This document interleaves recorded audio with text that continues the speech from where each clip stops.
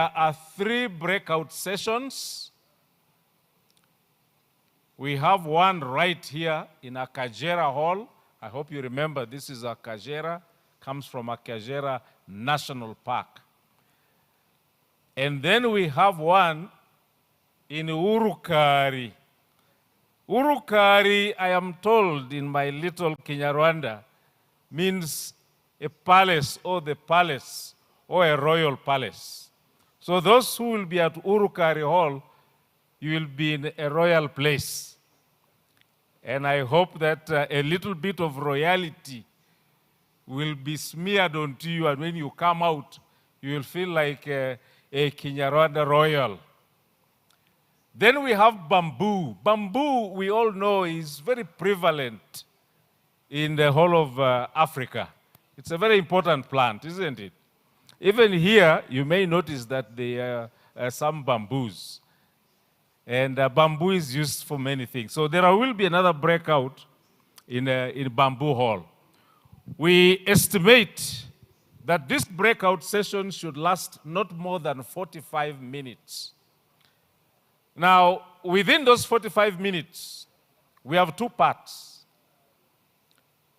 We have a speaker, but please don't spend all the 45 minutes speaking.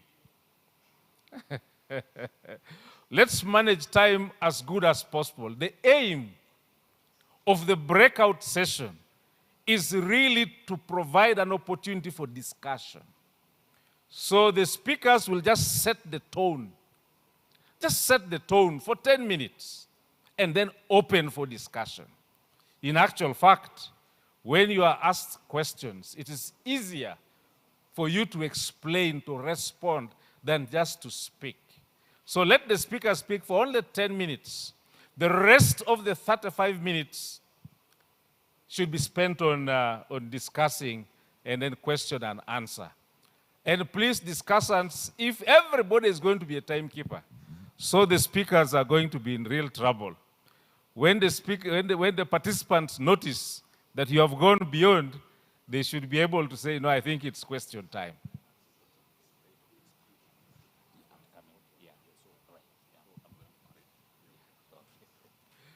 Okay, so on the screen you can see that in Akajera here, our main topic will be on benchmarking Jersey cattle. So if you are interested in learning a lot more and asking questions and understanding and gaining insights on benchmarking Jersey cattle, please stay here. When the rest who are interested in the other sessions leave, we will request you to move nearer because this hall is quite big. Now, initially we have a moderator, but that moderator will now be in the place of Bernadette. We shall have Dr. Solange. Dr. Solange, DDG, will be moderating or chairing that session. But we are maintaining the speaker will be Tim Bryan from Abacus. So shortly after this, I will request then Dr. Solange to take her seat, invite the speaker, who will speak, I remind you, 10 minutes. Then in Urukari, the palace, we shall have a session on feeds and feeding cattle. Sorry. Yes, animal feeds. Am I right? Yeah. Just a correction. I might have got this wrong.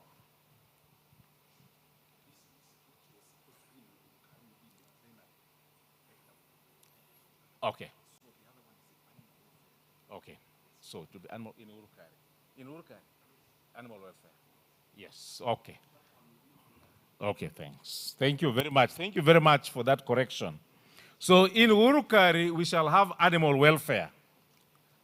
And the session on feeds and feeding will be moved to the plenary. Corrected. Thank you very much. And in that session, the chair will be Dr. John Musemakweli. I hope he's here, and he will move And if you are interested in animal welfare issues, animal welfare in Urukari, we have changed. Shall have animal welfare instead of feeding and feeds. We shall have Dr. John Musemakweli, and the speaker will be Dr. Masengecho. I hope I have got that right. Dr. Masengecho. Dr. Masengecho, please, you will speak in Urukari. And then in Bamboo, we will have, will that be animal welfare still? Yes, we shall be moving to topic 2. Instead of topic 1, which was moved to the plenary, will now not be there in Bamboo. So we move to topic 2, which is managing heat stress in dairy cows. And that session will be chaired by Dr. Hannah in Bamboo. And we will have Innocent. Dr. Hannah will be the speaker, and Innocent Ramuhari, am I right? Ramuhizi, he knows himself, Dr. Innocent. He will then be the chair for that session. Are we together? Okay, so now I'll request that if there is agreement on all this, can we then move to the particular sessions that we think we will be interested in and which will make the most of this morning. 45 minutes. So we hope to finish those sessions by 9:20 sharp. Once we are done with the breakout sessions, we'll all again come back here for the plenary. Thank you very much.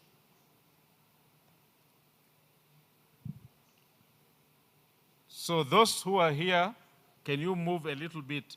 Could we move from the last row? We could move to the middle and the front row. And may I now call upon Dr. Solange to take charge of this session as the chairperson. As we do that, just a quick announcement. As Dr. Solange comes forward, just a reminder, if you registered for the field trip, which is tomorrow, Saturday in the afternoon, please make known which particular field trip you will want to be on out of these 3. Either to Kigali Memorial Genocide, the Genocide Memorial Center in Kigali, Inyanje Milk Processors, that's a big dairy processor, and a model farm in Kagugu. The ushers, the ladies and the gentlemen, will help you to register your interest. We need to know the numbers, and so that the appropriate transport is arranged. Please do that in your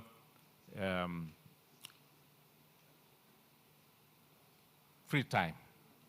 For now, maybe let me hand over then this microphone to Dr. Solange to conduct the session here, which will focus on benchmarking Jersey cattle. Dr. Solange, please. Thank you very much, moderator. A very good morning once again. Are you awake? Feels like you still have a low energy. Good morning. One more time. Good morning. Much better. Let me call on the stage a team from Abacus Bio.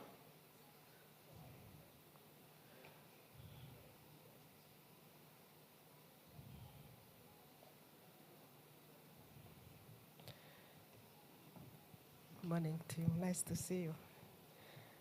Tim is going to introduce himself and tell us what he's going to talk to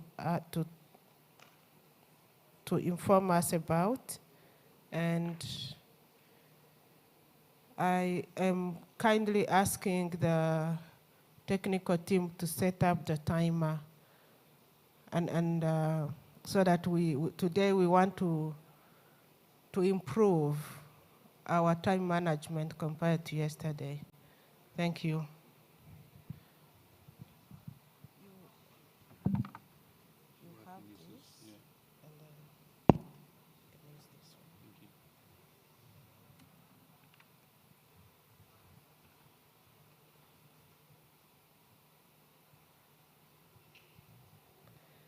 Please put up the slides for Tim.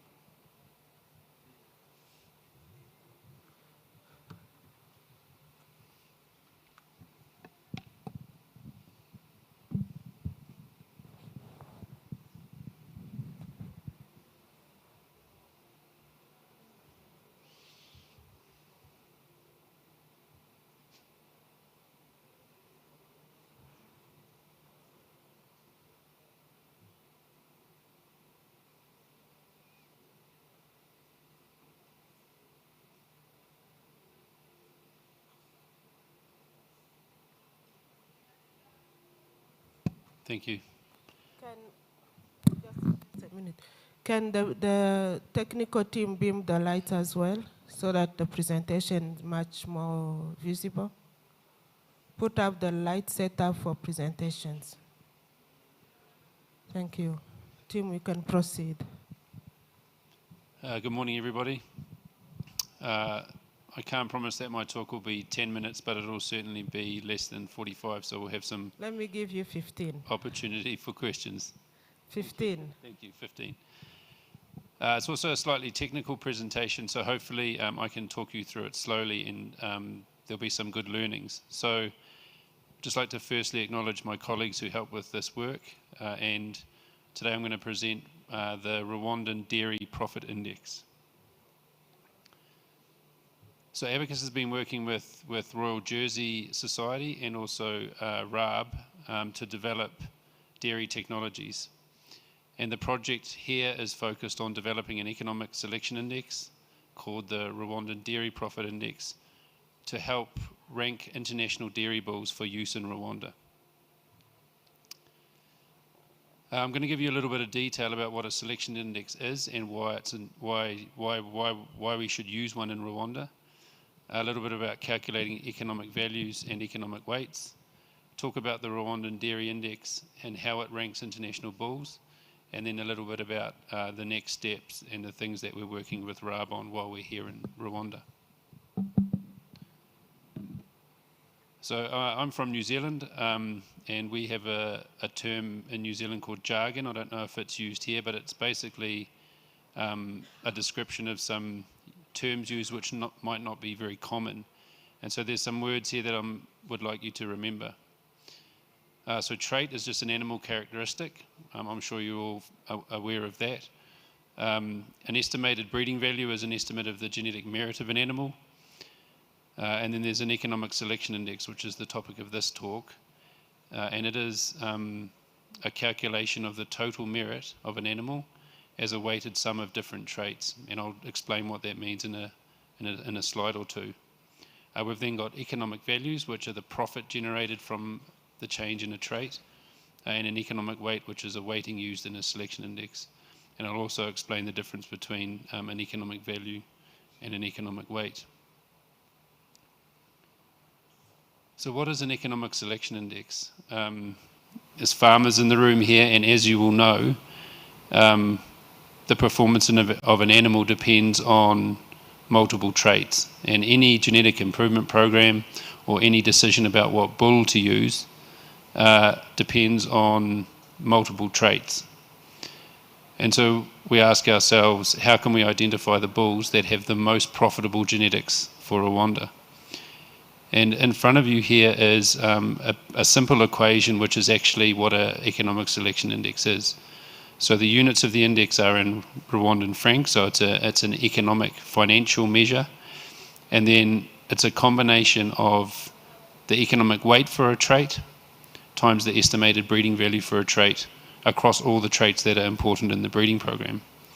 So in this example here, you can see that we have an economic weight, which is the profit generated from more milk, And then we multiply that by the estimated breeding value, so the estimate of the genetic merit of the animal for milk.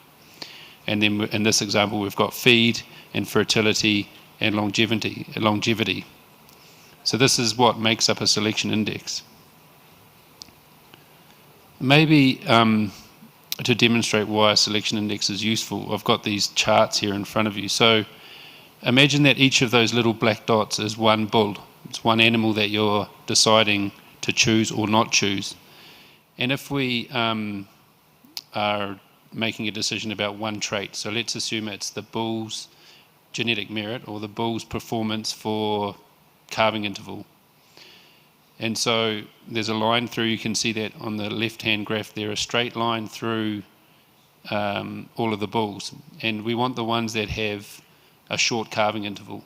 So all the dots that are still black on the left-hand side of that line are the ones we want to keep. They've got short calving intervals, so a short time between consecutive calvings. And we cull the ones on the right. So you've made a decision now about the bull for calving interval, but what if there's another trait you care about? So this is trait Y, let's call it milk production. So we have another line through the bulls and we say, right, we don't want to keep any of the bulls that are below a certain level of milk production. And then in the top left of that quadrant, we have the dots that are still black, and those are the bulls that perform well enough on both calving interval and milk production. But then we've got another trait. So there's all these things that are important for profitability. And so we say, right, well, there's another trait. What if that is conception rate?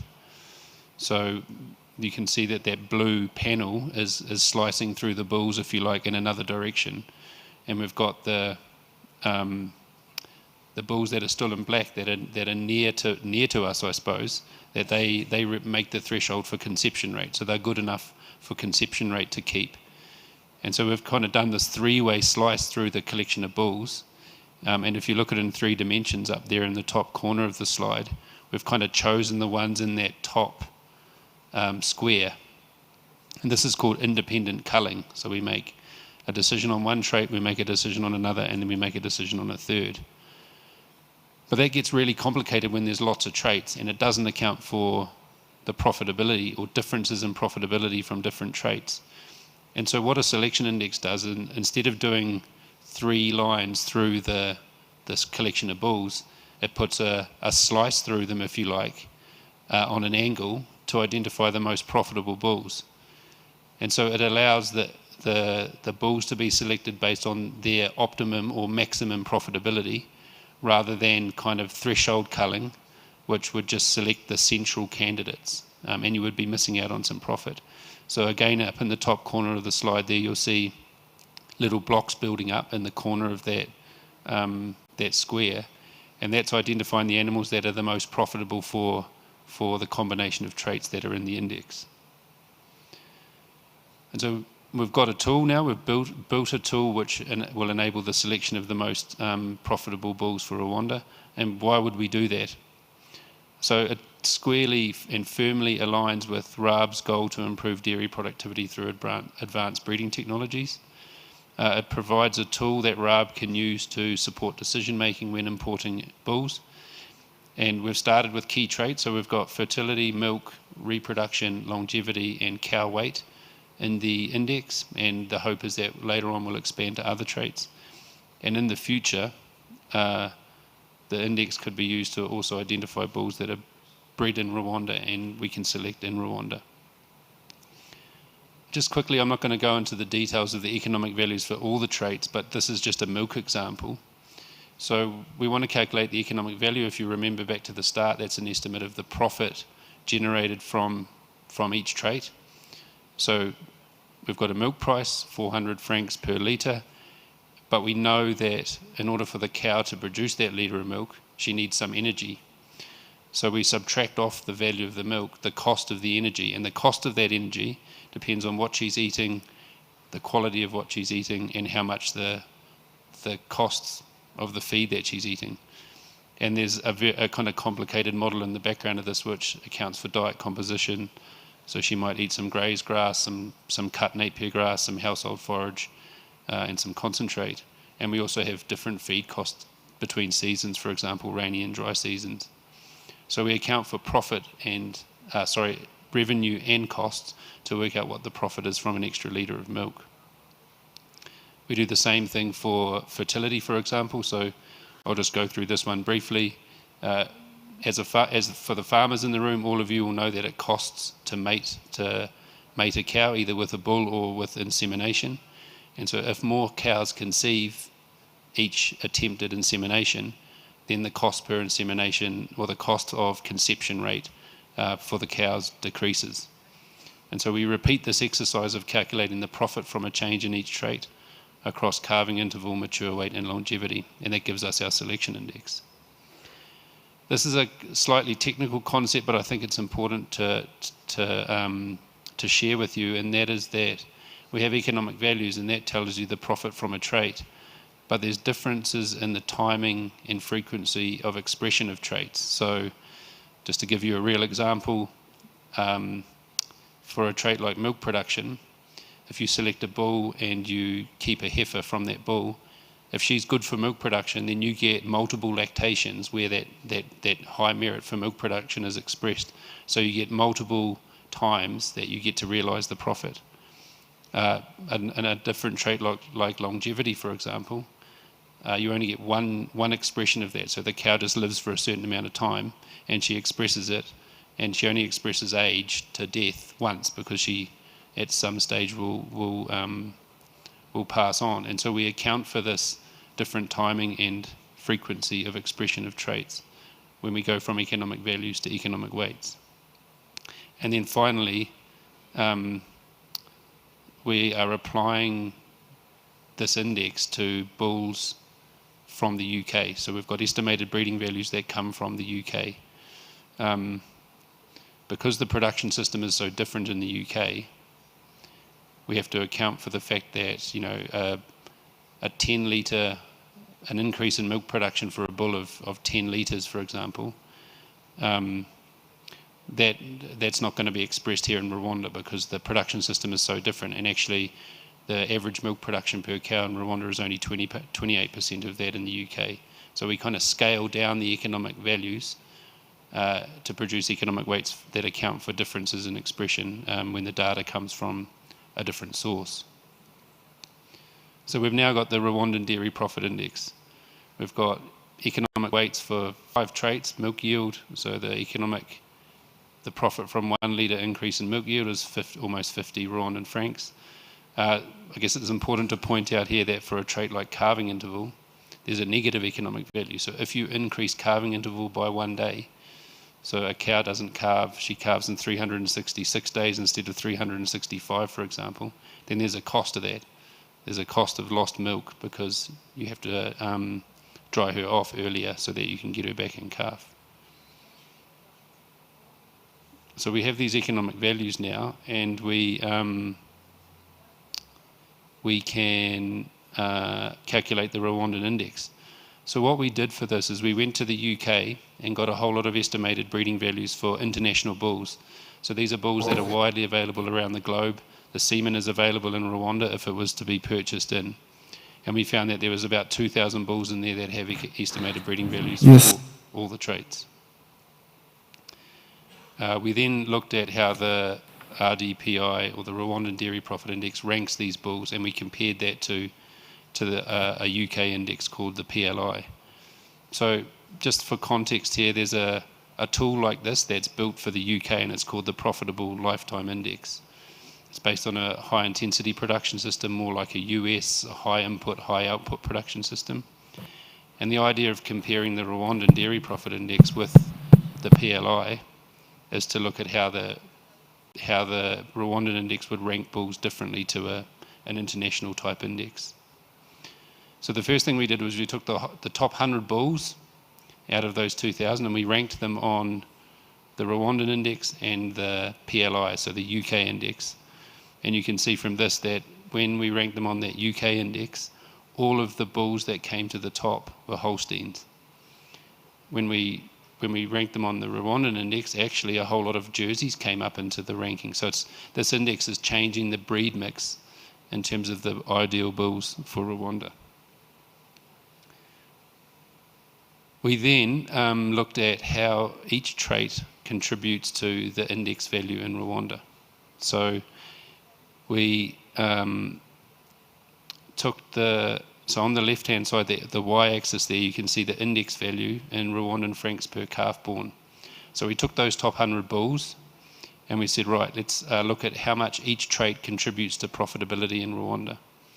So the first thing to note is that on the left-hand side there, you can see that if we selected international bulls on the Rwandan index, then per calf born, their progeny would produce about 90,000 Rwandan francs of profit. And that comes from two things, largely. It comes from increases in milk production, but also money made because the cows are smaller. And importantly, if we compare that to bulls that were, if they were imported based on UK index, yes, there would be more profit from more milk, but those cows would actually cost money to the Rwandan dairy farmer because they're too big. And that's why that green bar is below the line on the right-hand side there for the UK bulls. For the bulls that were if they were to be brought in based on the UK index. So if we just try and summarise what this tool can do for the Rwandan dairy industry, so if we look at the Rwandan Dairy Profit Index and we compare it to another international index that might be built for a high intensity production system. So the UK is the example we used. The Rwandan index will select bulls and cows that have lower milk production but still more milk. The cows are much smaller, they have a longer lifespan, and they would have a longer calving interval. So they would have a longer calving interval, but it would still be getting shorter, so still positive. And the daughters from those bulls ranked on the Rwandan Dairy Index would also have a higher conception rate. And I haven't got data on this, but they would have less milk and fat, fat and protein components, so kilograms of fat and protein. That's largely because of lower levels of milk production, but they would have higher fat and protein percent, so the milk would be higher quality. So we're working closely with RAB on the use of this index. It makes much more sense for the Rwandan production system that international bulls are selected based on this tool because it will maximise the profit to the Rwandan dairy farmer. The gains in milk production will still be available to dairy farmers in Rwanda, but they'll come from much smaller cows, and there'll be improvements in calving interval, improvements in fertility, and improvements in milk quality. Just in terms of next steps, we're still, as I said, we're working with RAB to use this index to help identify the best bulls on offer when they're going looking for semen, and we've supported the design of a specification for importing bulls that align with the goals in this index. And with that, I will thank you and pass back to Dr. Solange. Thank you. Thank you very much, team, for keeping time. We have some time for Q&A session. Do we have any question for team or questions? David, did you raise your hand?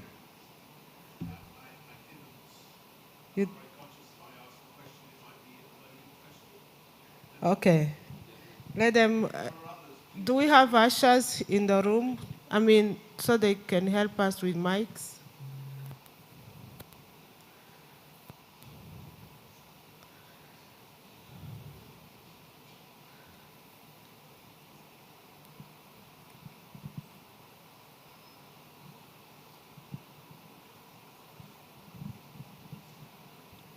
Merci beaucoup pour l'exposé. Just a minute. We need a headset for Tim to understand the question. Yes, they are going. We need a headset here for the speaker. So they are going to translate for you. Thank you. Hello?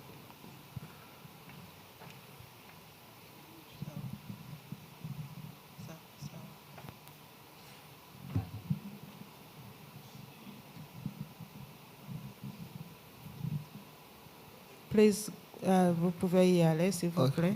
Ok, merci. Je m'appelle Emmanuel Dousengue, de l'origine du district de Rutshiro. Je voulais savoir si réellement, il vient de nous expliquer que la vache de Jersey est très économique et très favorable et elle est tellement résistante aux différentes maladies telles que les mouches tétées. C'est bien, c'est économique et elle a une densité le plus élevée. Maintenant, par rapport à la production du lait, il y a d'autres vaches qu'on appelle frisons. Maintenant, au Rwanda, on nous avait enseigné que nous avons besoin d'une grande quantité du lait. Et on nous envoie aussi des constructions des industries afin qu'on puisse satisfaire la population rwandaise. Maintenant, est-ce que vous ne voyez pas qu'il y a l'impact de bien vouloir satisfaire cette industrie à tel point que vous nous disiez que vous nous sensibilisez que le GSI est tellement favorable? Oui, on a accepté, c'est bon, c'est économique.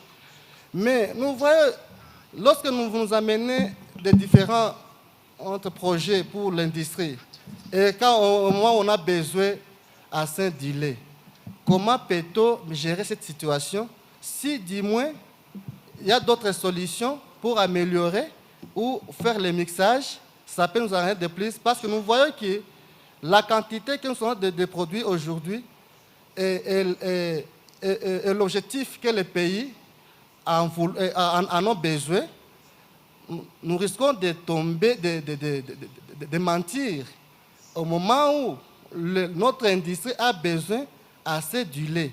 Est-ce que comment peut-on gérer cette situation? Merci.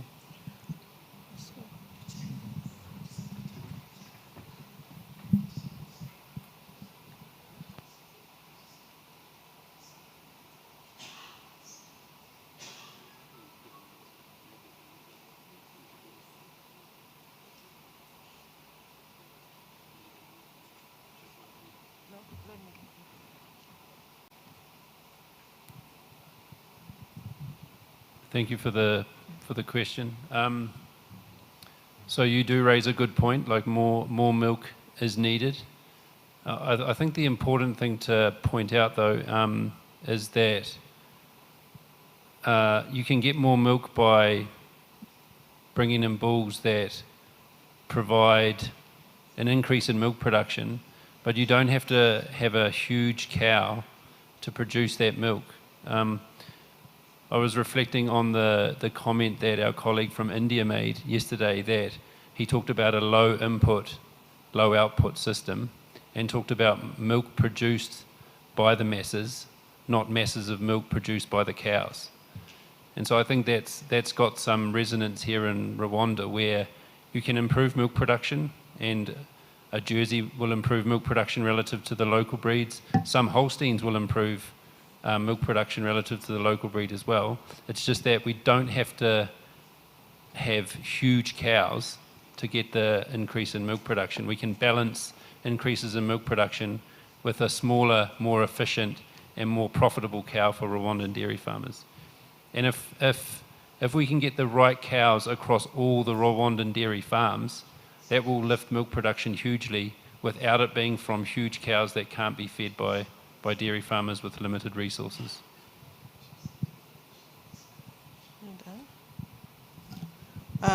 Je crois que sa question avait aussi une connotation plutôt politique.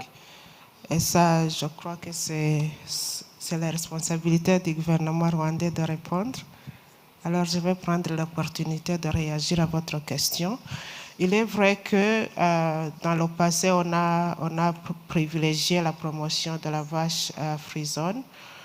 Et c'était parce que c'est vrai que ça donne beaucoup de lait par vache.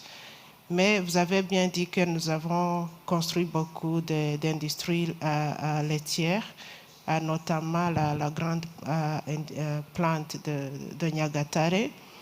Mais quand on commence à aller dans le processing, ça veut dire que le lait de Jersey est beaucoup plus efficace et beaucoup plus rentable parce que, par exemple, pour faire 1 kilogramme de lait de poudre, on a besoin de 10 litres de lait de Frison, mais quand on utilise le lait de Jersey, on a seulement besoin de 7 à 8 litres de lait par kilo de poudre. C'est la même chose que pour le fromage. Alors, quand on commence à aller davantage dans la valeur ajoutée du lait, on aura beaucoup plus besoin de lait de Jersey pour des raisons beaucoup plus économiques par rapport à ces industries.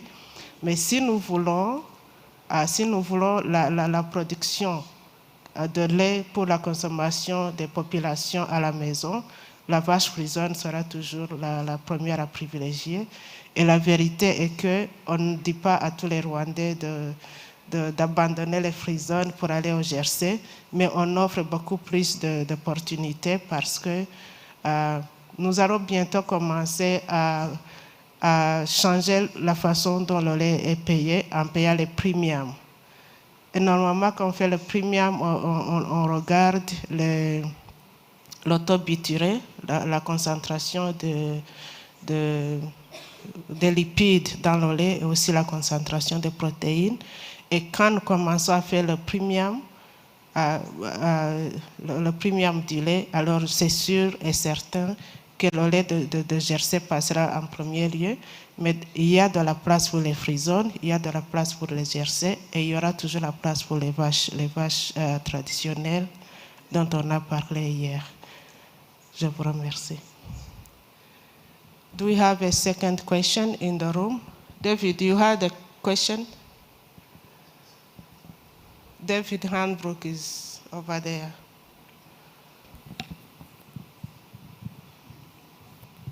Thank you. Thank you, Solange.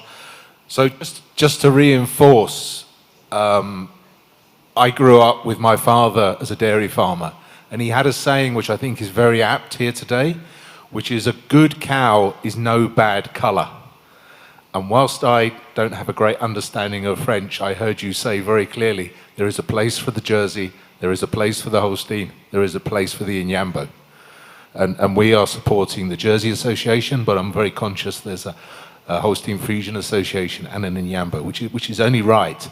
So I hope that translates from English into other languages. A good cow is no bad color. It's because she's a good cow that's important for your system. But I wonder whether Tim could just give us a brief resume of how we collected the financial data in support of the index. Yeah, no problem. Just one comment before I do that, David, is to, I guess, reinforce what you said in that this is not about breeds, it's about the right type of cow. And what this index does is it demonstrates that a more moderate size cow with slightly less milk production, but high fertility, good longevity, and good milk quality is the type of animal that will deliver more profit for Rwandan dairy farmers. So in terms of gathering data, so we visited Rwanda in January 2024, and we spent a lot of time speaking with farmers. We spent a lot of time with at MCCs. We spent a lot of time with RAB, talking about how the production system works, what the diet is made up of cows, for cows, and what insemination costs are. And the idea being that we then got a clear picture of, I guess, the financials or the economics of different dairy production systems in Rwanda. Now, obviously, they're very varied. There's lots of different ways that cows are kept for milk production. So we did some aggregation. We had grazed animals versus housed animals, and then we had feed costs in rainy season and dry season. And we did our best to build a picture of what the revenue streams are from dairy farming and what the cost aspects are in a production system, and that gave us our estimates of profit on a trait-by-trait basis. Thank you, Tim. Any other question from the audience?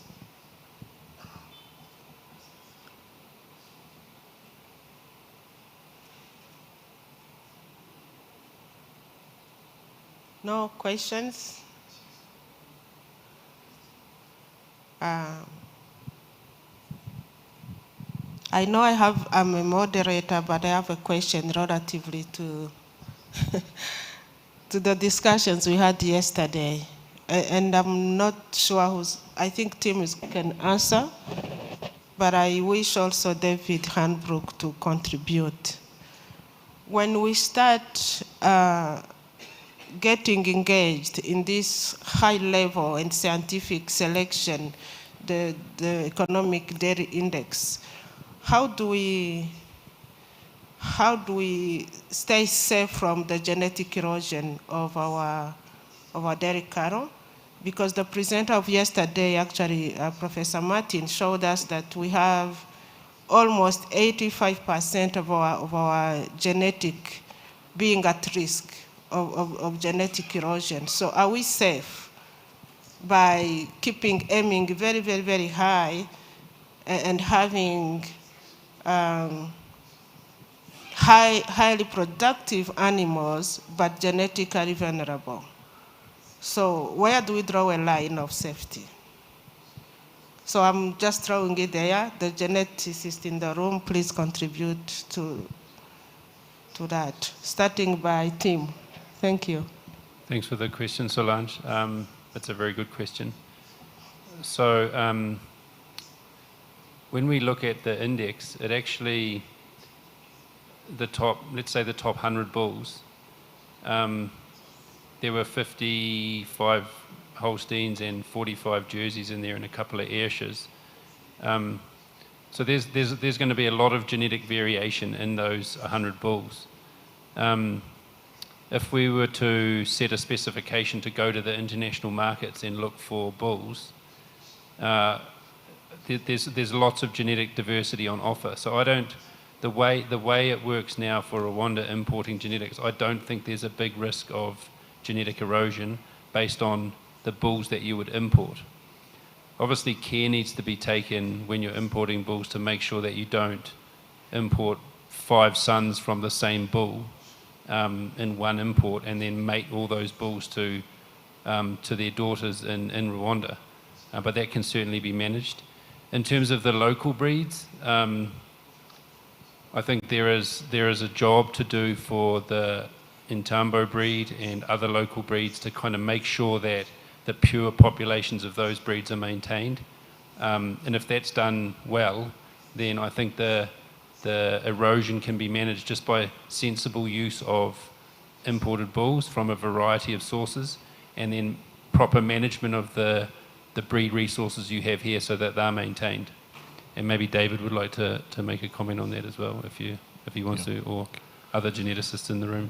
Okay, Tim. Thank you. So everybody some people refer to the Friesian, some people refer to the Holstein, some combine the two names Holstein Friesian. The pure Friesian is a very different beast to a pure Holstein. So you get variance between the two extremes. So as Tim has said, you could target, if Rwanda was to aim more of a Friesian than a Holstein, this concern about size would be negated immediately, because a Friesian is a stockier, shorter animal rather than an extreme Holstein. The Jerseys originally... Just a point of clarification and correction. We are not aiming at any breed at all. No. We are aiming for an efficient and effective cattle that can give us enough milk to feed the Rwandans and Rwandan residents. Of course. So this is about appropriate genetics. So within the black and white cattle population, there are very different types. Within the Jerseys, yes, the Jersey breed originated from the island of Jersey and has been exported around the world for the last 200 years. But the Jersey in New Zealand has evolved on a grass-eating system. The Jersey in the USA is very much an intensive system.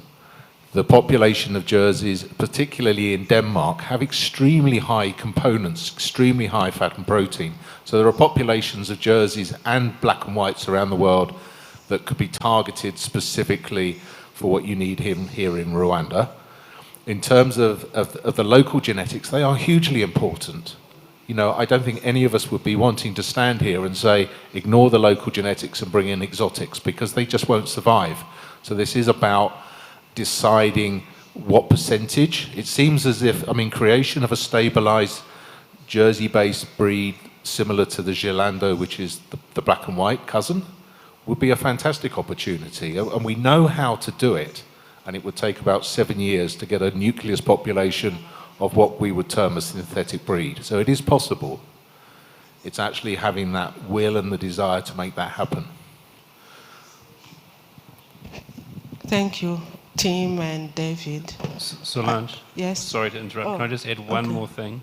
And that is that in order to manage populations, local breeds or imported bulls, you have to have data.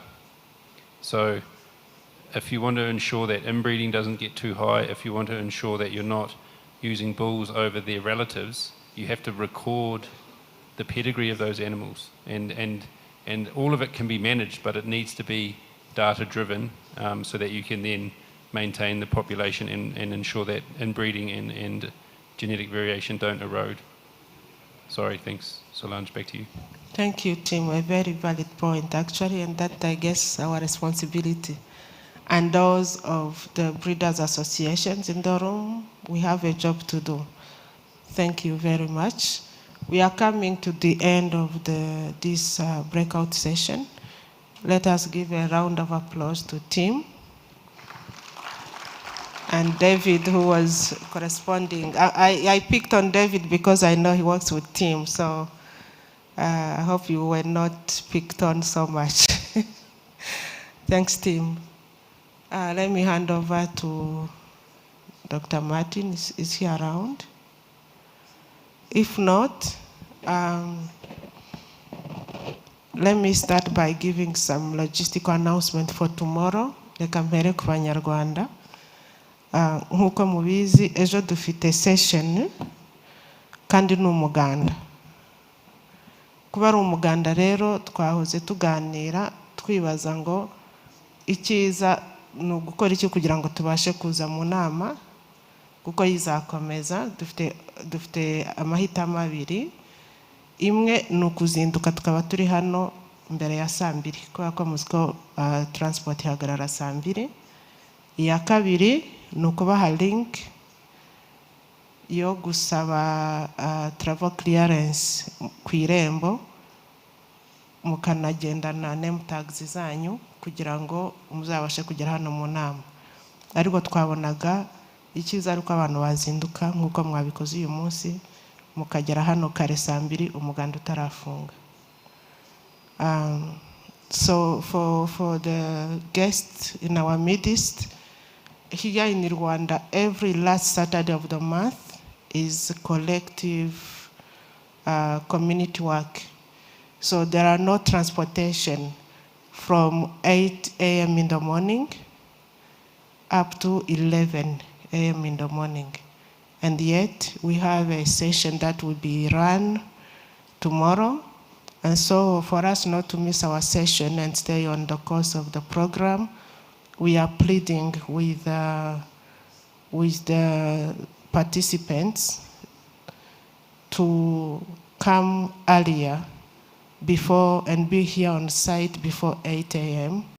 so that we start our sessions without interruption. Of course, we have to adjust. If you agree that we shall be here at 8, today you are here at 8:30, thank you very much.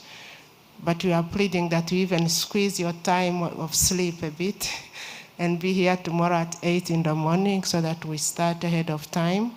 And if that's agreeable, then we shall adapt the program accordingly so that we can even go to the site a bit earlier.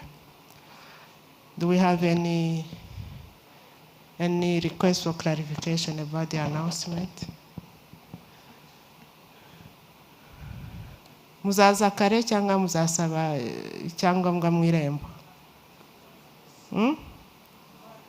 Abazazinduka turebe. Abazasaba icyangombwa mu irembo?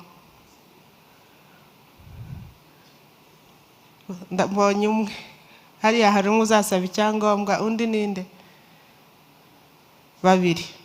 Anyway, byose birashoboka ariko mbonye abenshi bashaka kuzinduka natwe nicyo twari twahisemo muze kudufasha nitudashobora kongera gutanga iryo tangazo mubibwire n'abandi ariko riraza gukomeza rihita throughout the sessions kugira ngo ejo tuzazinduke ntituze kubura uko dukora gahunda zacu.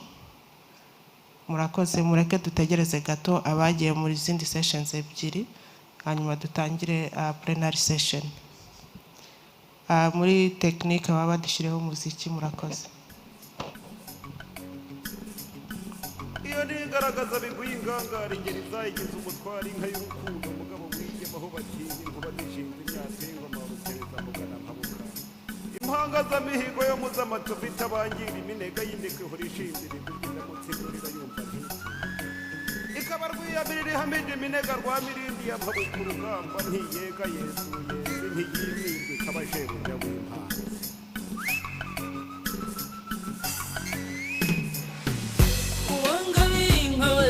uzongera urungabire uwambaye inka y'ineza mwiturindi iragira cyane ni mu rwuri rwacu rutoshye urukundo uwangabiye inka we ndacyatankunda yangabiye inka we ndacyamutashye yangabiye inka nziza ngo ndinganire n'abandi ndacyamutashye urahura nkaho uwangabiye inka we ndacyagutashya uwangabiye inka we uzongera urungabire uwambaye inka y'ineza mwiturindi iragira cyane ni mu rwuri rwacu rutoshye urukundo uwangabiye inka we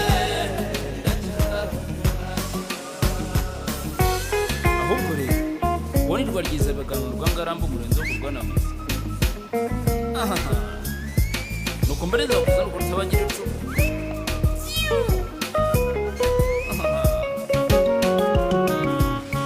ingwegiriza uriya yangabiye inka we ndacyamutashye yangabiye inka nziza ngo nzayika umukunzi ndacyamutashye urahura nkaho uwangabiye inka we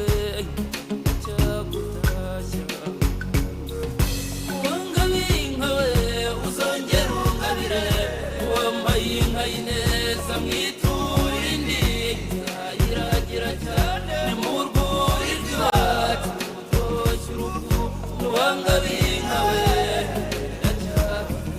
dore umurangamirwa yangabiye inka nziza ndacyamutashye yangabiye inka nziza ngo irangamirwe na bose ndacyamutashye dore inkumburwa iyi nkumbuzi wowe mwiza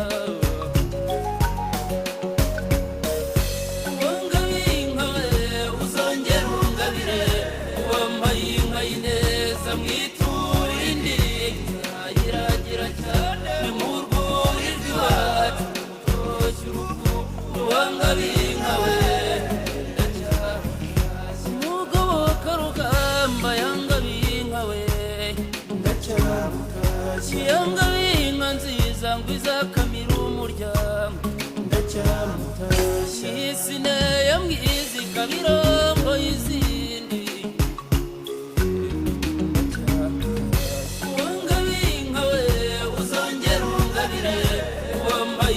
ineza mwiturindi iragira cyane ni mu rwuri rwacu rutoshye urukundo uwangabiye inka we mbega umurangamirwa urize mbega rwagiriza bigarama rwangarambi ndaririmba umugoboka rugamba warwanarindwa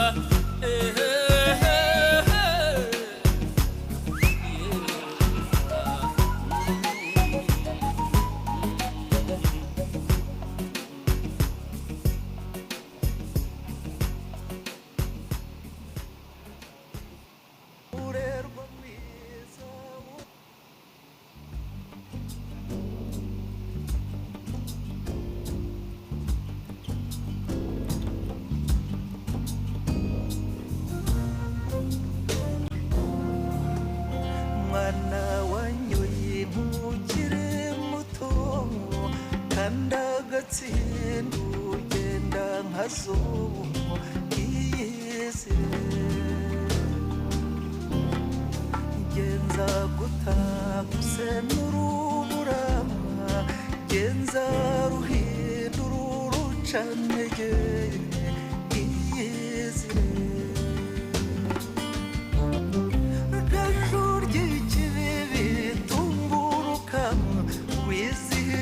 ingambi nganja kubone iyizire iyizire mwiza wanjye iyizire wanyoye nkana iyizire iyizire mwiza wanjye iyizire wanyoye nkana iyizire nyirasakwe kuri inzovu y'amarebe murerwa mwiza wo kwa kigenza izihirwe mukabyagaju wa rugomwa cyogari kibyanuzu nyizihire izihirwe menwa y'uruziga usa nabikene sekera ngusange susuruke iyizire wambaye inzobe umubiri wose ngwino gituza kizumpobereye iyizire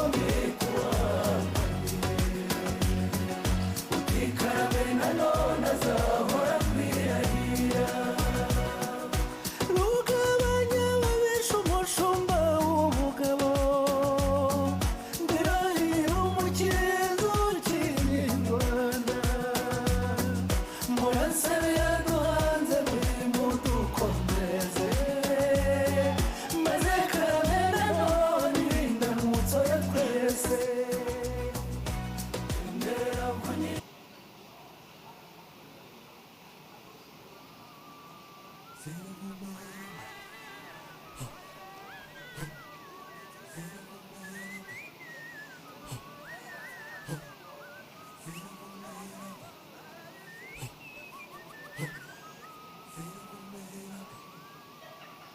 bayenyigohe kamera kondonda hanze bisa n'ibikubana igihe nibaza iby'izo nzozi numva imirindi y'abahizi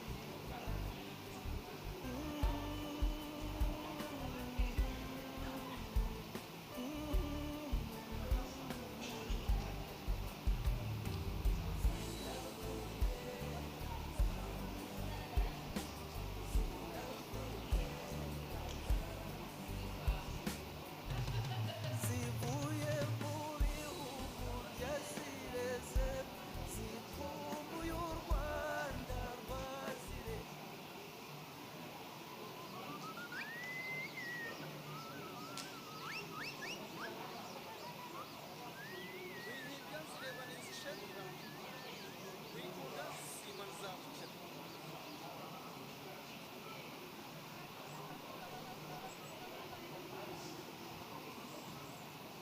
ubwirwa n'imbavu ndende niyo agenda biramubera ukabona agira iyo avuka we inka we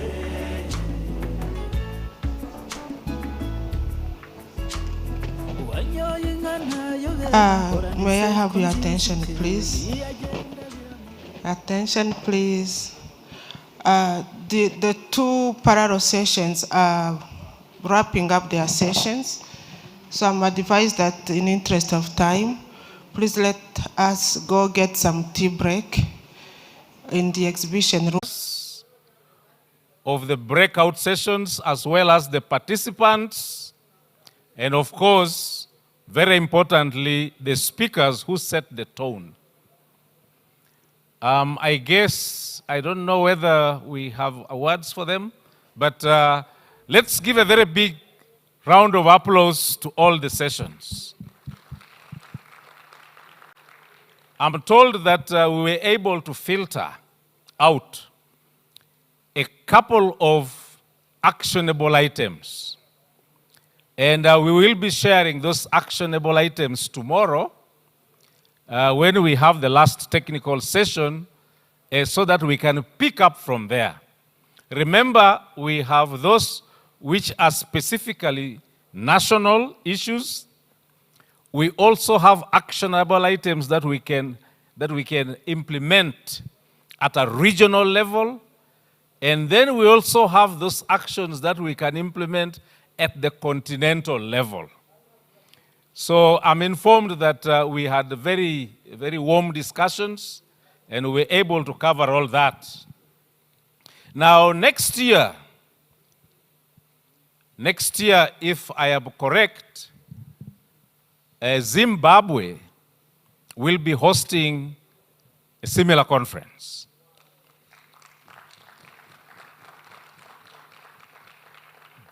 And so we felt that it would be very nice at this particular point if we can have two things. They have prepared a very nice short video to give us a glimpse of what will take place in Zimbabwe next year. Zimbabwe is famous for so many things, but one of the biggest landmarks that I'm told you can see from outer space. I've never been to outer space, but you can see from outer space, that's what the astronauts tell us, is the Victoria Falls. A very beautiful landmark that is appreciated worldwide. If you have not been there, I think this is the time for you to think about going to Zimbabwe. As you go for the daily conference, please prepare yourself and go to a place called the city of Livingstone. The Victoria Falls falls between Zimbabwe and Zambia. But the Zimbabweans tell me it is clearer, it's nicer to see it from the Zimbabwe side, isn't it? So let's request the short video to be played, and also the person who will speak for some 2 minutes quickly over that will come forward. Miss. So let's see that video.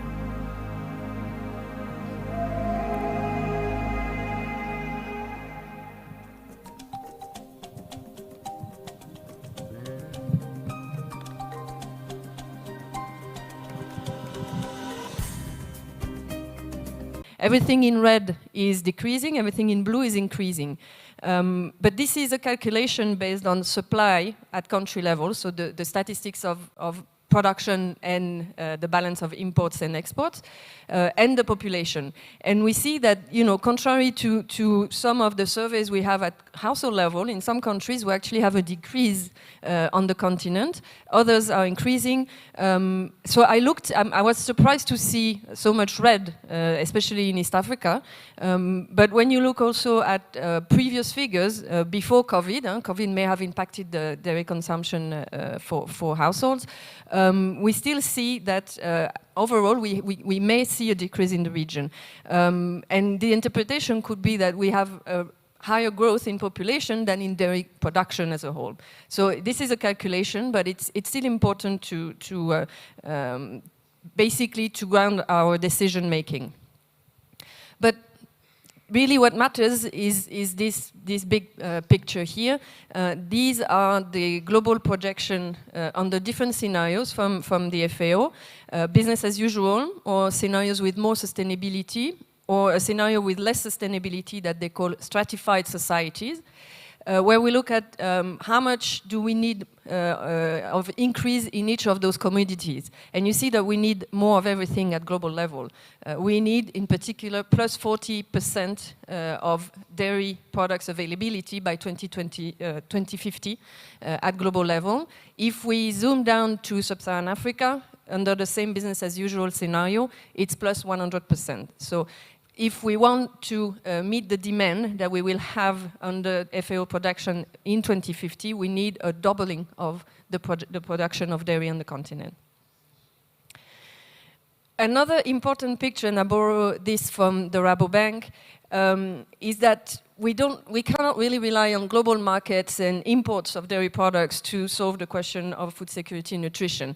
And we can see that very well on this map, because actually global trade of dairy is only about 7% of production. So the share that is traded, even though it's a big global market, is quite small compared to what is produced, which still happens in small-scale production and is not traded. So we really need to work on small-scale dairy production if we want to improve the food security and nutrition status of households on the continent. And this was also shared in the video from Zimbabwe.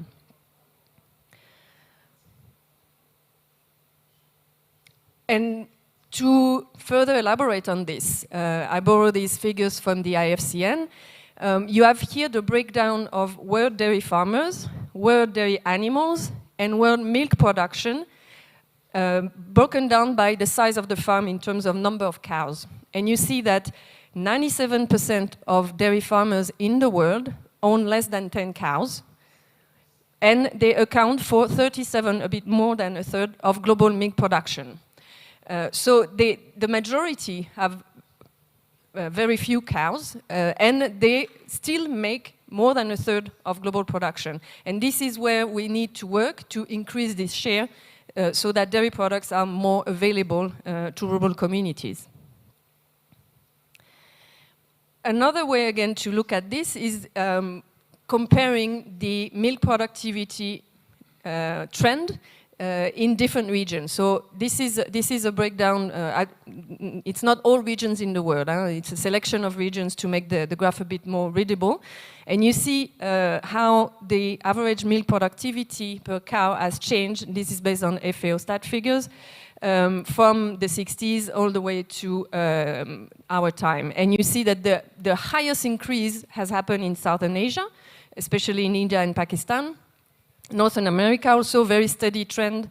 And when you want to zoom down a little bit, looking at, for example, East Africa in red, you see that there's an increasing trend that is a bit higher than the global average, but it's quite changing, especially in the last 15, 20 years. So we have episodes of decreases in productivity, which are most certainly due to impacts of climate change, but also conflicts in the region. And this is affecting the, I would say, efficiency of the sector still today.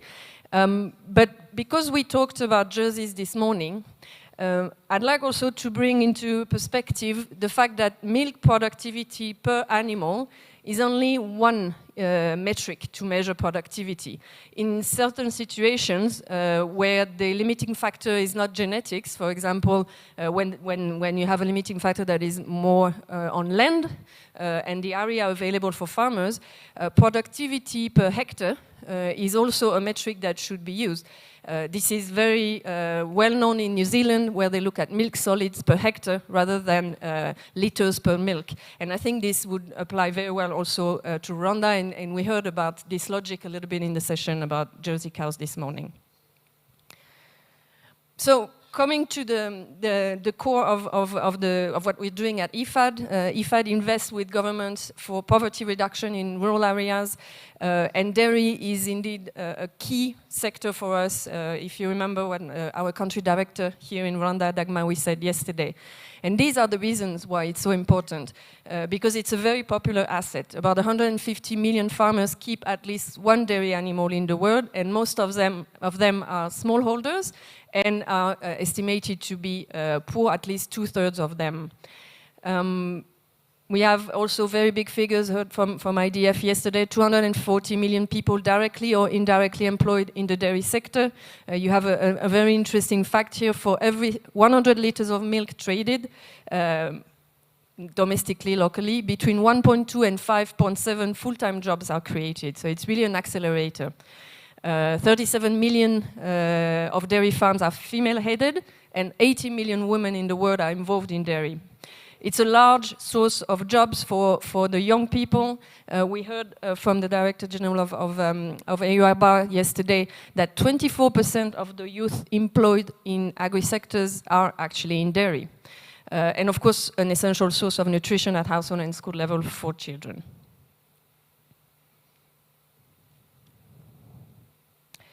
So coming to IFAD before I conclude, what do we do on dairy? So this is a recent stock take of our portfolio. You have on the left-hand side all the breakdown of the areas of investment for IFAD since 2010. We have about 21% of our investment that are specialized in livestock, and about 2/3 that include livestock, for example, in value chain development, including livestock, or natural resources project, including livestock. And when you look at the right-hand side, those are the projects that include livestock investments. Dairy is the third most invested in species for IFAD after small ruminants and poultry, which are also very important for poverty reduction. At least 101 projects since 2010 have included dairy at global level, and 24 in East and Southern Africa. Which area of development do we put the money with government? Animal husbandry is a large part of the portfolio. Animal health, very significant. But also, you can see on the right-hand side, rangeland and pasture development has become a very important sector for IFAD investment in livestock. So to conclude, before I conclude, I have two examples to share with you. This is a very important one for us in the region.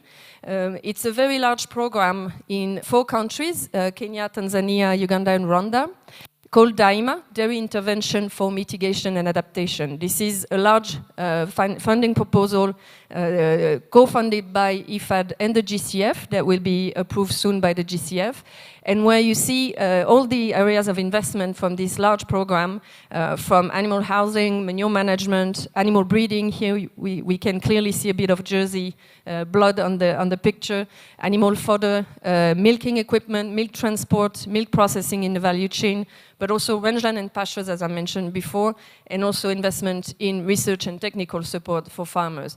I'm not going to go into the details of the component, but if you're interested, I'd be happy to further discuss this with you. And this has become a flagship program for us, and it's part of a very large investment in the region for IFAD on dairy specifically. So we expect DAIMA to have impact for indirect beneficiaries in the value chain, more than 15 million people, and direct beneficiaries in terms of smallholder farmers in the region, 2.7 million dairy cattle and 2.5 million people in smallholder value chains. And the second example is one that you've seen since yesterday. It's called RDDP. It's in second phase of investment between IFAD and the government. I have a few impact figures here from the first phase that I wanted to share, because this is really an illustration of how impactful investing in dairy can be for smallholder farmers. Total production has increased by 70% in the project area compared to a 49% increase at national level, so a clear impact of the investment. The model of small-scale dairy production is profitable. We see an increase in income by 23% in the beneficiary households, in the participating household, versus 13% in the control zone. Of course, a large impact on the number of milk collection centers, but also the capacity utilization, as you can see, and an increase in the share of the milk marketed in the formal sector. We also saw a very clear impact on feed and fodder. About 93% of RDDP participating household cultivate fodder, and 27 conserve fodder versus 4% only outside of the project area. So this is why we, with the government, decided on a second phase, and we even go further than what we did in the first phase to increase our impact, a larger budget, but also larger scope. For example, we are now working on digitalization. We're working also on a large investment in Songa. We heard about Songa several times since yesterday. But also some specific investment due to the different agro-ecosystem that we can find in the country, especially in the eastern province. More focus on the capacity of cooperatives and milk collection centers in terms of business, in terms of financial literacy, digitalization again. And of course, strengthening on the school milk program for the impact on nutrition in 175 schools. We have now a national coverage, and this is done in partnership with other development partners, as you can see. I'm going to skip this one to go quicker to the conclusion. So dairy is a priority sector for investments aiming at reducing poverty and improving food security and nutrition, which is our mandate at IFAD. We will continue prioritizing small stock and dairy, but also what we call non-traditional livestock as diversification of incomes, for example, beekeeping. And one important area that we want to strengthen is the One Health approach in our investments. We are getting accredited to the pandemic fund for this, and we'll be able to mobilize more resources in the future. And I just wanted to have a final word on, even though we did not develop this, but there are solutions to increase incomes, increase food security, and at the same time limiting the negative impact on the environment, which is also one of our focus in IFAD. Thank you very much.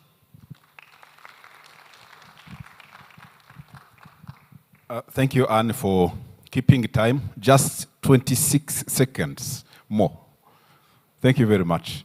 The next speaker will be Professor De Songa from University of Florida. As I said, to Anne is not new.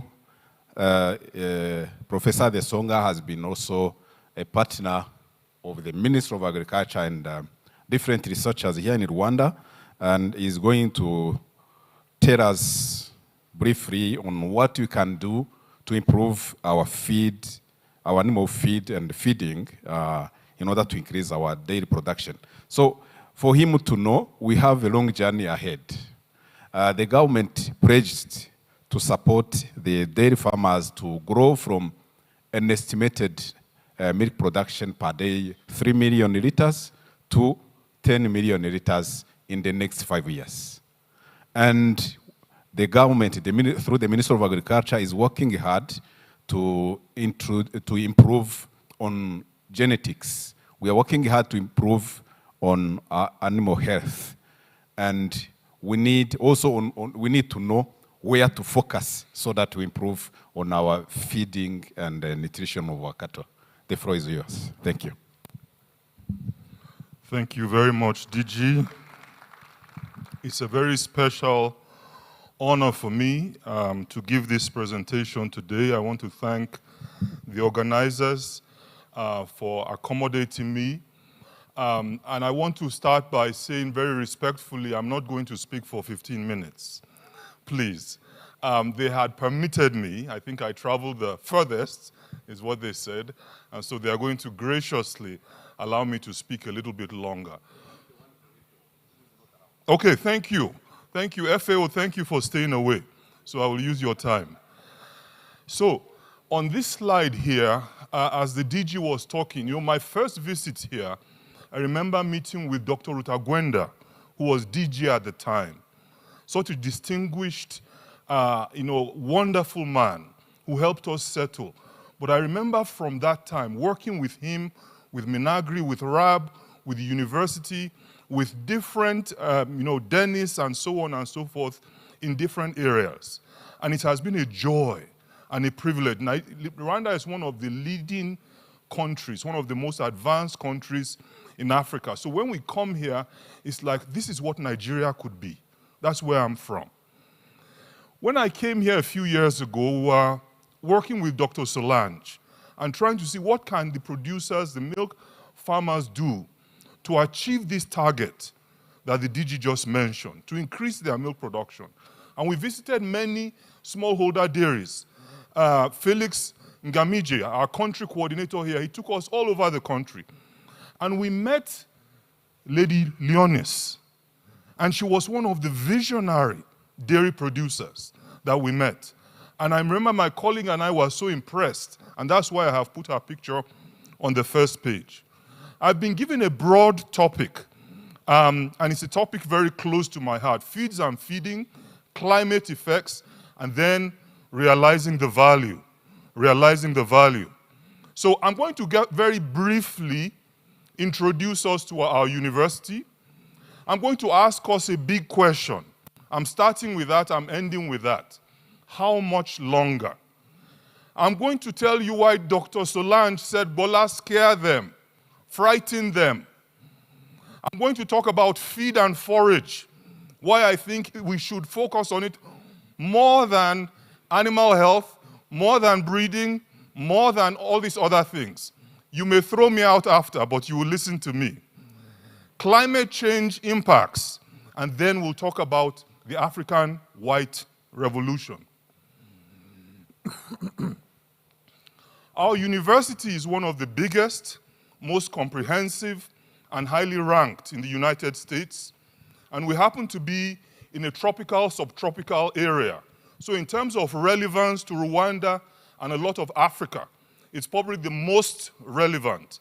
We were ranked #1 by the Wall Street Journal last year. Our research grant income is over $1 billion. We have 62,000 students. That's just by the way of our university. One of our alumni is one of the 2 founders of NVIDIA. In 2020, he gifted us the fastest supercomputer in higher education in the world. We hired 100 new professors in artificial intelligence as a result. We are now teaching 230 artificial intelligence-related courses. Why am I saying all this? Because we are unrivaled in our AI capacity. Our Florida State Legislature is building a $30 million center, which is going to be this AI center, the Silicon Valley of agriculture in the US. Now, the College of Agriculture we are called the Institute of Food and Agricultural Sciences. And what I've put here is that we have a seamless link between our research, teaching, and extension missions. In fact, we see those 3 as these legs of a stool. And if one is missing, that stool, whoever is sitting on it, falls down. I travel the world a lot, so much so that Delta said I'm in their top 5% before I started traveling this much. Nowhere in the world have I seen a better system of getting research to farmers, farmers' problems to researchers, solutions back. So I'll talk about that a little bit. The impact of agriculture on Florida is $100 billion. That's the impact of what we do. Now, most people know Florida for Mickey Mouse.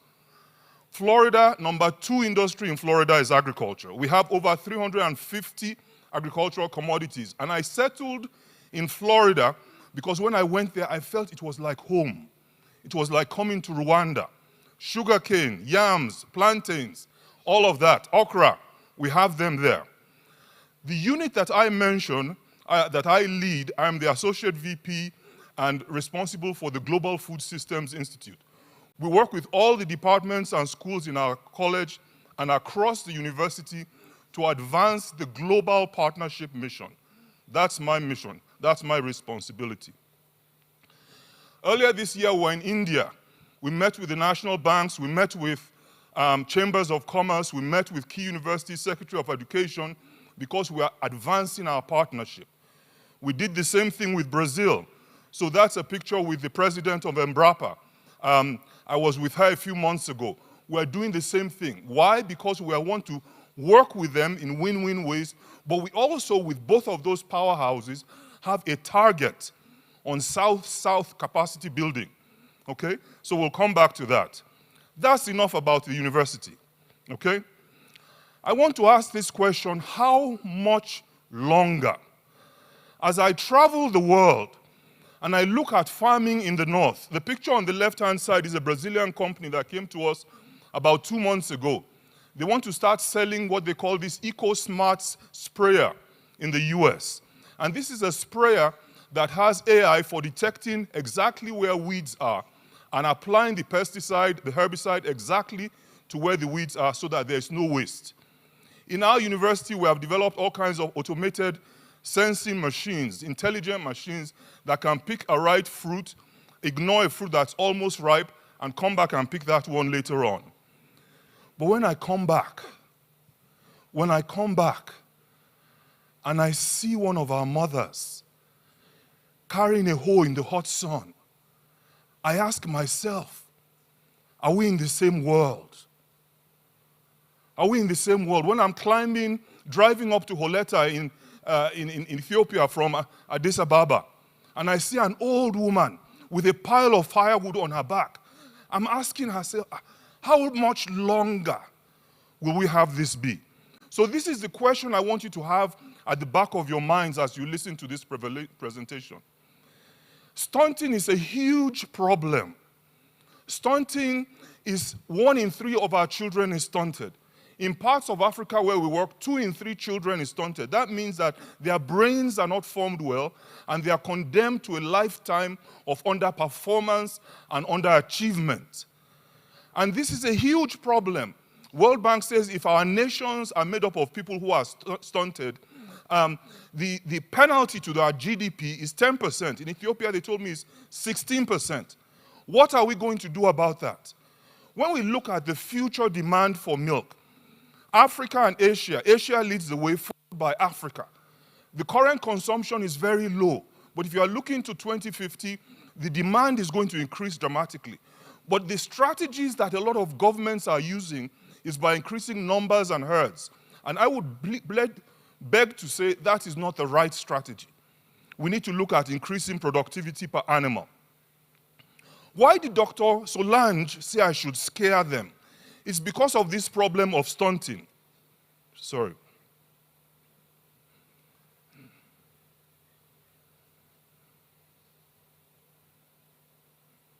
Okay. Because of this problem of stunting. Because our kids are stunted and they can't do well in school because their brains have not formed well. And so what she said is, Bola, when you go around Rwanda, I give you permission. Frighten these people. Let them know that the money they are saving for their school uniform for their children is better spent on a nutritious meal for that child, on consumption of the livestock products. So she said that to me. When we look at milk production and consumption, look at the stark difference between DRC and look at Sweden and Finland. We have a long way to go. So when I talk in this presentation, I'm going to ruffle some feathers because I think we have a long way to go, and we should be talking about not just achieving food security, but thriving as African nations, truly thriving. When I saw this presentation from a journal article in 2013, it changed my life. This was the first one. It was a study done in Kenya that looked at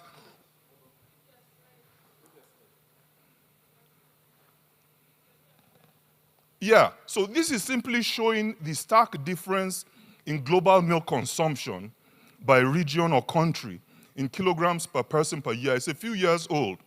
And you can see in DRC there, it's about 1. Whereas in Sweden and Finland, it's 300. If you think about the Dutch people, they are the tallest people in the world now. If you go back to the 40s, when they were very malnourished, what changed? School feeding of milk. School feeding of milk. it can transform our societies. This was a study done in Kenya. School children, 7 to 10-year-old, they were eating githeri, beans and corn, highly nutritious plant-based diet. The researchers decided, let's add a little bit of meat, matchbox size, to their diets. Let's add a cup of milk. Let's see what will happen. Their exam scores, average over all subjects, when meat was added, increased by 45%. When milk was added, their exam scores increased by 28%. What happened to my slide? Okay, thank you. This changed my life. Suddenly, I discovered that my research has a direct impact on lives and livelihoods. And this transformed my life.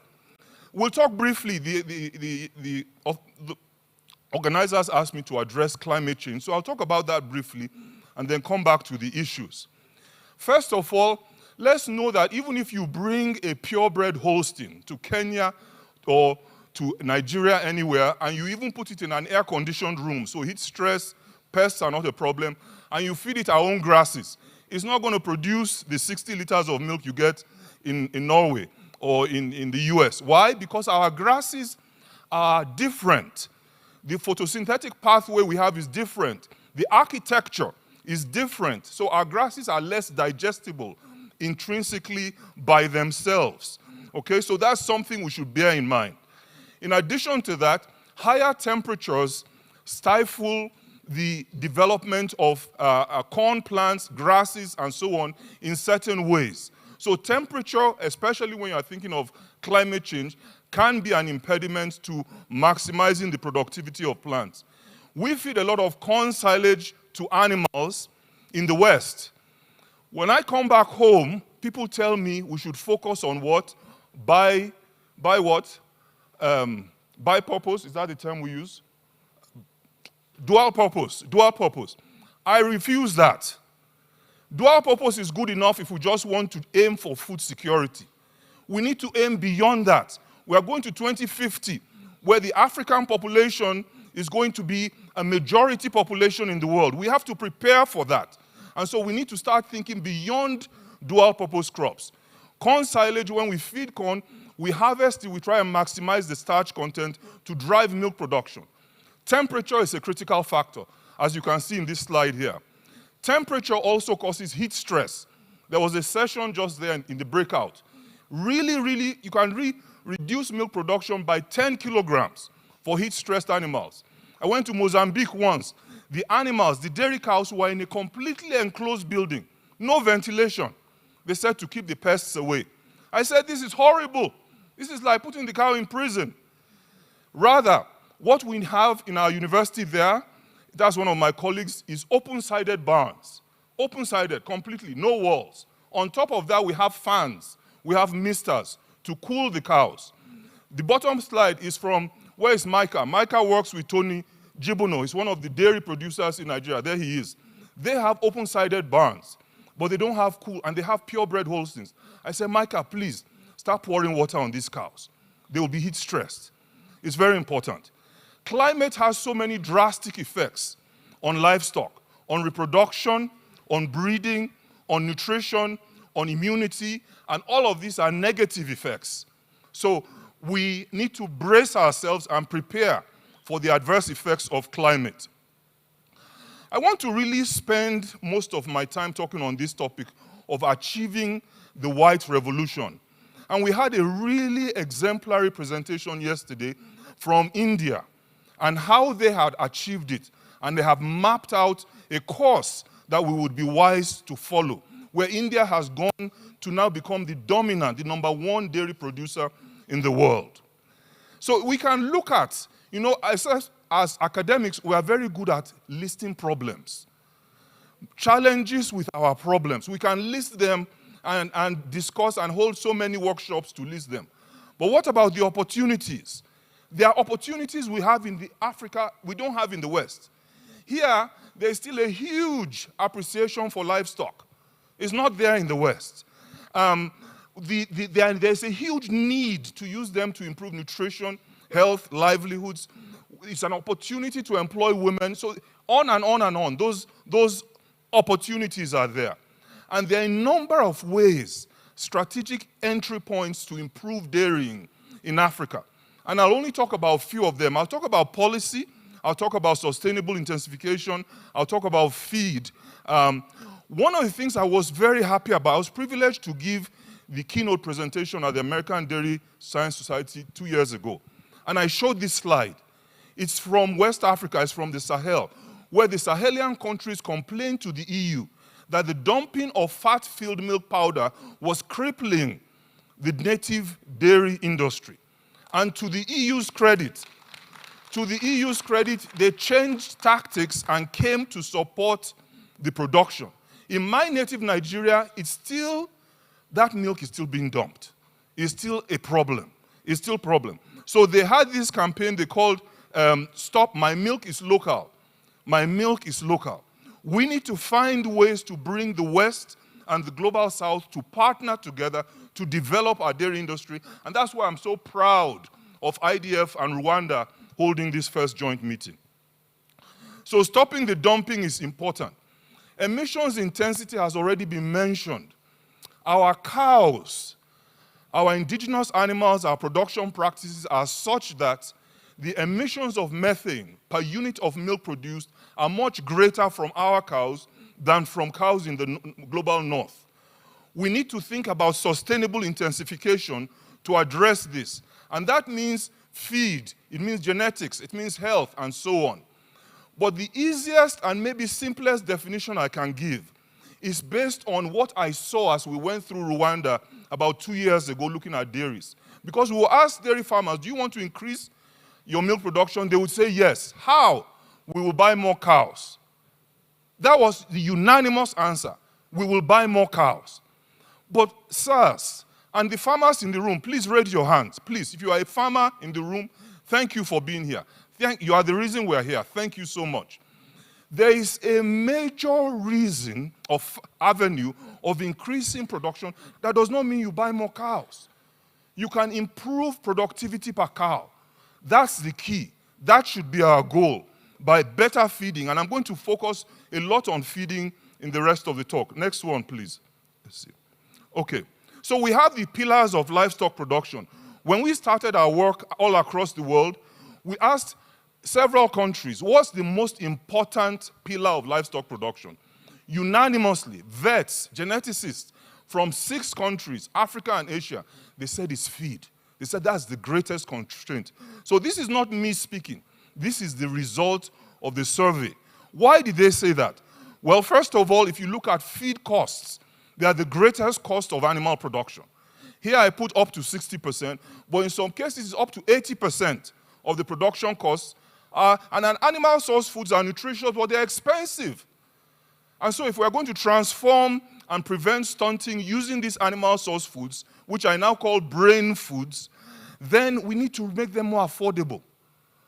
So in addition to that, feed is the best way to reduce emissions from livestock.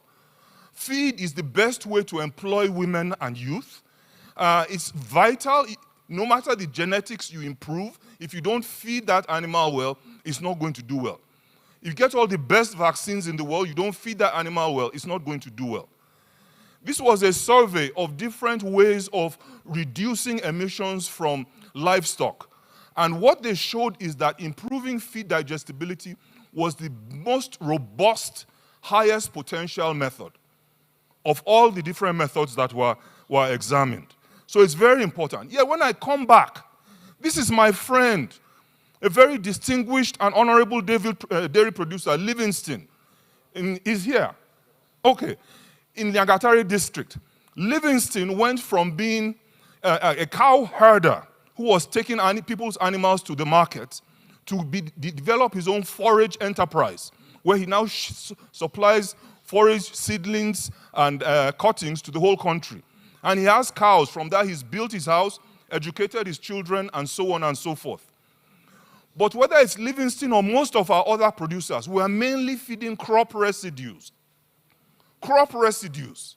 We need to dial that back down. Improve the crop residues. There are ways we can do it. We need to think about things like the chop length of the residues. If we feed improved forages, we will drive remarkable gains in productivity. Soil carbon will be increased. Fertility of our soils will be enhanced.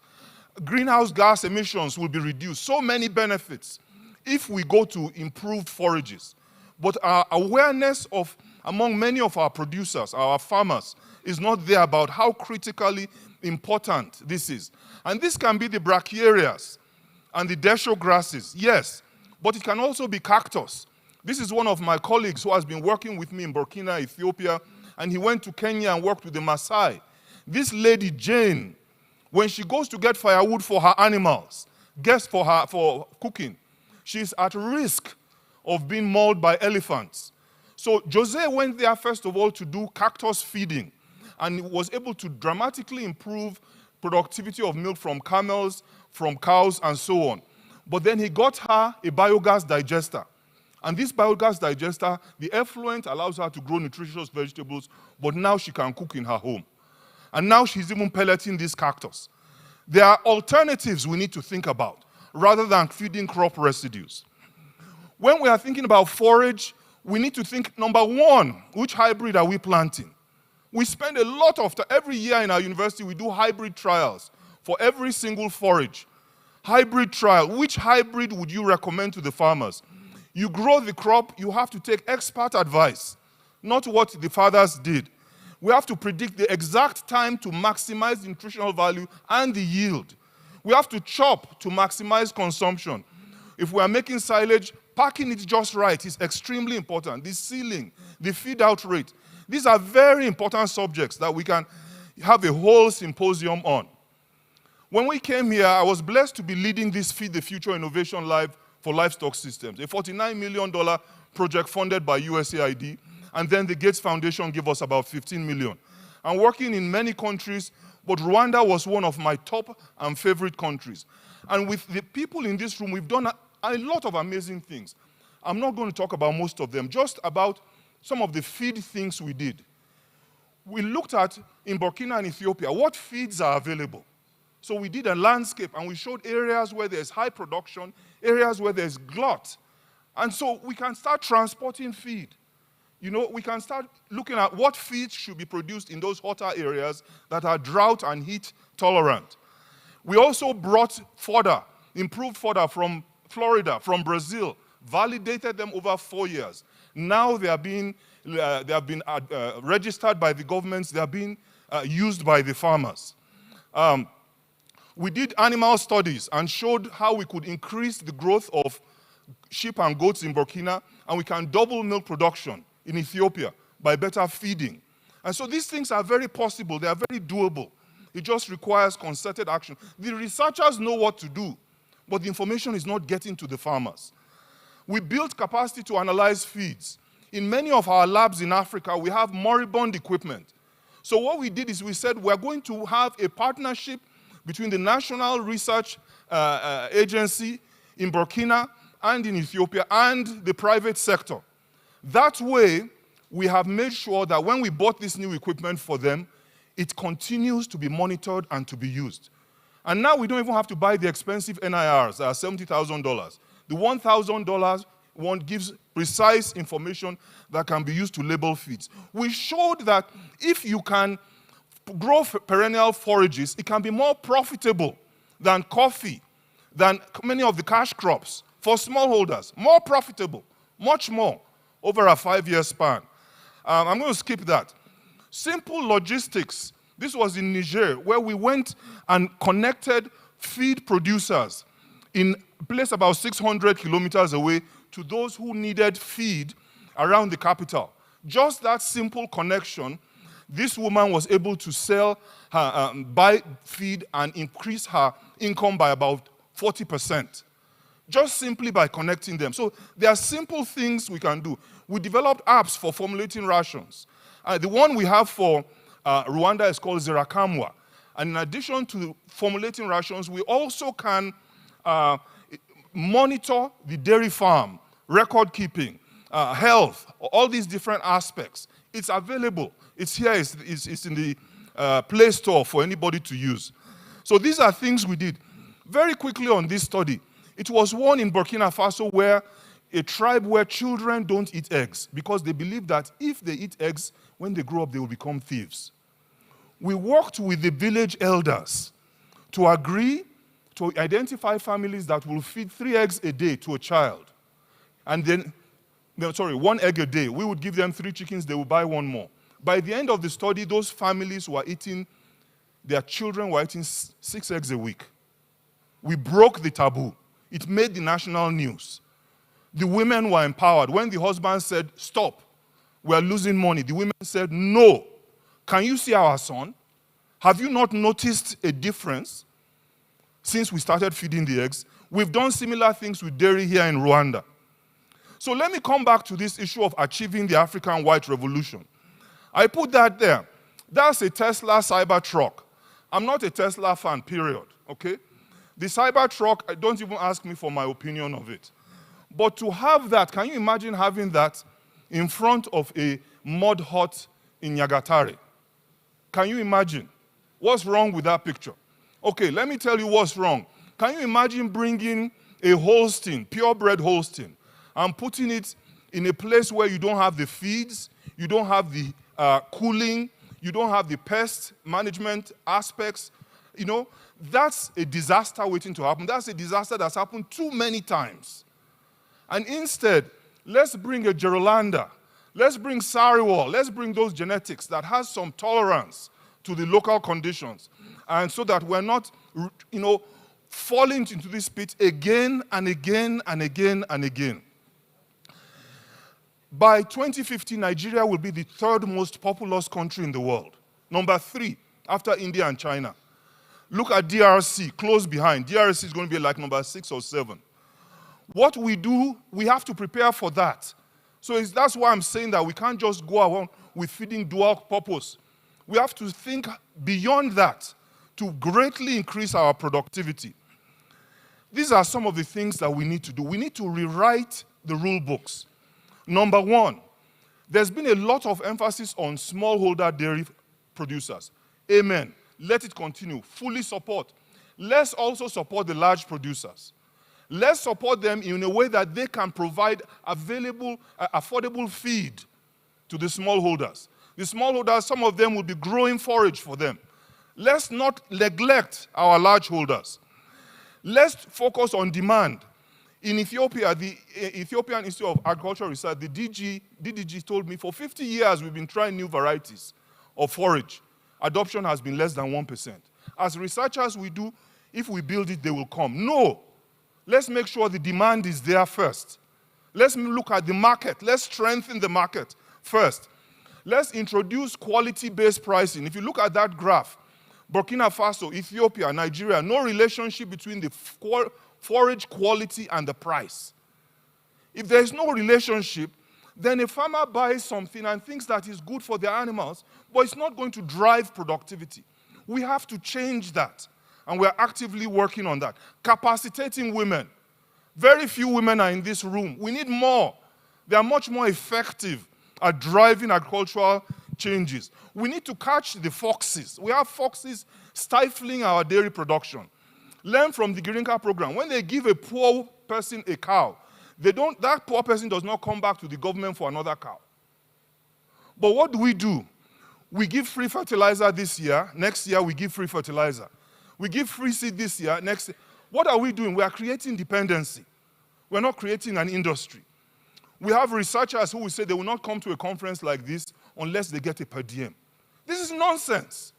It's nonsense. We have to stop it. You know, we have to stop all these things. We have here Jean-Baptiste Ndahitouye. He did some research to show how when milk is transported on bicycle, the quality, the pathogen levels increase and so on and so forth. We need to go and get the milk. Where's MD? MD, where are you? The MD is over there. The middle slide is his. Piloted a novel and groundbreaking intervention in Nigeria, sending a truck with a cooling tank on the back to pastoralists, collecting their milk, immediately paying them, giving them a premium if their children are in school, then deducting some money from their milk check to give them supplements for their animals. This stopped the pastoralists wandering around. Nigeria, tens of thousands of people have been killed by farmer-herder conflicts. What he did for 3 years, nobody told these pastoralists to settle. They did. We have solutions. We have solutions. Milk collection centers, yes, let's build more. But let's go and get the milk, let's cool it there and bring it back. Let's use validated feed additives. One of my friends, leading feed and poultry producer in Nigeria, I said, we thought all the additives you have in the US are kosher, are good. I said, no! We have terrible products in the US as well. So it's important to think about good ones. We are hardly using inoculants. I talked to American Feed Industry Association. I said, why are you not sending products to Africa? They said, because we haven't got forage right yet. We are still feeding crop residues. We're not ready. I said, oh, we have to change that. I'm so sorry. I'm going to try and wind down. I had the distinguished honor of meeting the former Prime Minister of Ethiopia and his wife. They said some things which have been, this just a few months ago, another life-changing moment for me. As I talked to Her Excellency, she said she had just been to Wisconsin and looked at the dairy value chain. And she said there's no wall, no fence between industry and research. It's like seamless. Then I told her about how we partner, how our professors have extension and research appointments in the same department. She said there's no fence between them. So she said there are no fences in your system. Then His Excellency said two things. First of all, he said he was very happy to see what President Trump was doing to USAID. I said, sir, I'm a victim of that. Our global project was terminated. Please explain. He said the model was stifling the creativity, ingenuity, resilience of our people because we are just receiving handouts. Second thing, he said President Kagame convened a meeting of 52 African billionaires, and he addressed them. He said, of all of you, only one of you has ever invested in agriculture. Of the 52, I didn't even know we have 52 billionaires in Africa. Only one, Dangote. And so he challenged them. As I left that place, I started thinking, who do I know? What can I do? What can I do? So we have to burn the fences. Many of us are university professors, we are scientists, and one of the things that we do is we do our research and we publish, and that's it. We must burn down that fence. Those ivory tower walls, we must burn them down. If your work is not changing the society, your work is, I won't say it's useless, but you choose what you are saying. Okay? We need to change our systems. We need to change our systems. When I was in Nigeria at Tony's farm with Micah there, this group of students happened to come. They are from Niger State. They just came to tour the village, and I want to take a picture of them. Next thing, I found myself talking to them. And I don't know, maybe during the break we can play the video because I don't want to take more time. But one of the things you see them in the bottom slide, I told them that in America there's a saying that you should pull yourself up by your bootstraps. And I said, Americans don't like charity. I said, okay, let's do it. So everybody grabbed their shoelaces, boots. I said, pull, pull. They tried. They could not. I said, is America better than Nigeria? They said, no. Why can't you do it? They said, it's impossible. I said, what it means is that regardless of your circumstances, find a way. Find a way. You have been taught. You have been resourced. There are many things we can do. In our university, for decades, each dairy producer sets aside 1% of the income from their milk, and they set it aside for research. Okay? They set it aside. Because of that, we have helped our dairy producers so much that one of them donated $1 million to our department. Are you getting that partnership? We need to get there. Did you hear the gift that NVIDIA gave to our university? We can feed cooperative unions. Milk collection centers are great, but that's not. Feed cooperative unions. Under Dr. Gebrexigia, we see here, Dr. Are you here? His Excellency, he was State Minister. Maybe he was here yesterday. Thank you. Facilitated our work in many ways in Ethiopia. Feed cooperative unions were started under him with a USDA-funded project. One of my colleagues said what that project achieved in 10 years, a major international research center has not achieved in 50 years. There are strategic investments. Okay, we need to get the private sector involved in sponsoring research. Oh, I wish I had time to say much more about this. JFK said, think not what your country can do for you. Think about what you can do for your country. And that's what I was telling people in this video. So I'm going to finish with what we are now doing in Nigeria, which was inspired by my meeting with His Excellency Haile Mariam.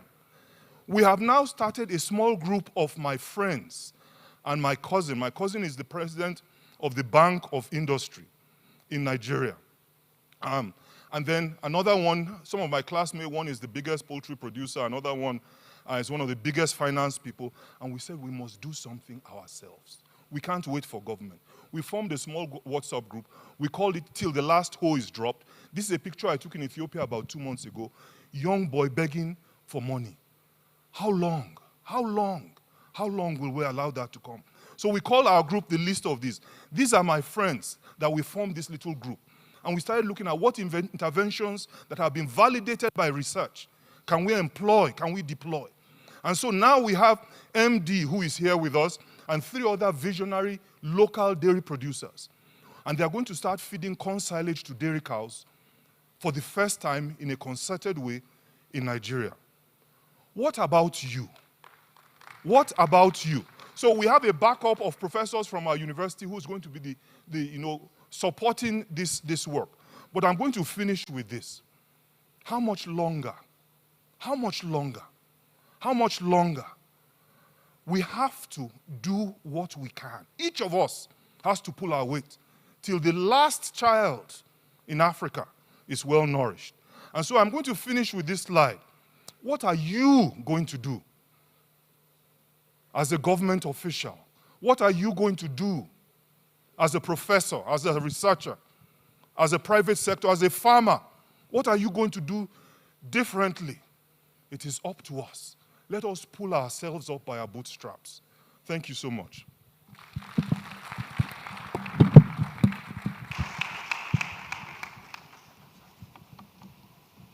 Yeah, thank you, Professor Adesonga. It was not easy, for the timekeeper, because I was looking at everyone's face and could read how everyone was showing interest. In order to keep a harmony and to keep playing the same music at a go, we have the remaining 2 speakers. One will speak on enhancing dairy value chain. Another will speak on feed and fodder for animals. So let's invite the next speaker who will be playing the same music. And please hold on. The feed and the fodder. Fodder and feed, we invite Dr. Sarah. She's from AU, that's African Union Bureau for Livestock. So she will keep emphasizing on what Professor was teaching us. Doctor, the floor is yours. Thank you.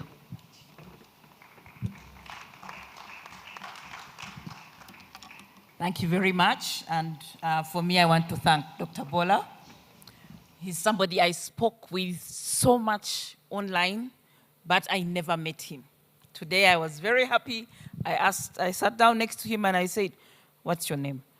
And he told me. I was like, this is amazing. But I think you had my presentation yesterday. For me, I feel like going home because he did much more justice to that message. We need to clap for him. I want to say yesterday, I told Africa we don't have a dairy sector. The success and when we will know that we have a dairy sector is when everybody can afford milk. That is when we shall know that Africa has a dairy sector. And there are many things I said to you yesterday, and I think you were thinking, okay, Sarah, you're speaking. But today, I think he came with the data. So we need to change that.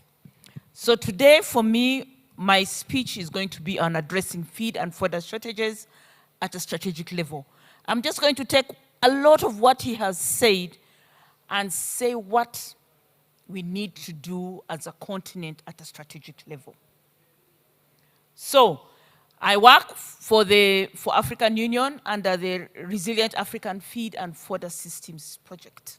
And this project was started with a conversation with Gates Foundation.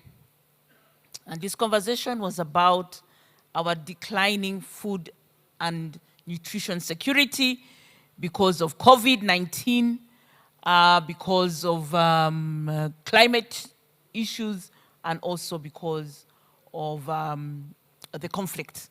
Some of us didn't know where Ukraine was, but I tell you, we discovered that Ukraine feeds a lot of Africa, and that's what we discovered. So we designed this as a catalytic initiatives for coordinated action to mobilize efforts that will bring the desired effect of addressing the emergency and short-term shortages. And yesterday I presented some of them.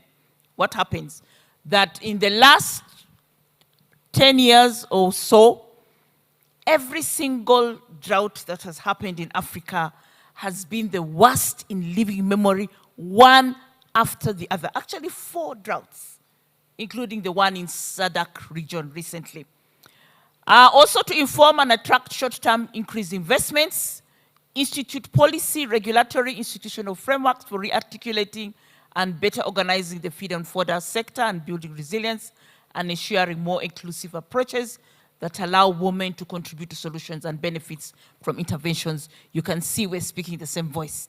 Women are crucial and they're intimate around the issue of what happens to our livestock. So this is a brief description of our project, and I will not go into it.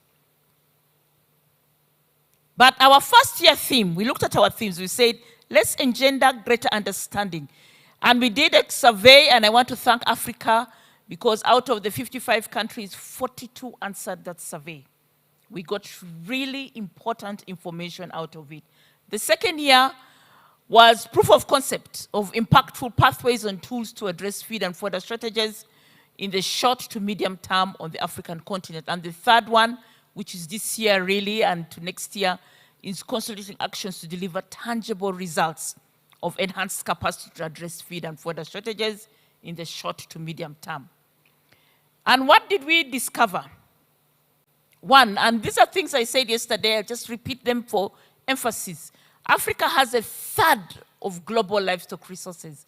This is a massive resource for Africa. But we're not getting the best out of it. Why? We know that feed constitutes, as it says, 60 to 70% of total cost of livestock production. But what are we feeding our animals? Almost nothing. Globally, 60% of grain, 54 to 60% of all grain that is produced, and 2/3 of agricultural land is for feeding animals, but not in Africa. We are feeding our animals what we can find. And yesterday I said it, our animals are perpetually hungry. I think in Zimbabwe they call it, what do you call it in Zimbabwe? It's an interesting word they use. Hunger, something like that. Poverty hunger. They say that their livestock have poverty hunger. They are constantly hungry. And we did this survey, and these are some of the key findings. We first of all started this survey because East Africa lost 10.5 million livestock. We said, this cannot continue to happen. Because when you go back to restock in the first place, you restock from culled animals. Nobody sells their best animals to a restocking scheme. Who does that? Nobody. So you can't get back that genetic material. So you're getting worse and worse and worse genetics in our animals. So we said, let's examine this issue. And when we started, I said, we said we have lost $2 billion worth. But when we went back to examine, we found that that 10.5 million was actually less than 1% of the total losses. We had far bigger losses. We said loss of body condition. Kenya estimated theirs to be about 6.8% of their GDP, not agriculture, national GDP. Fragility and dissemination. Kenya lost 30% of its processing capacity because you're borrowing downstream, but upstream you have nothing being produced. Uganda lost a third of its aquaculture sector. Uganda has the third biggest aquaculture sector in Africa, and so on. We found this in Nigeria. They were struggling to keep their poultry industry going. In Nigeria, they have some people who have 1 million chicken, 750, 500. Yes, I mean, in this region, I don't think there's anybody who has that number of chicken. And I'm telling you, they're struggling to feed their animals. Then we have endemic resource-based conflict. Nigeria is one of those countries, Cameroon, other countries. We have it in East Africa, Eastern Africa, Horn and Eastern Africa, endemic conflict. A lot of it is associated with resource-based issues. Then loss of additional sales. We are selling milk as a premium product, as a luxury product. And I told you yesterday, this is the difference between owning a landline phone, which was just for the few people who had contracts and addresses. The rest of us who they say, go to this mango tree, go here, go there. They cannot find you, they cannot give you a landline. Now everybody has a mobile phone. That's the difference between who is drinking milk and who should be drinking milk. So we have those of purchasing power, but we have a nutrition gap of those for whom milk is essential. This together, we found just these 4 or 5 issues were 80% of the losses. Forgive me, I'm not seeing very well. 90%. So some countries we found how drought management authorities, none had a feed and fodder development authority out of the 42 that answered us. We are focused on an externality because we do not have the resource development. We also found that while it is important to address drought-related issues, but we are not able to use that paradigm to build the long-term stability and resilience of feed and fodder systems and the related livestock systems. So we're advocating for a feed and fodder-centric approach as an economic subsector worth billions of dollars. When we said this initially, we had no proof. Now we have proof. Of strategic importance, significantly contributing to agriculture GDPs, to food and nutrition security, youth employment incomes, agriculture sector stability, sustainability, resilience, peace, and security. And that is where we focused on. And this diagram here, we drew at that point. This was, I think Zimbabwe team is here, and some of you were part of drawing this diagram. We say this is what our sectors look like. 40% waste of existing resources for feeding animals. We do not do a regular feed inventory. We're surprised by that. Countries don't know what their feed sector looks like. We don't generate national feed balance. But what interested us was that even those countries that found out that they have a 60 to 70% deficit, meaning out of every 10 animals, they can only feed 3 or 4 animals. They found that information and they did not take action around it. And when the drought comes, they scamper around saying, okay, now we're going to fix our problem. Drought is here again. But no, you knew that you had a deficit. You could not feed 6 to 7 of your animals. What action are you taking? So now we have climate forecast and say, you're going to have a drought. What action will you take? We're using body condition, but body condition is an outcome indicator. It shows up 2 to 3 weeks later. What did you eat? It shows up. What did the animals feed on?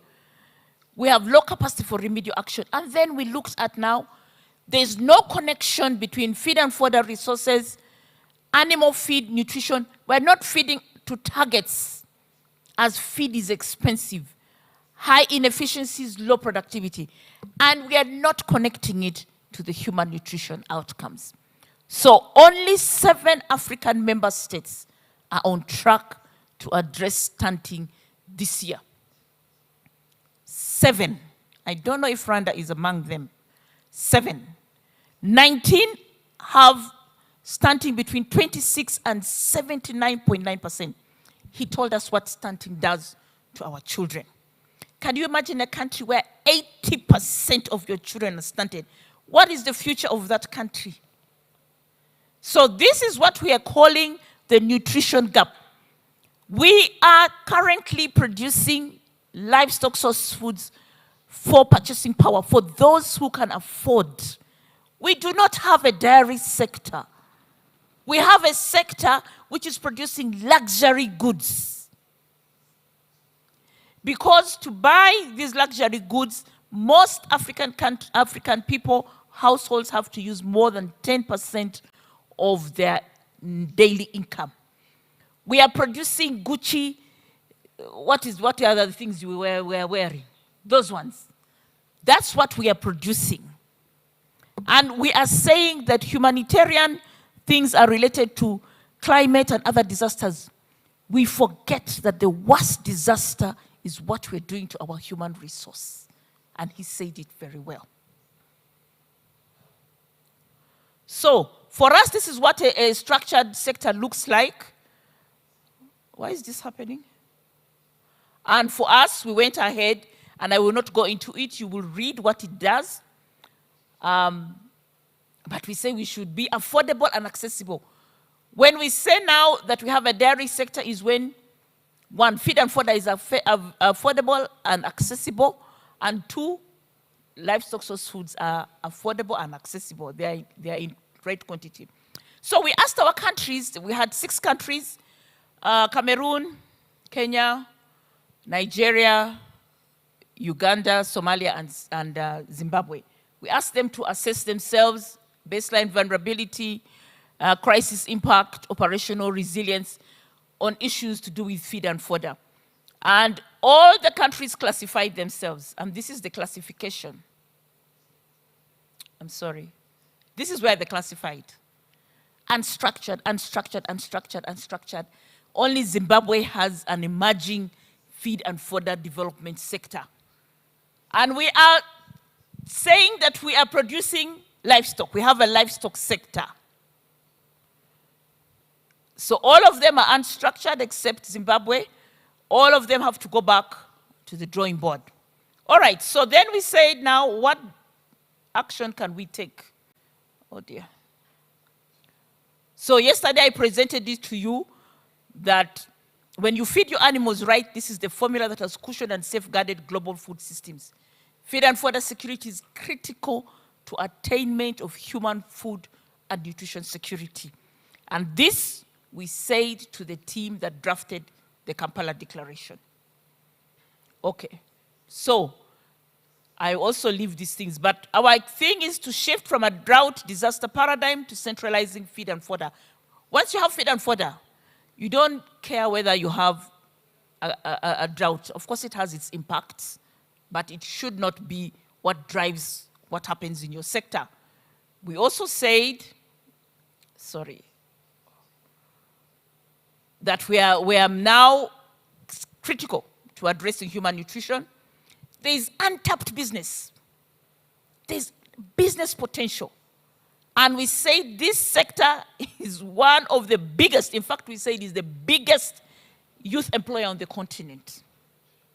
All right. So I will leave some of these, and this is what we said. 1, for us, we've gone to say feed inventories are essential. And you can do so much with your feed inventory, which I'm going to show you. We've now gone ahead and done this in Nigeria. Nigeria, wave your hands. Yes, in Nigeria, we've done this in Nigeria. Nigeria has been the guinea pig. They've done exceedingly well. They've given us that model. We collected data from 360 villages, and then we went to Cameroon, repeated the exercise, 300 villages, and we now have a feed inventory approach.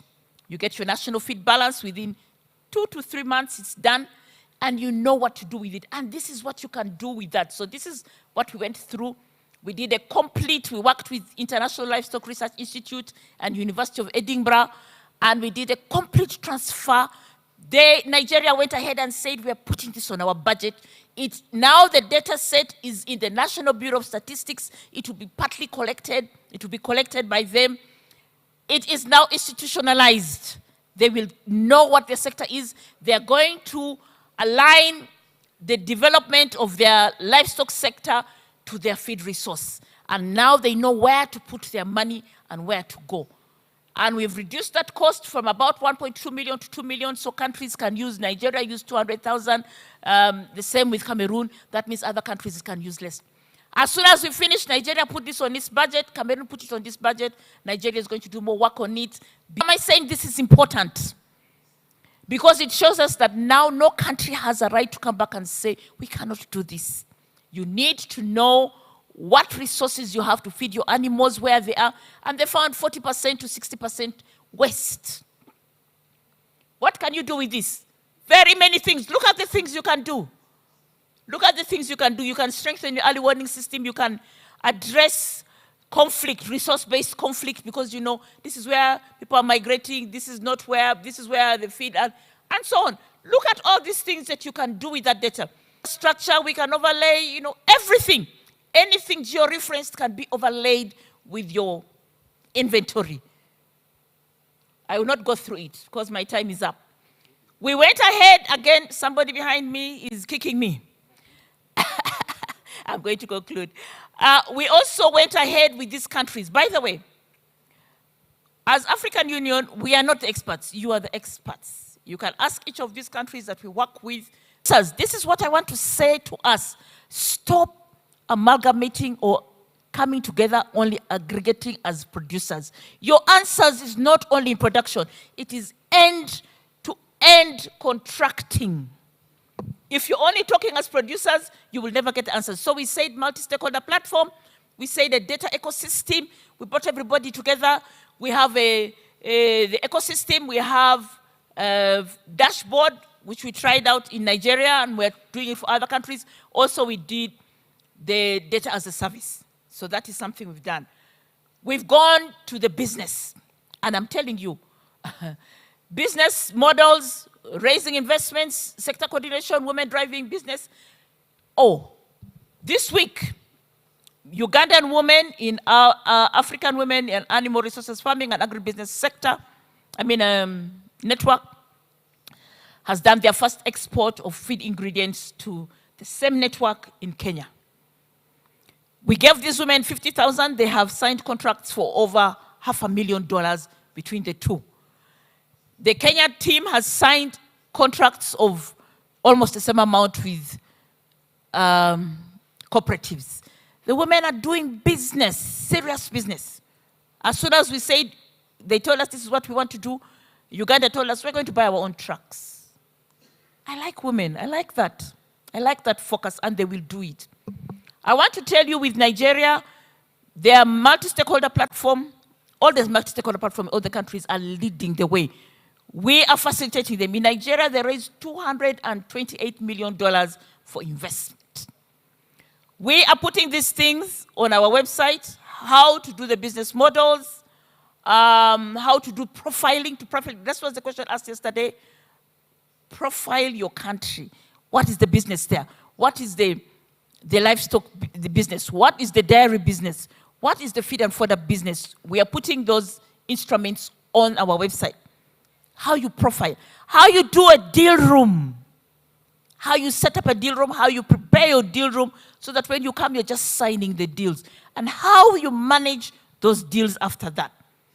We looked at things of end-to-end contracting, we looked at financial asymmetry, dealing with it, we looked at aggregation, and we looked at attracting investment. So all of these, we have tools for how you can do them. I'm closing shortly.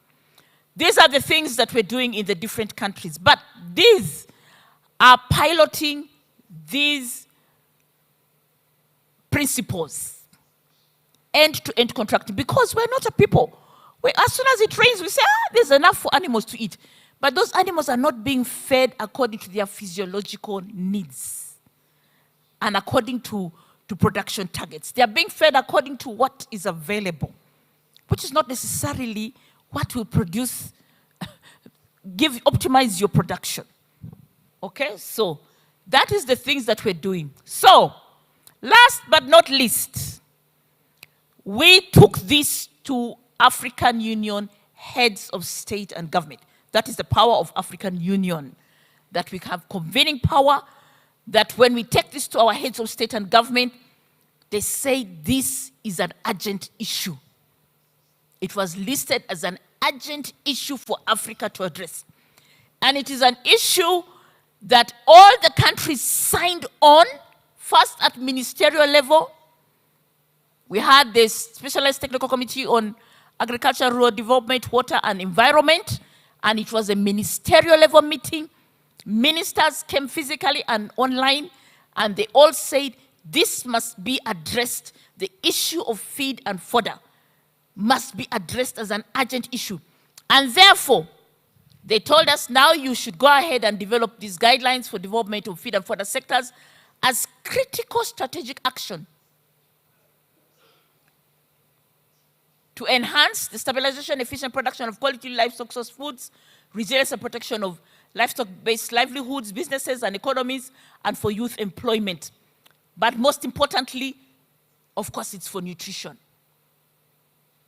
So it's an obligation of every country to take up these guidelines and work with them. Secondly, the formulation of guidelines to enhance emergency response within the feed and fodder sector. We should not expect to have any more feed and fodder related emergencies, including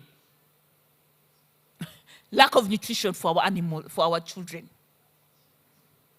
And that is the first emergency.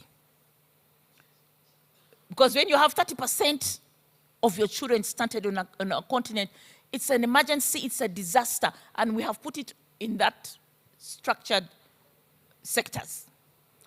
The establishment of a Continental African Alliance of multi-stakeholder feed and fodder associations, the institution of a monitoring and a mutual accountability framework, which we have done. It is now in the Kampala Declaration, and we shall monitor how countries are developing their feed and fodder sectors. And this should be a relief to our farmers. Because why are you doing two core businesses? Why are you growing feed? You know, the minister in Nigeria once said, he said, when I want food for my children, I know where to go. When I want food for my dog, I know where to go. But when I want feed for my livestock, I don't know where to go. This is a big question, isn't it? So, and the last thing we said, we want to raise the resources to do this. I'm very sorry, I've taken 8 minutes extra. Thank you for your attention.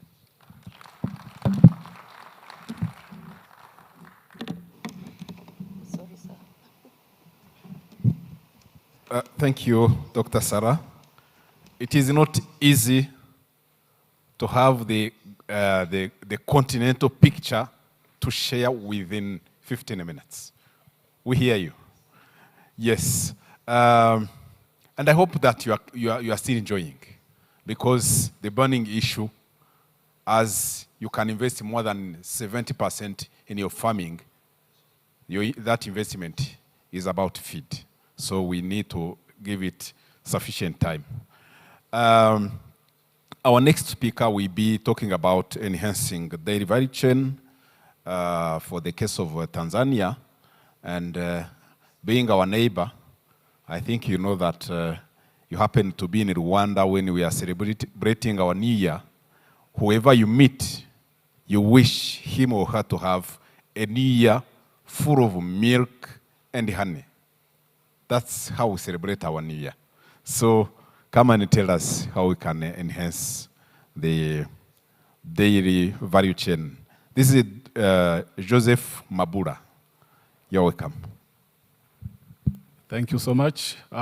Thank you so much, the organizers of this event, for giving me this opportunity to highlight a few things about how we do to enhance the dairy value chain in Tanzania. I'm Joseph Mabula, as I have been introduced. I'm from Tanzania, and I work for the Tanzania Agricultural Development Bank. Actually, this is the development financial institution that is working to categorize financing into the agricultural sector. This bank, actually, as I mentioned, it belongs to the government by 100%, and it has been established to meet two major goals. One is to make sure that the country is food self-sufficient, but also to facilitate agricultural transformation in the country by helping the smallholder farmers to come out of the subsistence model farming and to do commercial farming, but also to help them to come out of poverty by increasing their incomes. You can see the importance of agriculture in our country, the way it contributes to the GDP and also to the employment, but also the source of the raw materials for our industries. But you can see also it is one of the major sources of the export through the export earnings. For us, as we mentioned, agriculture, we talk about the crops, we talk about the livestock, the fisheries, but also the forest and these kind of things. The bank has four major mandates. And the one is to, as I mentioned, is to catalyze the financing into the agriculture sector, that we do finance the major or strategic agricultural projects such as irrigation, mechanization, agro-processing, and all other strategic projects. But also we do resource mobilization. We do work to mobilize cheaper resources that can be injected or lent into the agriculture sector to make sure that the final consumers, they get the financing at the affordable costs. But also as the bank, we do provide advisory services, especially in the areas of the agriculture policies, legal and the other areas. We also do some researches, value chain analysis and the other research to make sure that we are getting the right information that we can share with the industry players to make the sound decisions in making sure that we are developing the agriculture sector in the country. Another thing that we do is to provide capacity building to different actors along different value chains that lead to modernizing or making, for commercializing the small-scale farmers, but also to implement we do implement different cultural projects to make sure that we are reaching the goals that are intended for the bank. Coming down to the dairy sector, what do we do to contribute to the development of the dairy sector in the country? First of all, we all understand that the dairy subsector is a livelihood for many smallholder farmers in the country. So it is the same way also in Tanzania. Also it provides employment and entrepreneurship opportunities for different groups like youth and women in the country. But also we know that it's a good contributor also to the GDP, and agriculture, it also contributes to that, the GDP to the national GDP. Another thing, as I mentioned before, it is also very important for the development of the industries in the country, and this through the value addition and the other activities that are related to the dairy. Now, despite the importance of this subsector in the country, we are facing a number of challenges in this area. One, as just like in the other countries, as we have heard from the other presenters, that the subsector is really dominated by informal markets, where you can see that majority of the milk that is produced by the farmers goes into the informal channels, that majority of it cannot be traceable, and the one that is traceable is just 2.7% that goes into the processing factories. There is also a challenge of availability of the collection centers, collection infrastructures, and this is not only availability. There are some areas where there are these collection centers, but they are not operational, but there are other issues also on the logistics on how to get the milk collected and then taken to the processing factories. Also, there's a challenge with the processing efficiencies. You see that majority of the factories in the country, on average, they don't receive the required amount of milk depending based on the installed capacity of their processing. You see that majority they do, on average, the country processing industry receives less than 24%. You see that there is a big gap of supply, so there's a need for having more supply or production of milk to make sure that you are reaching the processing efficiency. Also, there is a challenge of extension services. You see that the number of extension service providers is very, very limited to meet the required needs in the country. Also, there are issues of mortality and diseases in the country. You see that most of the farmers, especially the smallholder farmers, they're facing their cows are facing mortality, especially from diseases like the East Coast fever, the mastitis, and the others. So that's one of the challenges. We are also having a limited genetic potential.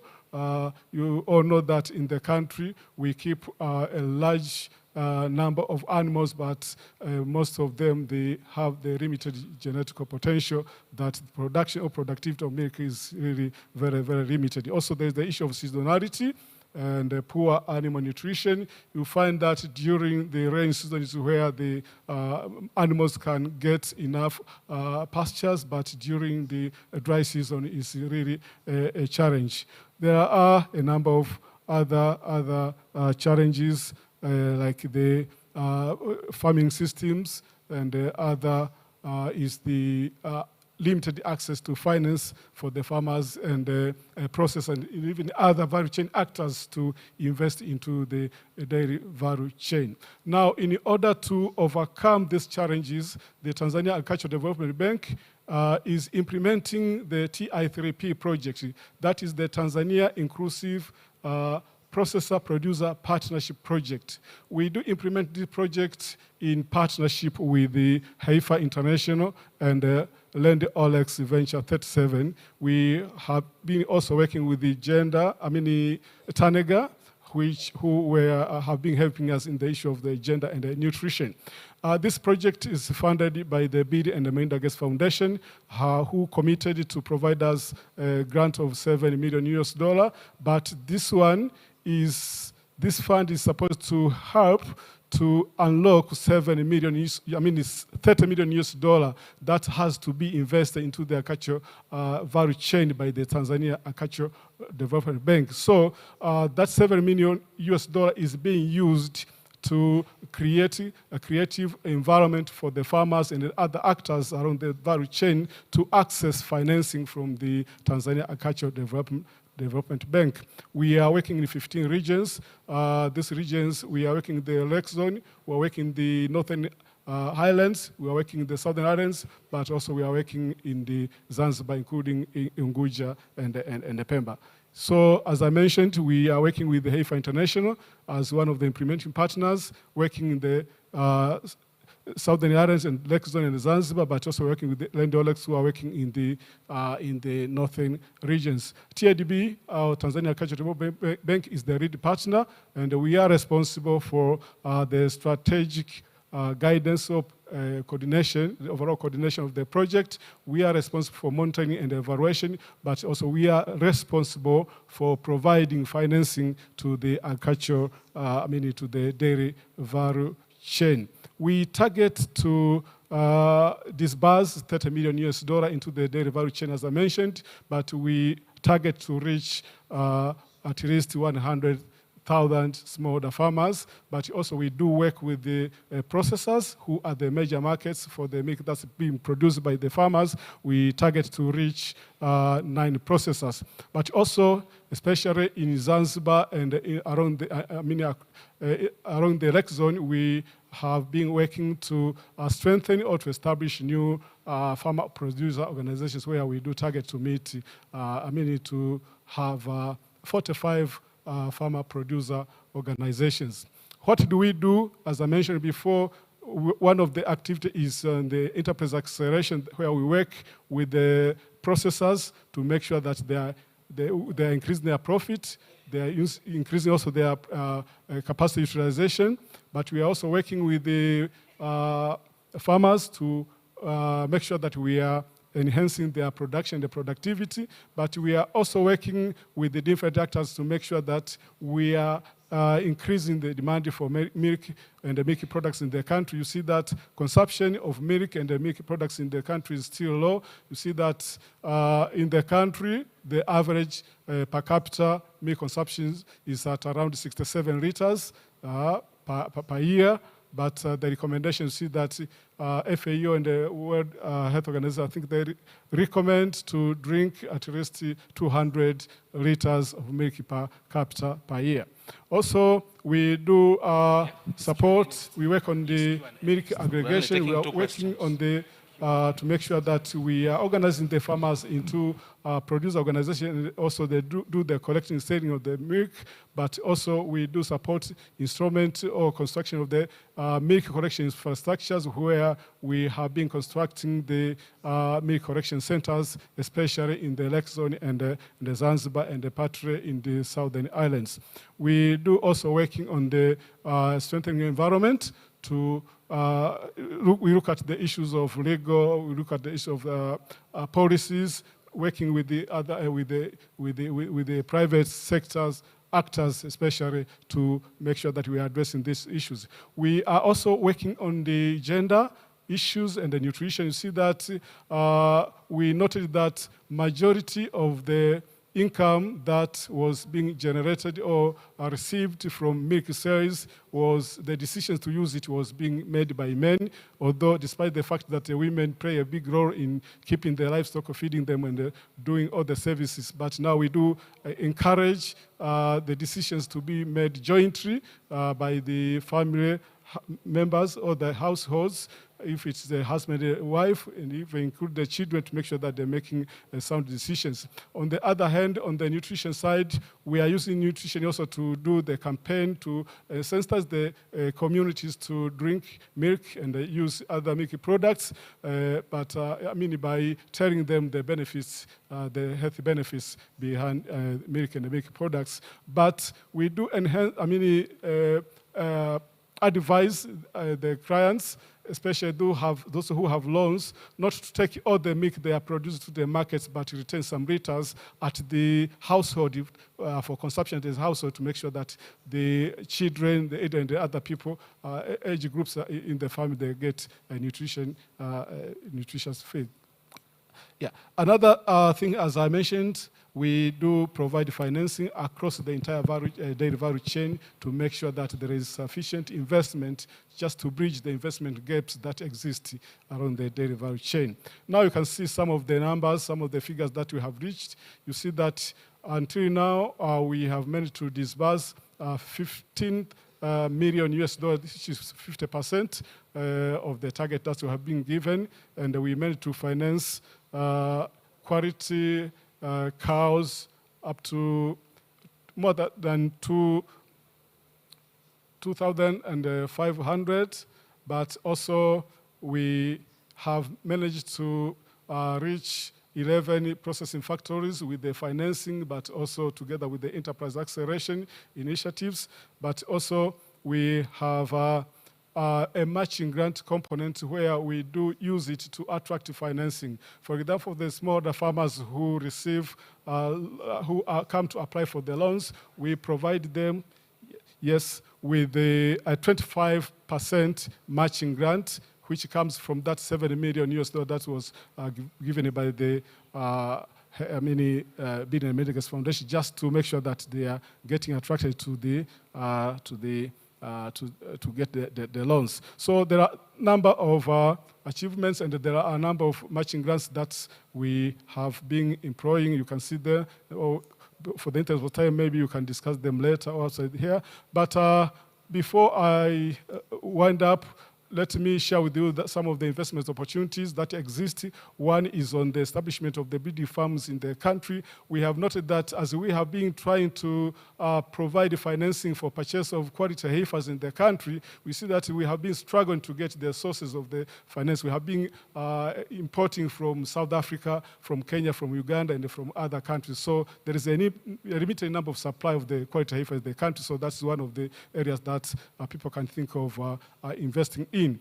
We have also a challenge of having the availability of production, packaging materials in the country. That's one area you can see. But also there is a commercial fodder production opportunity, especially during this period where farmers are motivated to keep quality heifers, so there's a need, an increasing demand for the fodder. Also, manufacturing of dairy processing machines and equipment is one of areas that is one area for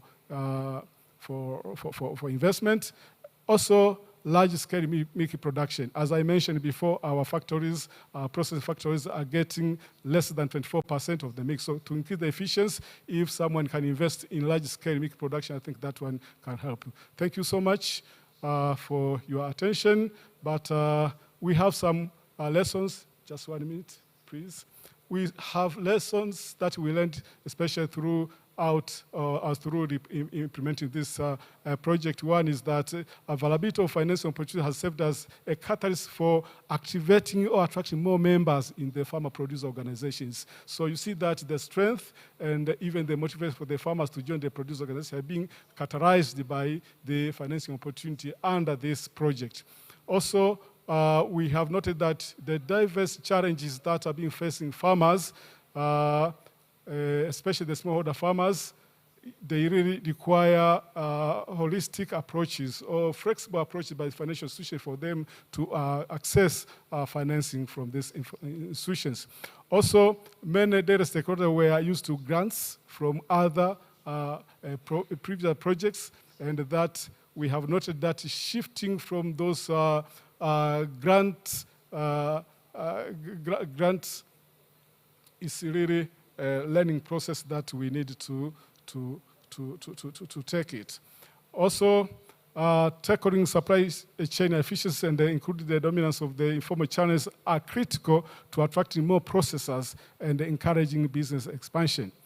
Also, another thing that we read was that to position the project, this Tier 3 project, under the Tanzania Agricultural Development Bank as a specialized development financial institution has really anchored the project's intervention within the sustainable financial system, transition from short-term donor-driven efforts to lasting impact for smallholder dairy farmers. The last one is on the involvement of the both gender, male and female, in the discussions. Yeah, based on the decision making, has really promoted supportive environment that enabled the farmer to access resources and leadership roles in the dairy production and financing. Thank you so much for the listening. I believe there won't be any question, but if there will be any technical questions, I can see there are professors here and doctors, they will be in position to answer them. Thank you. Thank you very much, Joseph. Thank you very much, all speakers. I think since on the panel we have a professor, so after like a whole hour teaching a student, if there is no question, it means they understood all or they didn't get anything. So let's allow 2 questions. Thank you very much. 2 questions. Yes, Emmanuel. Another one on this side. Oh, I can see yes.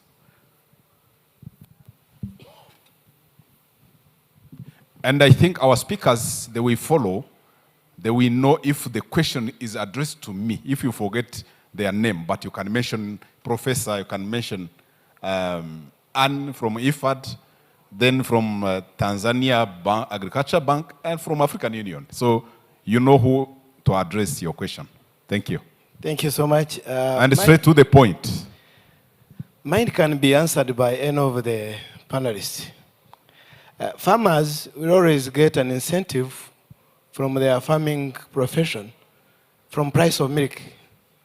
But none across the team mentioned about the marketing strategy of milk. And since milk is one of the key components to fight stunting in Africa, farmers should be motivated and supported to keep doing that business. So I wanted to hear from Annie, or if I would say Sarah, I would be happy to hear from her, especially on the African perspective, because price of milk is now a challenge to farmers, more especially that cost of production of a liter is going high every after the other time, because the notable components that make farming feasible are rising every time. So I want to hear from any of the panelists. Thank you so much. Thank you, Emmanuel. Gender balance?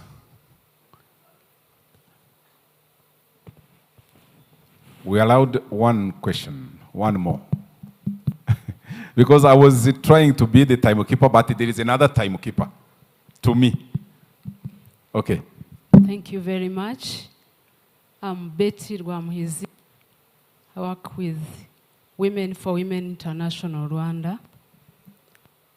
Is from the presentation by Professor, there's a move in back home there in Nigeria, I think, till the last till a last child is stunted. It's a challenge I want to pose to each one of us from all corners where you came from. What can we do? How can we challenge ourselves till the last child is stunted in each of we are representing? Thank you very much.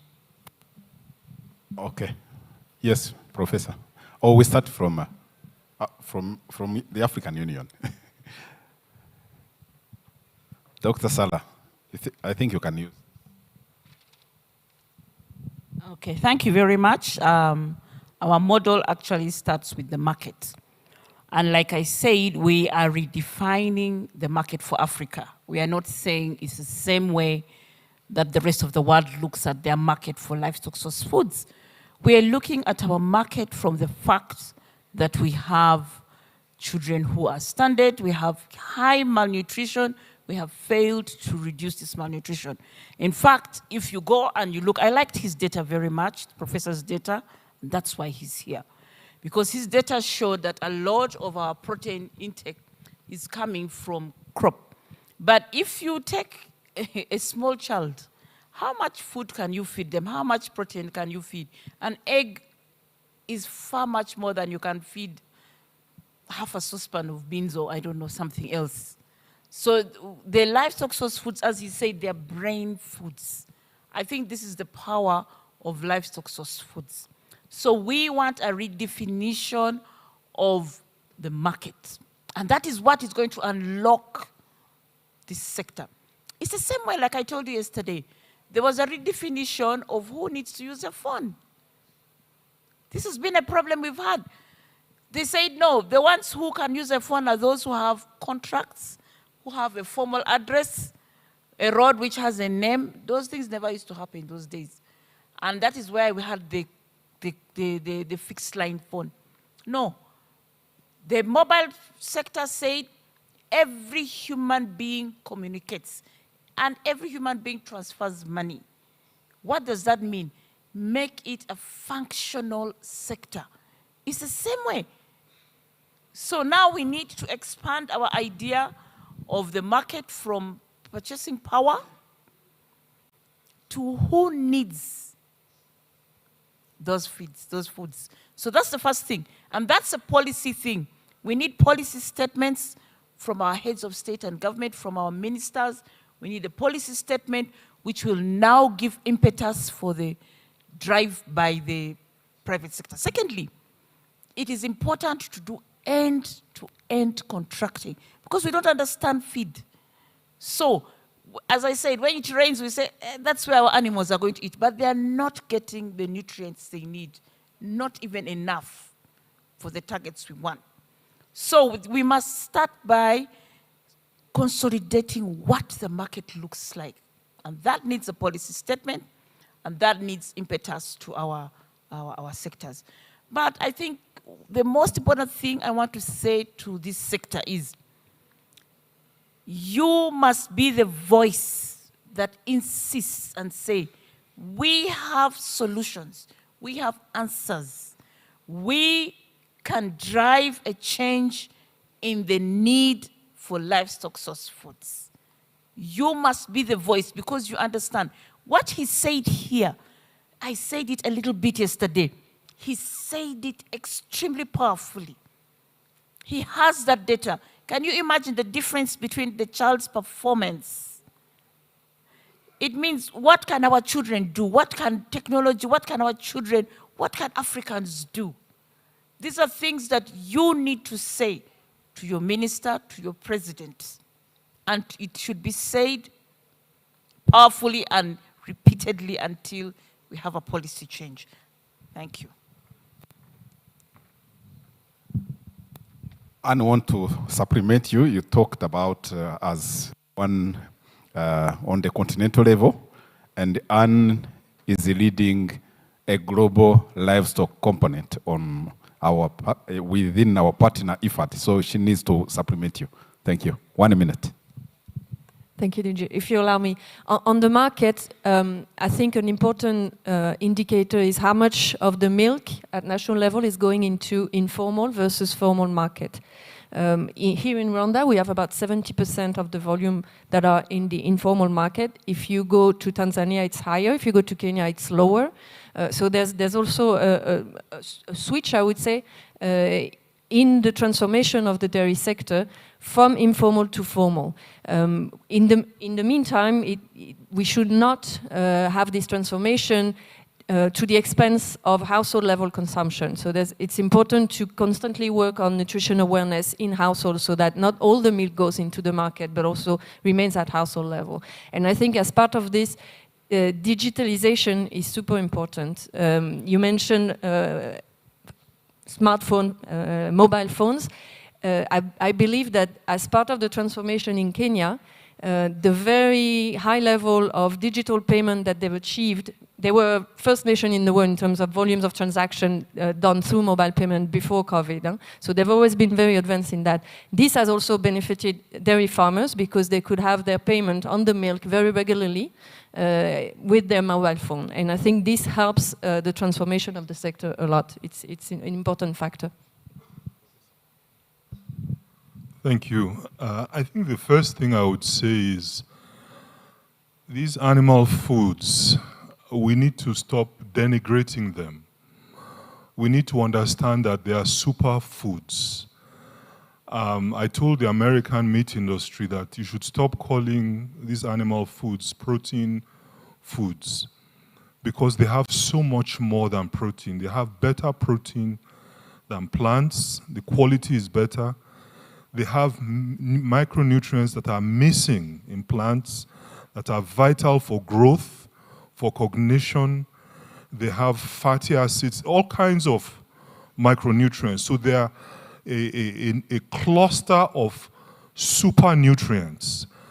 And so we need to do a much better job of explaining what they are. And I love what Sarah said, until milk is affordable, we don't have a dairy industry.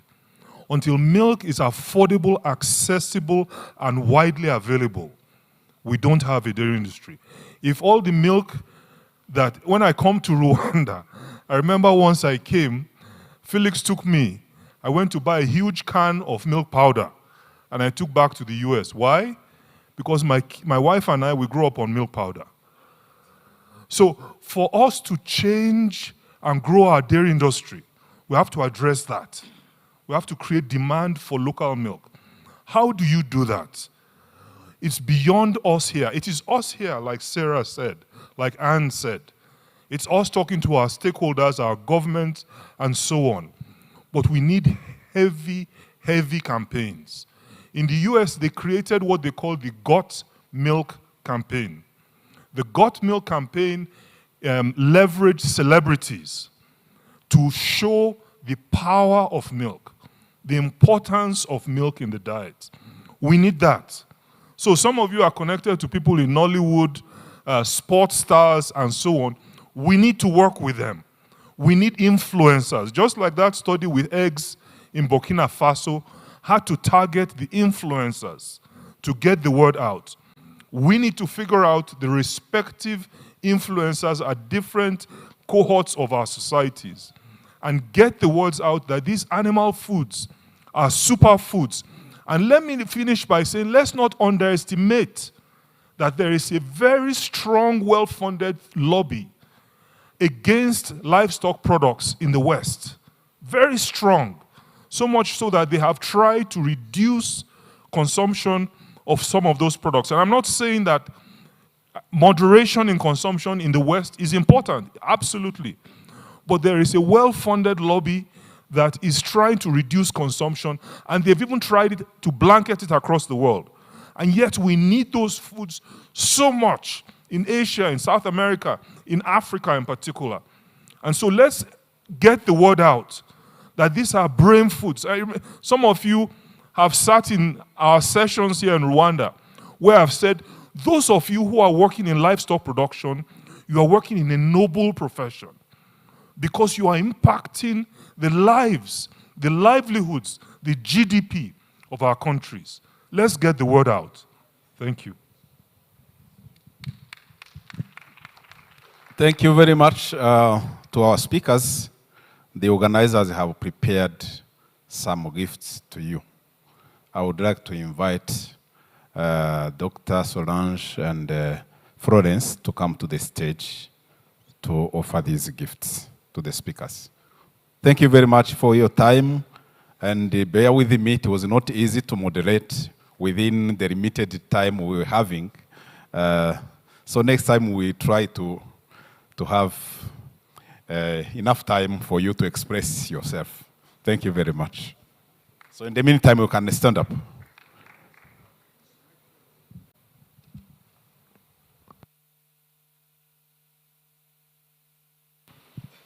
May I request that the chair of the session and the presenters remain on the stage. We have some gifts for all the great, I would call them very rich insights that have been presented. You'll agree with me that they was packed with a lot of very important insights, information, and I just loved the way it connects with the smallholder farmer, the way it connects with everyday things that, that we do. Today, let's not just call milk just milk. I've learned that it's supposed to be called a superfood, a brain food. And that's what I think we should be able to adapt when we go back to our homes. We have with us the DDG, the Ministry of Agriculture, Dr. Solange. We also have with us the Executive Director of the Rwanda National Dairy Platform, and we have the Director General of the Ministry of Agriculture and Animal Resources. They will present these very beautiful awards to the speakers and of course also to the chairperson. Please, let's proceed with the awards.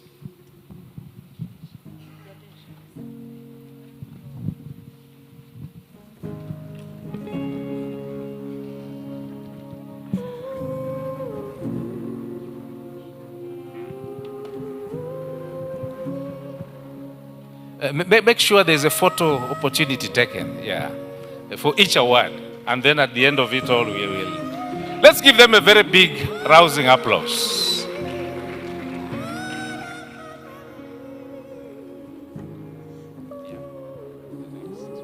The next speaker.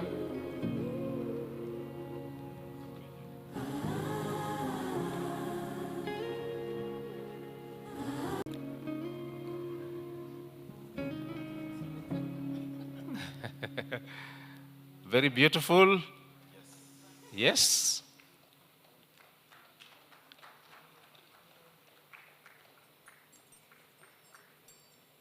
Next speaker's award.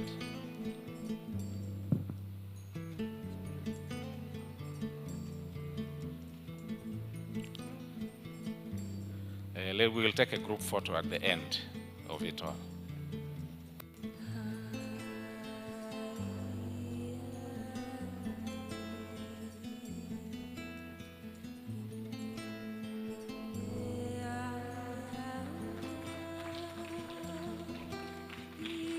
Beautiful car horns. A clap, please.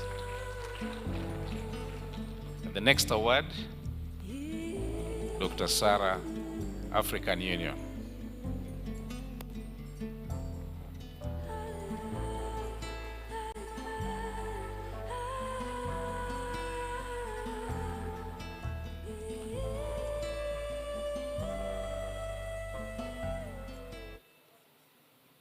Wow.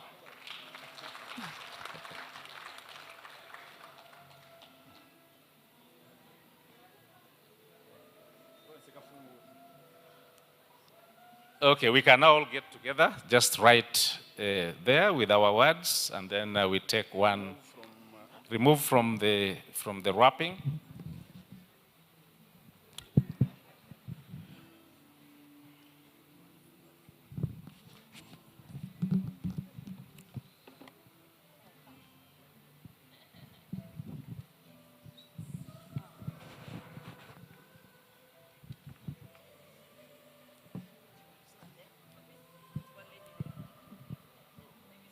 You can rearrange so that we don't look like, yes, thank you very much.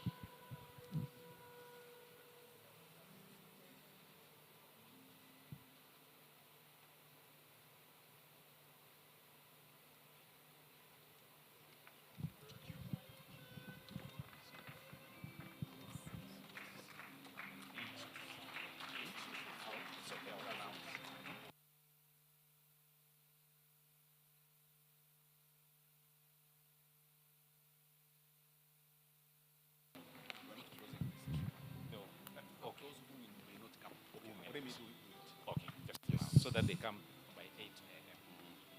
By 8 a.m. So before I hand over the microphone, I want to make a quick announcement.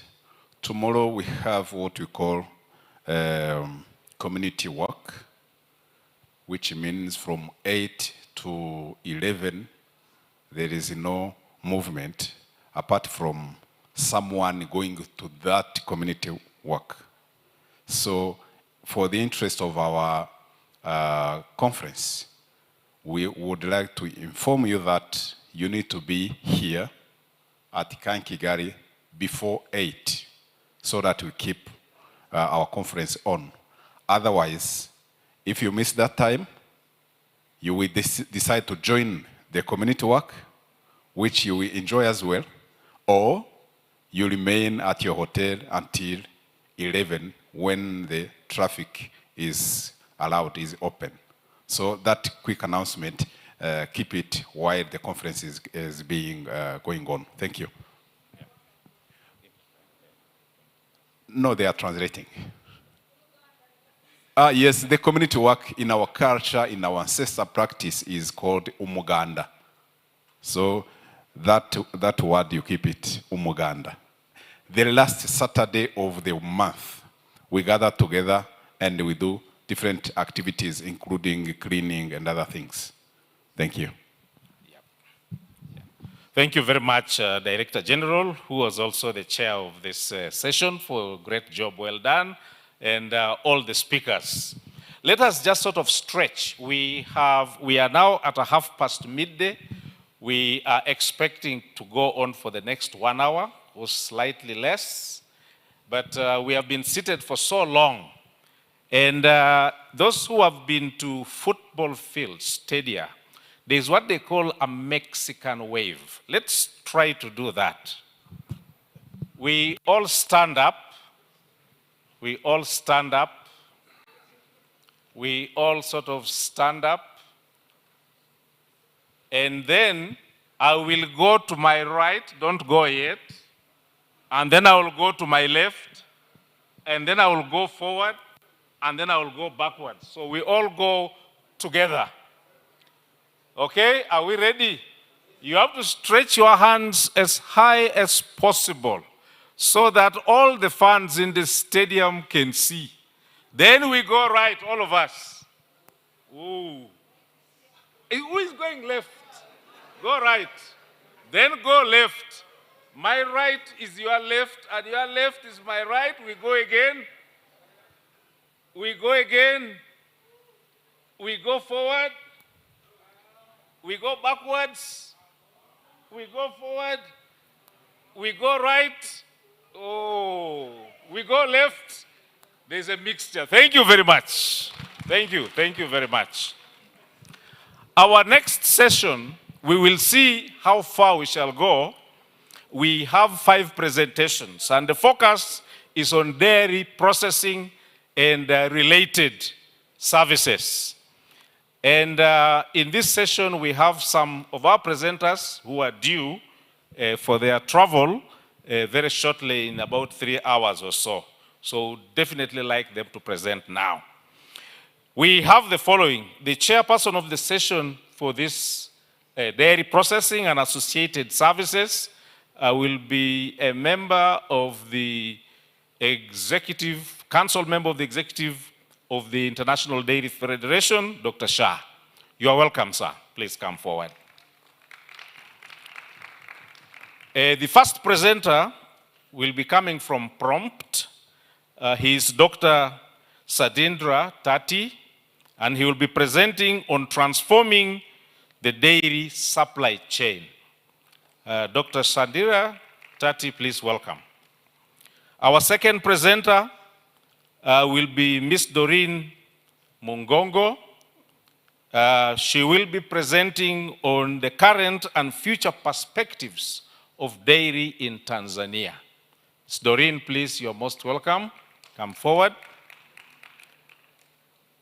Our next presenter will be Mr. Kenneth Gitonga, the Managing Director of Meru Central Dairy Farmers Cooperative in Kenya, and he will be presenting on processing.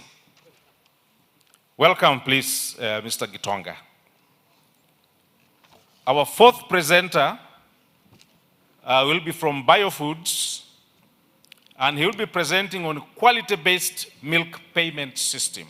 Joachim Westerveld. Joachim Westerveld, you're most welcome. And our last presenter for this session, and the only presenter who will be given, because of some specific reasons, slightly more time than the rest of the presenters, and is aware of that time. We have Ian Onstad, who is coming from the dairy group, and he'll be talking about mastitis in dairy cows. Ian, please come forward. Dairy processing forms the central and key part of transforming, dairy products into consumable, milk into consumable goods. And it's very important that we look at this particular segment of the value chain. And please, let's listen very carefully. Each presenter, with the exception, as I've mentioned, I was only informed about the exception. There are reasons for it. I will not talk about it now. We'll take 15 minutes. And we are gracefully going to request Dr. Shah to come forward and share this session. You're welcome, sir. Yeah. Oh, you can use this one. Names. Okay. So good afternoon, everybody. The task is to complete this in 1 hour, and we have 5 presenters.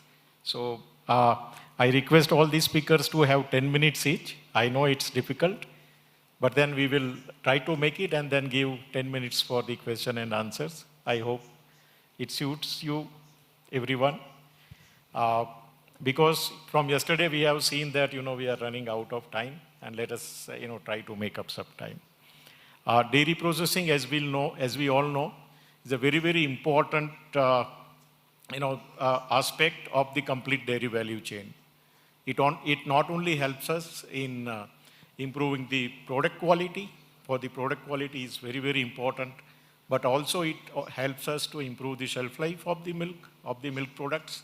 And it's very, very important that we focus on dairy processing and, and improve the value chain.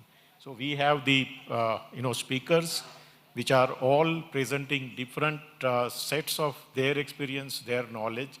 I welcome everybody for this session. And then one by one, I'll invite them. We can first start the presentation, on the dairy processing value chain. Please come and present your things. Thank you.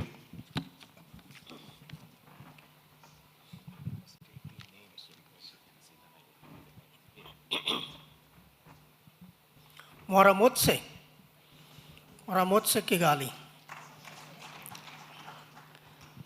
I'm from India, and the way we greet is Namaste.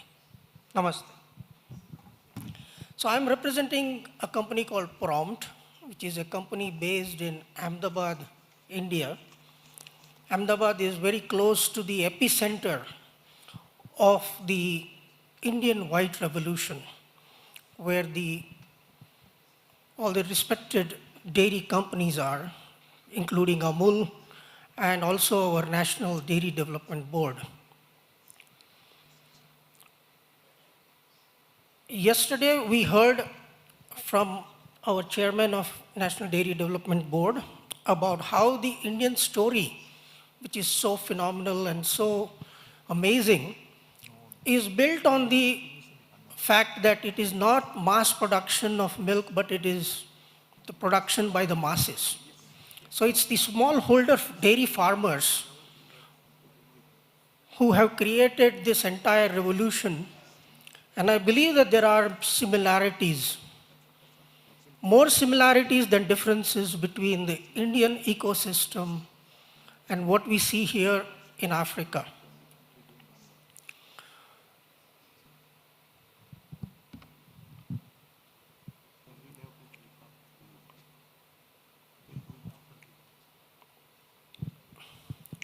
So yesterday it was mentioned that the key success factor of the Indian dairy industry is the fact that we had a very organized three-tier collection model, which is also known as the Amul model.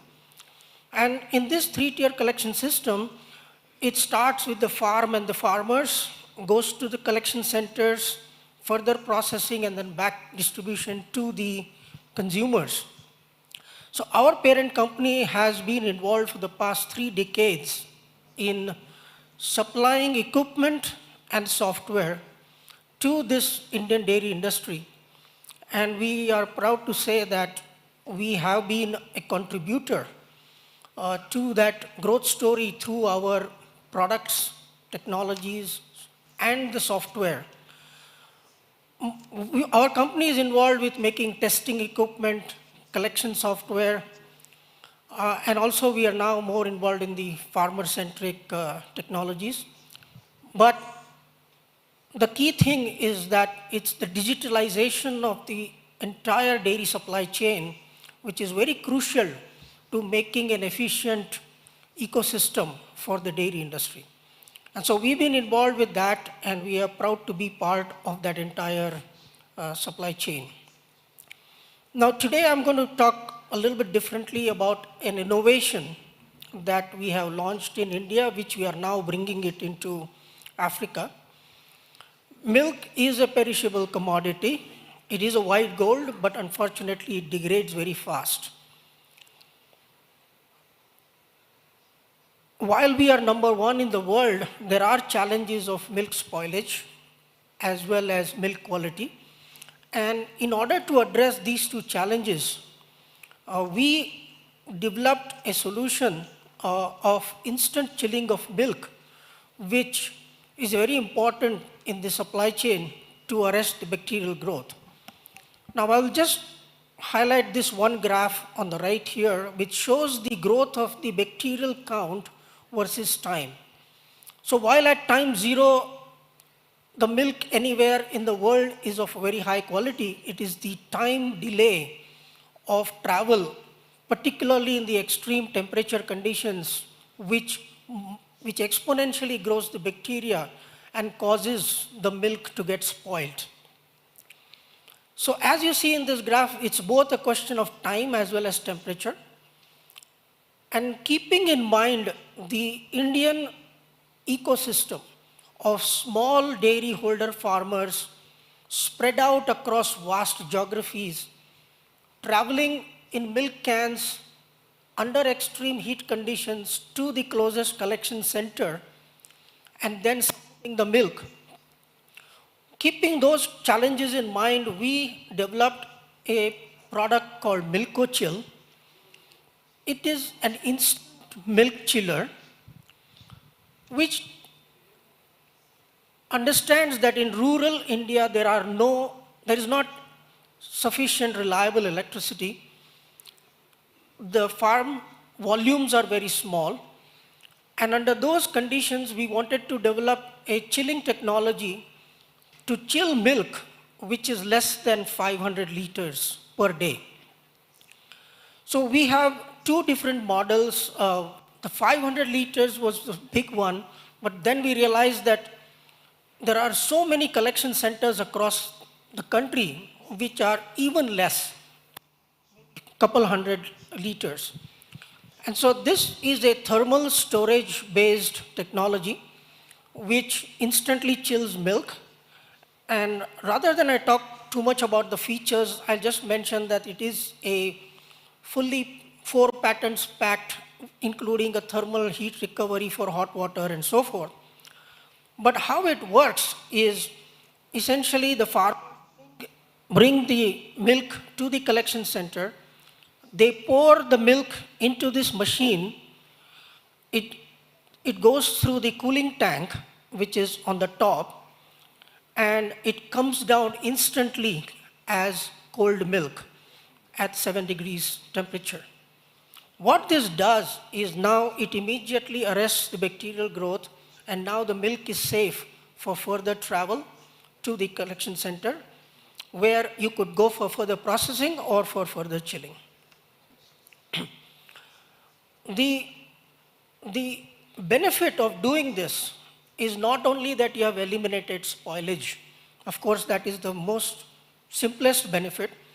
But along with that, there is a huge improvement in quality. And the quality is measured along multiple parameters, but the two key ones, one is the bacterial count, and the other one is, in India we measure MBRT, and I believe in Kenya and everywhere else it's the rhesus urine test. But what it shows is that there is almost a 4 improvement in the MBRT levels, and the bacterial count are, instead of growing exponentially high, they get arrested immediately. So while this is what the machine does, I want to now transport this message to the African industry. And we have done, and I'm going to share with you a couple of case studies, particularly one in Zambia and the other one in Kenya. In Zambia, at an hour's distance from Lusaka, a place where there is no electricity, and there are smallholder farmers who are right now not bringing the milk into the system. They are basically not milking in some cases.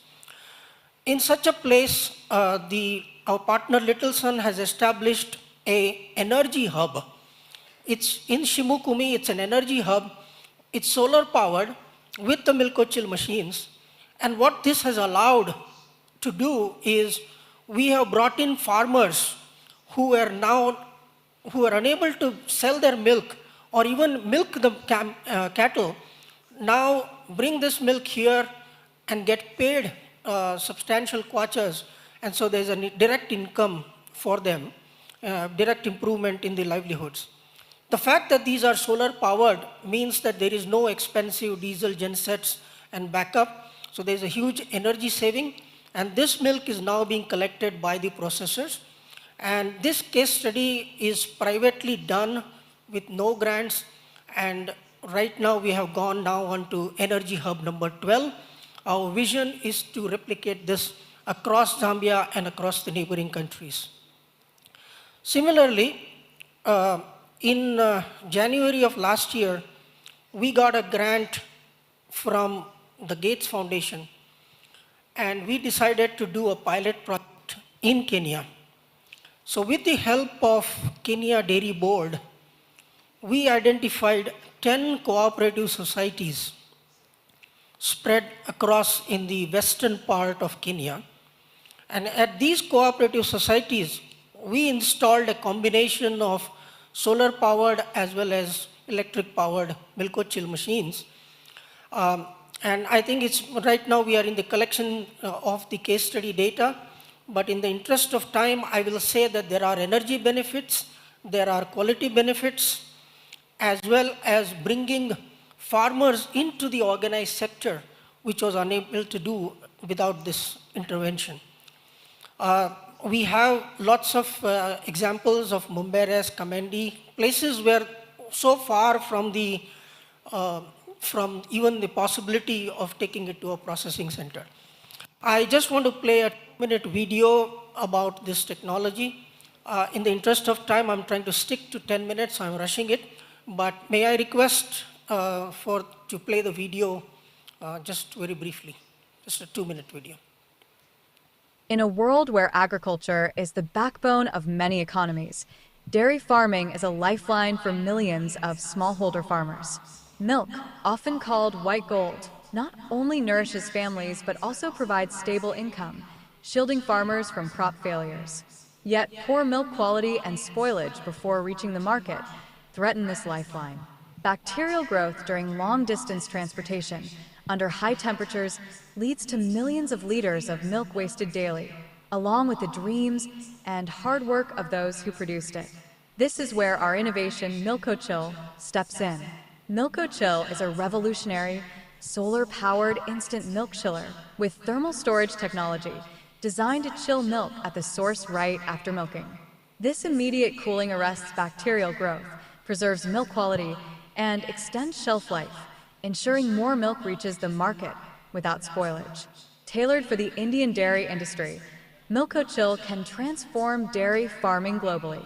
Imagine a world where smallholder farmers, from remote Indian villages to the farmlands of Asia and Africa, can secure their livelihoods and achieve higher income with this powerful technocentric intervention, since milk quality is now no longer compromised and farmers can confidently bring their milk to market, knowing it will fetch the income they deserve. With over 1 million potential units to be deployed worldwide, Milk-o-Chill represents a $1 billion opportunity, not just for profit, but for profound social impact. By investing in Milk-o-Chill, you're not just backing an innovative product, you're fueling a movement that intersects livelihoods, sustainability, quality, and global food security. Join us in empowering farmers, reducing waste, improving quality, and ensuring every drop of milk produced reaches those who need it most, in its purest form. Together, we can make a difference, one chilled drop at a time. Prompt innovations in pursuit of purity. So that was the video. So understand that the journey of cause to commerce is always a long and a tough one, but we do look forward to working with very like-minded organizations like KDB, like the dairy boards, like the governments, like the social impact-minded financial institutions in order to make this a sustainable solution for a sustainable and a prosperous Africa. Thank you very much. Murakodze. So thank you, Dr. Tatti. I think you have very well explained the impact of quick chilling on the quality of milk and milk products and how the experiences in India, they are also replicating in parts of Africa. So thank you. The next speaker is Ms. Doreen. She is going to present on the milk processing status in the Tanzania. Please welcome her.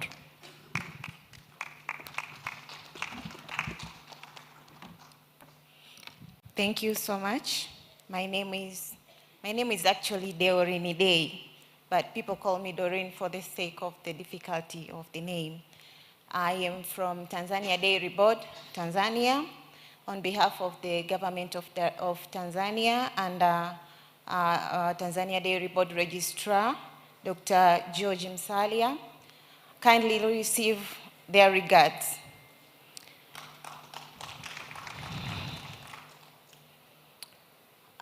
This is just an overview of the dairy industry in Tanzania.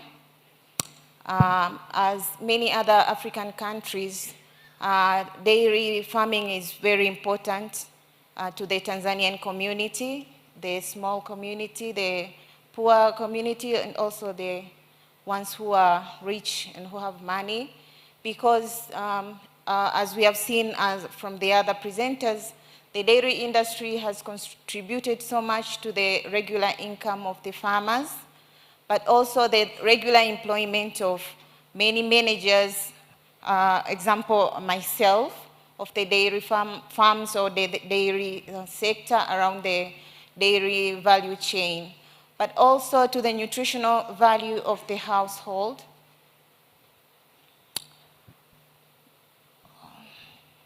But also to the nutritional value of the household, milk consumption in the families, but also milk consumption from areas where there are not enough milk. If the distribution is done correctly, it can improve so much to the nutritional household of the household. It also, the use of the waste product and manure production can enhance the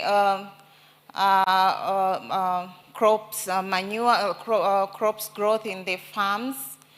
The benefits of the dairy industries has contributed to 2.1% growth in the economy, Tanzanian economy, and currently we have at least 3.9 billion liters production as per 2024.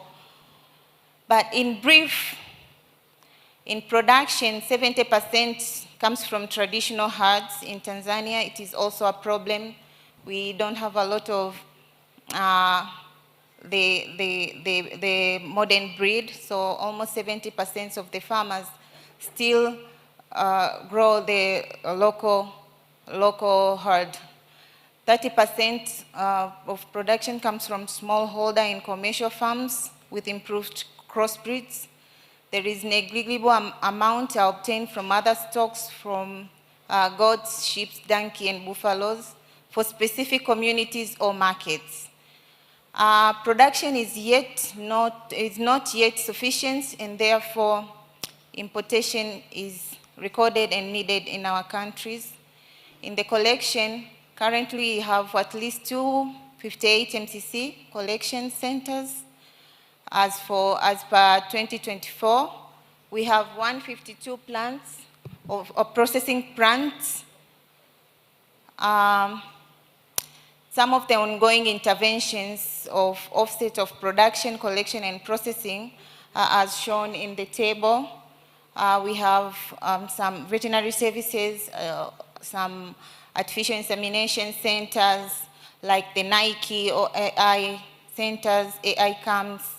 We have 154 feeds manufacturers. We are doing some education and training of extension officers and the farmers to make sure we improve the quality of the cattle in the farms. We are doing commercial dairy farms. We have 5 commercial dairy farms. We are encouraging the farmers to make sure they are in groups or societies. Some of them are like mentioned there, Jolifa and KDCE. These are some of the successful societies for dairy. We have large processors. We have exporters with 15 major exporters and domestic consumers. We have producers, which we encourage them to be in community also. We have Tamproda, we have commercial dairy farms, and we have collectors, which we also encourage to be collective or groups of farmers like the TDCU and MCU. Challenges that are faced in dairy industry, the former speaker from Tanzania has mentioned them. Just for the sake of time, here are just a few of the challenges that feeds, erratic supply in quantity and quality. High cost of some supplementary feeds is also a very big problem, especially to the farmers of a low income. Deterioration of land for grazing, access to land for forage and forage seeds production, mineral deficiency in most of the forage, animal health services, inadequate supply of drugs, a high prevalence of TB and trypanosomiasis, inadequate and inefficient health services. We've had some complaints from some of the farmers who used AI services, but then the cattle that came out were not that much productive. Some of the solutions that we have tried to take are the strengthening extension services and training on forage production, conservation and feeding, strengthening or establishing HBF under public-private and private-public joint ventures, as we have seen from the previous speakers of TADB, land availability to facilitate investment in forage and forage seeds production, also enhance quality control for seeds and feeds, use of appropriate fertilizers in forage production, improve availability and control quality of vaccines and drugs, provide training, backup support, and incentives. In the production sector of the dairy, there is production productivity, there is a problem of genetic potential of indigenous animals of milk production. People are still keeping the animals that people might have 20 cows, but they only get 20 to 10 liters per day. Feeds and water, animal diseases, extension and advisory services. The solutions that we have tried to come up with includes improved research capacity to achieve breed improvement, rationalize and strengthening animal health regulatory capacity at national and local government authorities, and improve milk handling hygiene. Processing in the sector of processing capacity of existing plants to make sure the existing plants process at the capacity that they are required to. Most of the processing plants are working under capacity. Safety and quality control and enforcement mechanisms. Train milk processors on milk hygiene and milk handling. This has been a very big problem of dairy sector in Tanzania, the milk hygiene and milk problem. Here is just a map that shows the movement of milk products from the areas of Tanzania. As you can see, thick line represents raw and processed milk. Dotted line represents finished processed milk. We have also seen some challenges in the marketing sector. Poor milk marketing, low price of milk, especially to the farmers. We have seen that the middleman and the last people are the ones who are benefiting a lot compared to the local farmers. Fluctuation in milk supply. In Tanzania, milk supply depends on the seasonality. During high rains, there's a lot of milk, which is wasted a lot, but during the dry seasons, the supply milk is very low.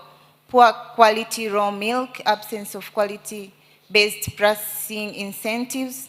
Pricing policies cause disincentive to involve in milk processing industry.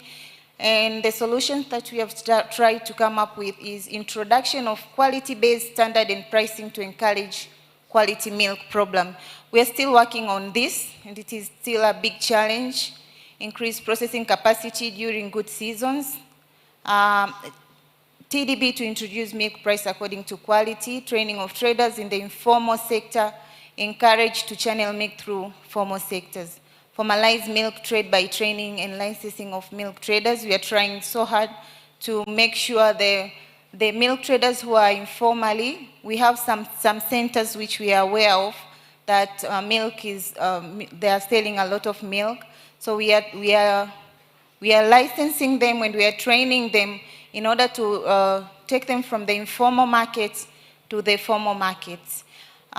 In the consumption, milk and milk product consumption culture, to make sure we increase the milk and milk product consumption cultures. We have done some promotion like school milk feeding programs, but the Milk Week, the one that is going on right now, low value products, we are advising the consumers to discourage the use of low quality milk products and the low food quality and safety programs.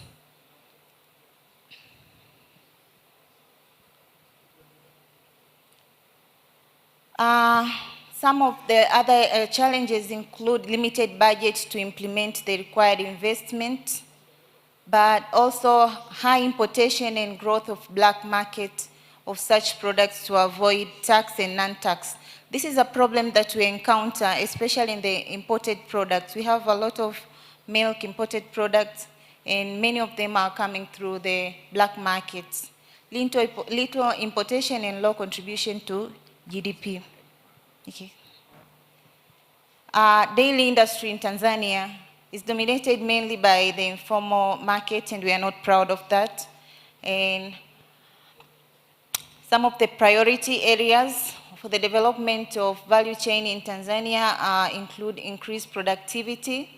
The main focus issues is to improve of breeds, improve availability of feed, water, and land, improve disease control and animal healthy, value addition and commercialization, improve processing infrastructure, decrease post-harvest losses, contribution of collection center, and increase exports, improve support services, training and capacity building, extension and services, research and development, and improve business environment, policies, regulation and coordination, formation of farmers associates, M&E, rule of financial and insurance. These priority areas could also be very good areas, focus areas for any investors who would like to partner with us and make sure, and help us to make sure we reduce or remove some of the challenges we have faced. So this is a call for, what should I say? It's a call for all the investors in this IDF meeting. Anyone who wants to come to Tanzania and help us or partner with us in order to reduce some of these problems, you're warmly welcome.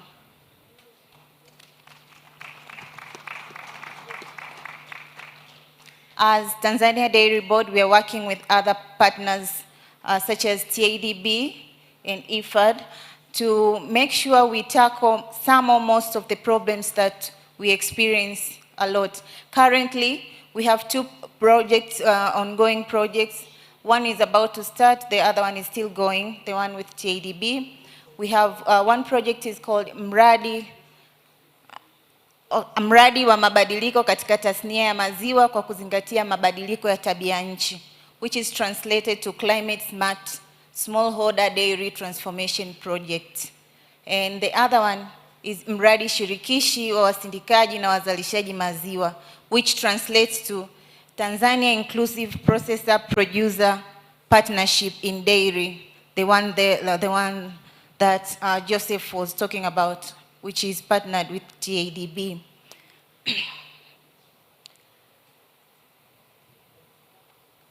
Now, before I conclude my presentation, please conclude, ma'am. Please conclude. Yeah.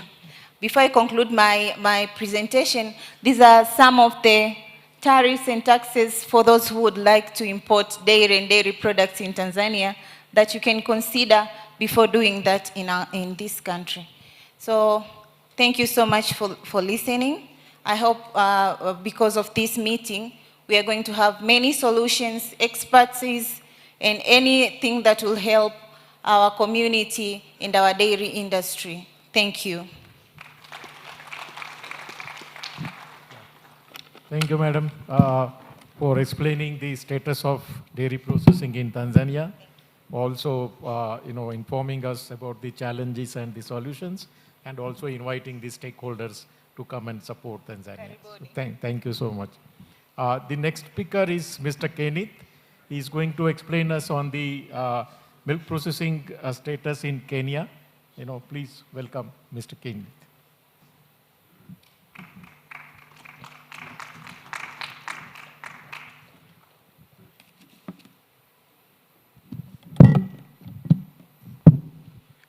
Thank you very much. Good afternoon, all. All protocols observed. My name is Kenneth Gitonga.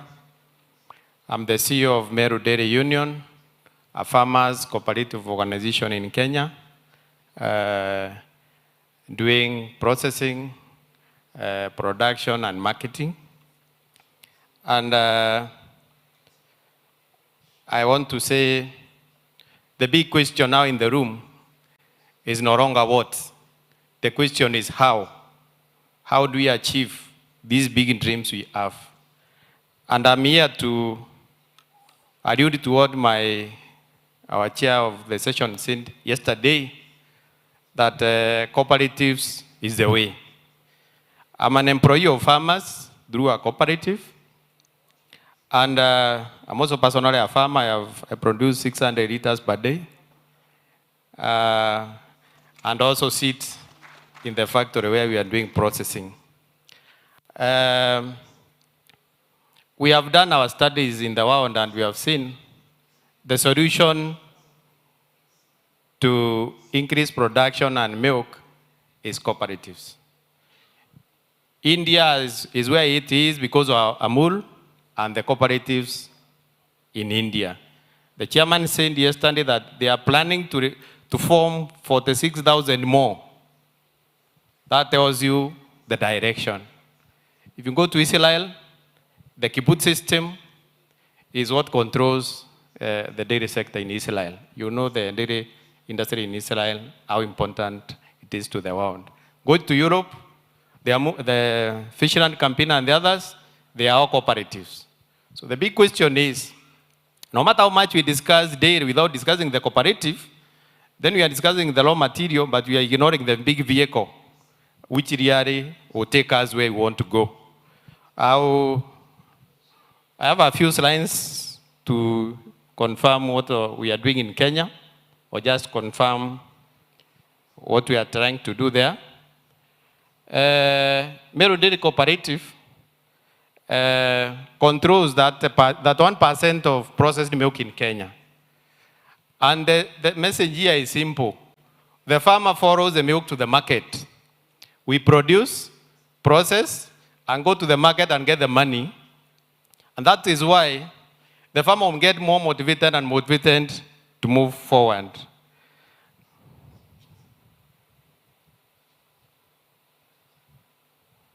Oh, yes, sorry. So, we have thousands of cooperatives in Africa. Oh, yes, sorry. Yeah, we have many cooperatives in Africa, but the image has not come out very well. We don't have powerful co-ops in Africa like we have in the other side of the world. And a cooperative gives us the extra opportunity for that small farm of 1 liter to put the milk together, follow the value chain all the way to the market. This is the idea I would like us to discuss. Kenya is number 7 in terms of cooperatives in the world. We are very strong in circles and in the banking sector, but in the dairy we are still falling up. We also do well in coffee, but I think now dairy is doing better. Now, I don't want to take a lot of time to explain the bigger story. I just want to go straight to what is important or what we are doing, so that you can see farmers are able. In most cases, we think about a farmer as a small person who has no capacity, who can only produce milk. He cannot build a factory, he cannot process and sell. All my bosses are farmers. The qualification of being in our board is you have to produce 50 liters of milk per day, 2 years, then you go for elections, and you are there. Now, in our organization, our vision is to be the most reputable processor of high-quality dairy products. And our mission is to improve the quality of life of our dairy farmers, customers, and staff by processing and marketing high-quality and affordable dairy products. Anything we do, it is farmer. Farmer is number one.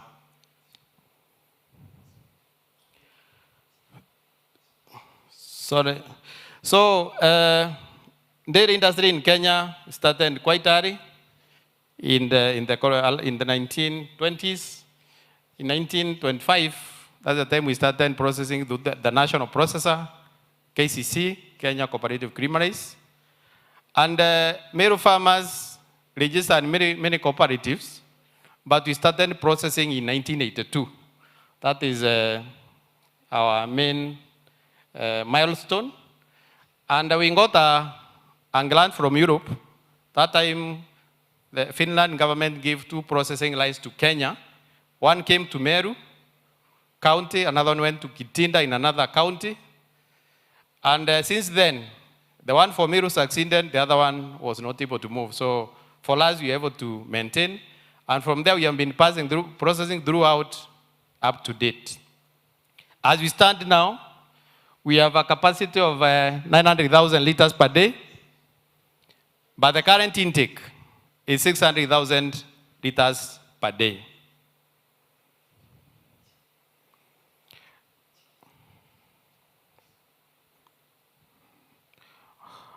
This is our journey. I became the CEO in 2011, when the cooperative was doing 10,000 liters per day. We have been moving, growing, and increasing. And somebody was asking yesterday, how do we change the mindset? I think I'm going to answer that shortly. Because from 11,000 liters per year to the current, last year we did 195 million liters, 528, about 500,000 liters per day. We are very few farmers, 17,000. Today, every morning, 146,000 farmers, 450 deliver milk to the cooperative. This is how we are structured. We have farmers on top who form delegates or elect delegates, and then they elect a board of directors who are our bosses, 9 board members, 3 supervisory members, and then the CEO, who is myself, and then we have 1,229 workers or staff. These are some of the products we do, and we sell throughout the country in Kenya. We have not been able to export, but that is our next milestone. The first one is our, I don't know whether it's going to point. The pouch, the one in green, is the one we started packing in 1982, and is very famous in Kenya. Anywhere you go, you are going to find it there. Now, what achievements have we done as a union or as a farmers organization?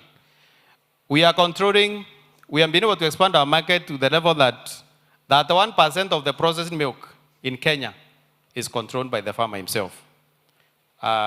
He's able to produce, process, and sell. Number 2, our farmers are paid every 5th day of the month. They are like salaried employees. So our farmers don't have to call me. They just walk to the bank on 5th day of the following month. That's the procedure. Number 3, we have grown the number of farmers from about 15,000 to what you have seen in the last 10 years or 12 years. And the last 3 years, we have set up a SACCO, or a savings and credit, to specifically give financial support to dairy farmers, because we realized most of the banks have solutions, yes, but they do not align with the life cycle of the cow. So when the cow is dry, they will go auctioning our farmers. So we felt we needed to have something small on the science to support the farmers who have financial issues, and it is doing well. We have over 10,000 farmers already in the circle, and they are saving and fine. So the circle is doing well. We have created jobs, and about over 10 million people are benefiting from our activities. Actually, if you come to Kenya, we are a big name, especially in the Meru County where I come from. We generate more money than the governor of the county. Out of the 47 counties, Meru generates, or the union generates, more than 40 of them, what they are allocated by the government to run the county. So we have a good factory in place and products. We have our challenges, of course, fins, high cost cement. In Kenya, we still don't have the sexing machine, so we rely on the 50-50 basis of insemination. We have insufficient cold chain. I'm having my brother here, and other issues. Now, we have a big plan to move our current production from about 5 liters per cow per day to about 20. We want to increase the payment to the farmer. Farmer is always number one to us. We want to get a way of supplying our farmers with the right semen. And the science which I've learned in this room is well aligned to what we are thinking, and I'm really happy. We are engaging the government to see whether the school milk program can be revived. It was there, it went down, but maybe it's coming back. We are going to powder and so on. Now, let me introduce something interesting here. Changing of the mindset. Somebody mentioned yesterday. We had the same problem in Meru, where farmers were not believing that a cow can produce 40 or 50 liters. So we organized ourselves and we have a field day where all the farmers come out to learn. And the learning is practical, not theory. So we bring the cow and the farmer, and then he does it in the field when the other farmers are looking. And we try to pick farmers from the environment or within our county, so that if you are producing 10 liters, you see your neighbor is producing 50 liters, and it's for sure is practical. Because we would like education to farmers to become as practical as possible. Now, these are farmers in a field day. This was last year, on 14th June. 50,000 farmers stand up. And remember, they pay to come. 250 shillings per farmer to come. We have made farmers beggars because we have made them believe they have no money. But in Meru, we have encouraged them to contribute. So they pay the money, 250 shillings. We mobilize resources from our partners, and then we hold this function. We bring over 100 farmers with their cows, and then we even call experts. This event was presented by the president. He was our chief guest, and you can see the farmers were really excited. I hope you can see. This is the president in our factory, myself, and the former deputy president. We have 3 governors behind me. So, if you want to succeed, you have to make dairy an issue and attract the attention of the president and anybody who matters. That's the way to go. If you do it in the room, it will not work. So this is the president laying foundation stone of our feed plant. Sorry, I'm closing. So there is the president in the same date when he came, he had to set up, lay foundation for our feed production plant to ensure that we control the quality of feed we give to our farmers. So this one will start operating by end of the year. And he also gave us 100 million to support and so on. So this is some of the staff who visited the Ghana Summit. We really encourage people to go and visit. We have the ambassador of Ghana also visiting me in my office. This is an advisor to the Prime Minister of Congo.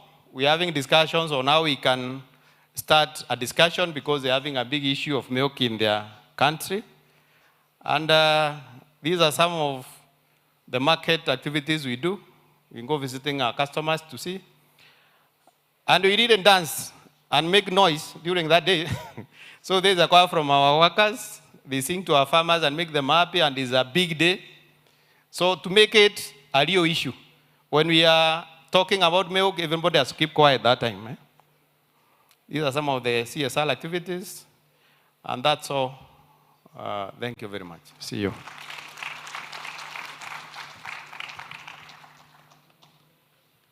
Thank you, and my apologies to rush you.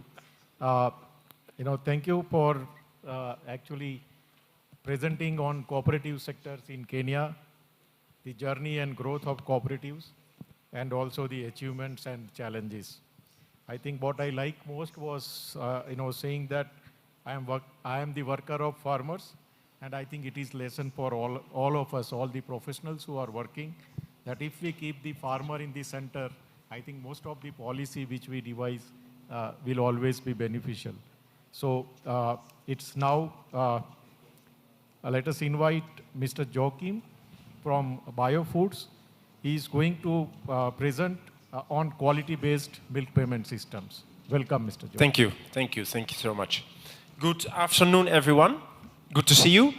It's always good to speak after my big brother, because Kitonga is my big brother. Biofood Products is a very small premium dairy processor, and Kitonga does 600,000 liters a day. So whenever I see these numbers, I truly feel like a small brother. But let's give him a big applause, because I think he touched on some very important points.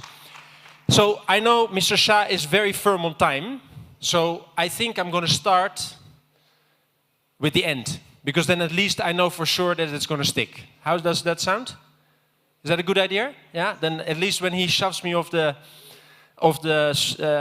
takes away the microphone, at least you've heard. Today I found this is a very interesting and very eye-opening morning. I think what I'll take away mostly of today is the correlation between nourishing and exam results. Right from our brother from Mickey Mouse Land, Florida, but actually from Nigeria. Where are you? Is he still here? Oh, let's give him an applause anyway. So I think we've heard a lot today. We've heard that we have to double milk production in Africa, isn't it? We have to do it through smallholders. I totally agree with Kitonga that smallholders and cooperatives are the way to go. We have to do it by not adding animals, but by getting more productivity per animal. Remember that? We have to make sure that we do it in a climate resilient way, and we have to make sure that ultimately every child on the continent is nourished, and dairy is a big component of nourishing children. That is what we have to do. The question is how. Now, if there's one thing that I want you to take away from what I'm going to say, it's actually two words. Farmer profitability. Keep that in your mind. Yeah, you can give me some more applause, because then it sticks. So I can't hear you.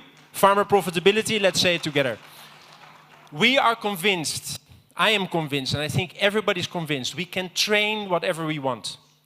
We can put milk chills whatever we want. We can build infrastructure. We can have processing capability. If our farmers are not profitable, we do not have a dairy sector.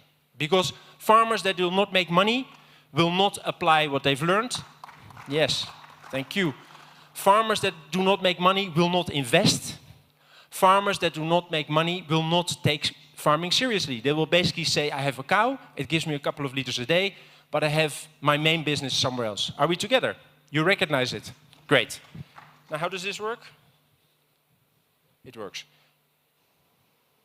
I hope. Yeah. So, I want us to look at this picture. The gentleman on the right here is Kenya's Permanent Secretary of Livestock, Jonathan Mweke, who is, this was a couple of weeks after he was appointed as PS. And I had the honor to take him to Trans Nzoia, which is in Western Kenya. Now, I want you to have a look at this picture. What do you see?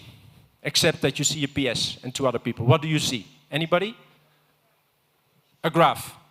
What do you see in that graph? What do you see? I say you see the big challenge that we have in our dairy sector. Because what do we see here? This, when we look over here, is the milk production in December. This cooperative produced 97,000 liters of milk in December, right? This is the milk production in April, right? They went down to 27,000 liters of milk. So I asked the chairman of the cooperative, so you have a lot of milk here. Do you make money? He said, no, I don't make money. I said, why? Because the price is low, isn't it? Then we asked, when you had 27,000 liters of milk, did you make money? He said, no, the price was high, but my milk was low. Ergo, farmers did not make money throughout, isn't it? And is this necessary? Can we solve this? What do you think? What do you think? We can. So, what is the gap? Today we have low and volume-based milk prices, high cost of production, very low quality of milk, seasonal milk production, no farmer profitability, no investment, no resilience, and a race to the bottom, isn't it? One core problem that we have is the level of milk pricing per se. Let's be honest with ourselves, and I'm very happy that Meru is has one of the highest milk prices in Kenya, isn't it? If you pay a farmer 35 or 32 shillings, and you know that feed costs 44 or 45 shillings, I can tell you, and everybody that knows a dairy farm knows that that farmer will not make money. So that's one. But the second problem we have, and that's the core of what I want to present today, is volume-based pricing. Volume-based pricing is a disincentive for improvement and increase of milk production. Why? Let's take an example. If Mr. Shah has very good milk, and I have very bad milk, and I go to Meru Central, and Mr. Shah sees that he has 10 liters, I have 10 liters, right? But his 10 liters has a lot more fat and protein, right? So he's invested. If Mr. Shah sees that for the same 10 liters of milk, we both get the same price, what's the incentive of Mr. Shah? What is he going to do? What is he going to do? He's going to try and maybe add some water, right? To just get to a place where he can pass. But he has no incentive to keep on doing what he's doing, right? So it's a negative incentive. It means that everybody will try to just deliver what is okay, but not invest, isn't it? Now, if you turn that around, if I see that Mr. Shah is delivering 10 liters of milk, and he gets paid for his fat or his solid non-fat, and he gets a higher price than me, what will I do? I will ask myself the question, what do I need to do to get the same price as Mr. Shah? And that is, I think, one critical component that we need to take in. Because even if we look, and I'm now looking at you and from Prompt, if we see what has driven, right, a lot the dairy white revolution in India, it is quality-based pricing, isn't it? Because it motivates farmers, and now we go to the solution, it motivates farmers to actually invest, because the better the quality of milk, right, the higher the price, right? And when you start investing in feed, what happens to your overall production? It increases, isn't it? So quality-based pricing is central. Then, of course, with that, once a farmer makes money, and again, if there's one thing I want you to take away, it's farmer profitability. Whatever we do, we need to focus on farmer profitability. Once that farmer sees profit, what's the farmer going to do? They're going to seek training. They're going to invest. They're going to invest in better breeds, in better feed, etc., etc. I'm looking, how much time do I have? Sorry? 4 or 5 minutes. Oh, you're so kind. Thank you. That's nice of you. Let's give Mr. Shah an applause for giving me another 5 minutes. I'm grateful. I'm grateful. Let me go through it then. So what happens if we go for volume-based pricing? We basically make sure that the farmer is incentivized for quality. Once the farmer is incentivized for quality, it means they're going to invest in getting that quality. And the side effect will that be increased production per animal. And increased production per animal will also lead to more sustainability. Because to your point, you said we don't want more animals, we want more production per animal, isn't it? Good. So for bio, and now I'll take you to the bio because I want to show you the case. For bio, what we have done, in 2023, we were always, I will be very honest, we were always taking milk from large farmers, right?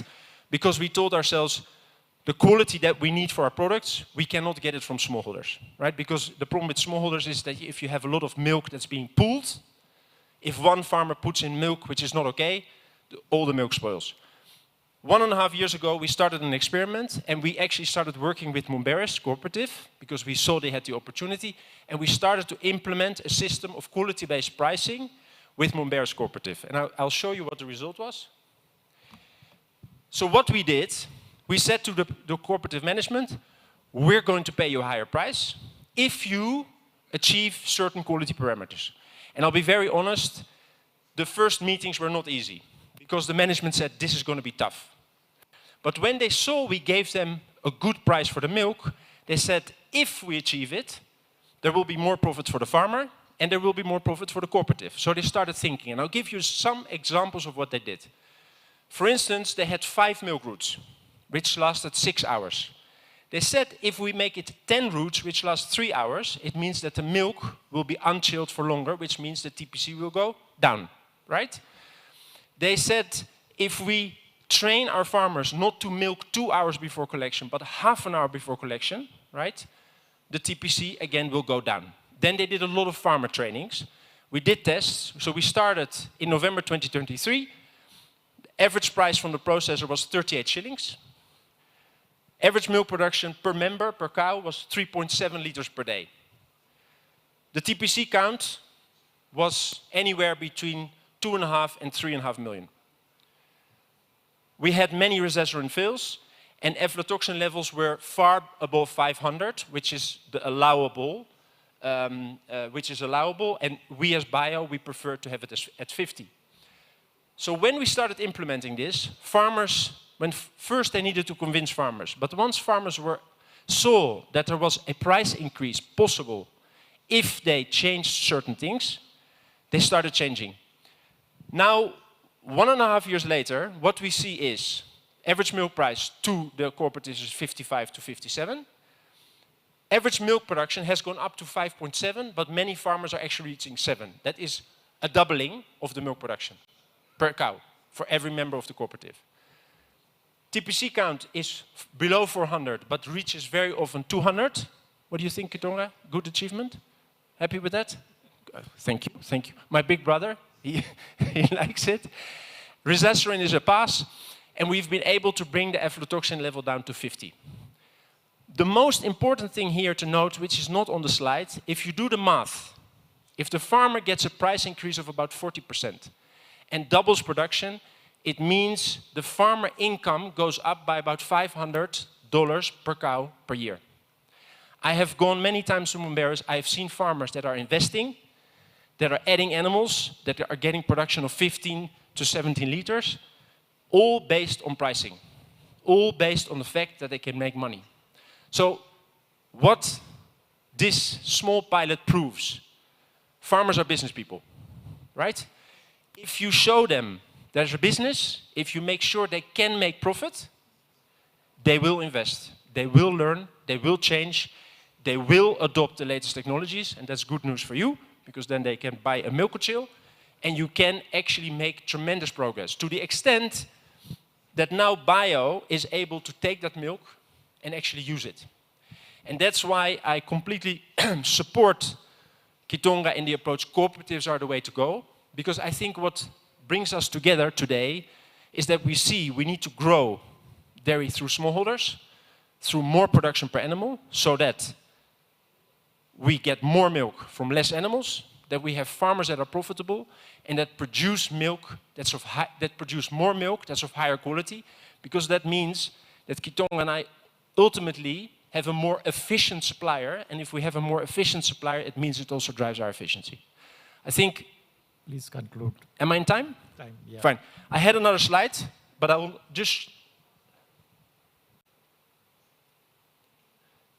I'll just close with that, because everybody's done it. So when you told me 5, I thought 7. You've set the norm. Last thing before I leave, an important part. So this is one part. Farmer profitability is in pricing, but obviously farmer profitability is also in cost of feed and cost and quality of feed. Another big project that we're doing together with Lato Dairies, and I hope that we can get Miro on board, is investing a lot on the improvement of the quality of silage and fodder in general, and making sure that the cost goes down. I'll do it very high level. We did a pilot in Endebess, in western Kenya. We planted 250 acres with a very good technical partner. We were able to increase production by 25%, right? Means your cost price is going down. We were able to bring dry matter content of the silage from 20% to 35%, which ultimately led of a reduction of the cost per kilogram dry matter of 60%. You can see that here. In the existing situation, there was 17 to 20 shillings per kilogram of dry matter. We have currently achieved 14 to 16%, and the third phase in 2025 is bringing it down to 12%. Please expedite. We're good? Yeah. You got it? So what are we remembering from this? Farmer? I can't hear you. Are we asleep? We need farmer. Thank you, Asanteni-san. I will summarize. Thank you, Mr. Joachim. I think we had a good presentation on the importance of quality-based milk payments and how farmers have to be profitable or they need to make more money, and also how the incentivizing the farmers actually works for increasing the productivity of animals. So thank you, Mr. Joachim. And now we have the last presenter. He will talk about the mastitis in dairy cow, Mr. Ian Onstead from Dairy Group. So welcome, Mr. Ian. For the interest of everybody, yeah, that's what. So I just seek guidance from the organizers. He says he will need more time. Shall we break for the lunch now, or go ahead? Okay. So you can present the. But then, in the interest of everybody, please expedite and finish as early as possible. Thank you.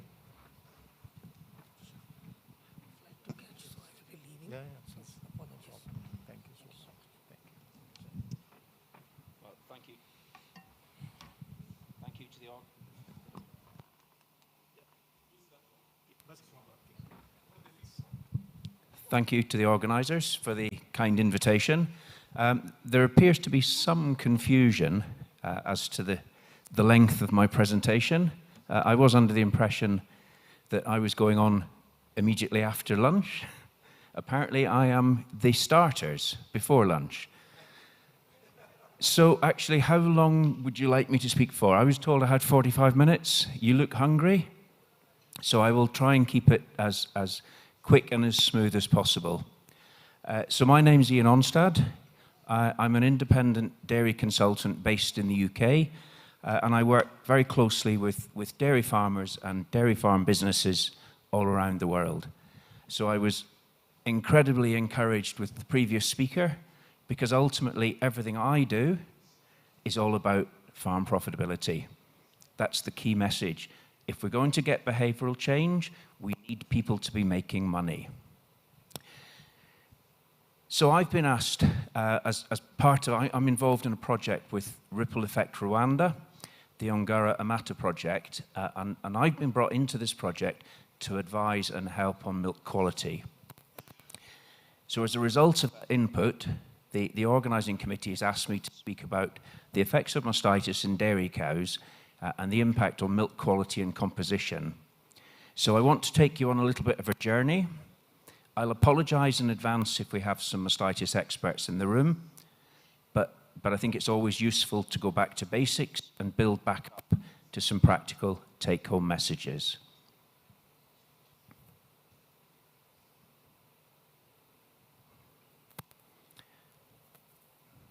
Doesn't one love technology?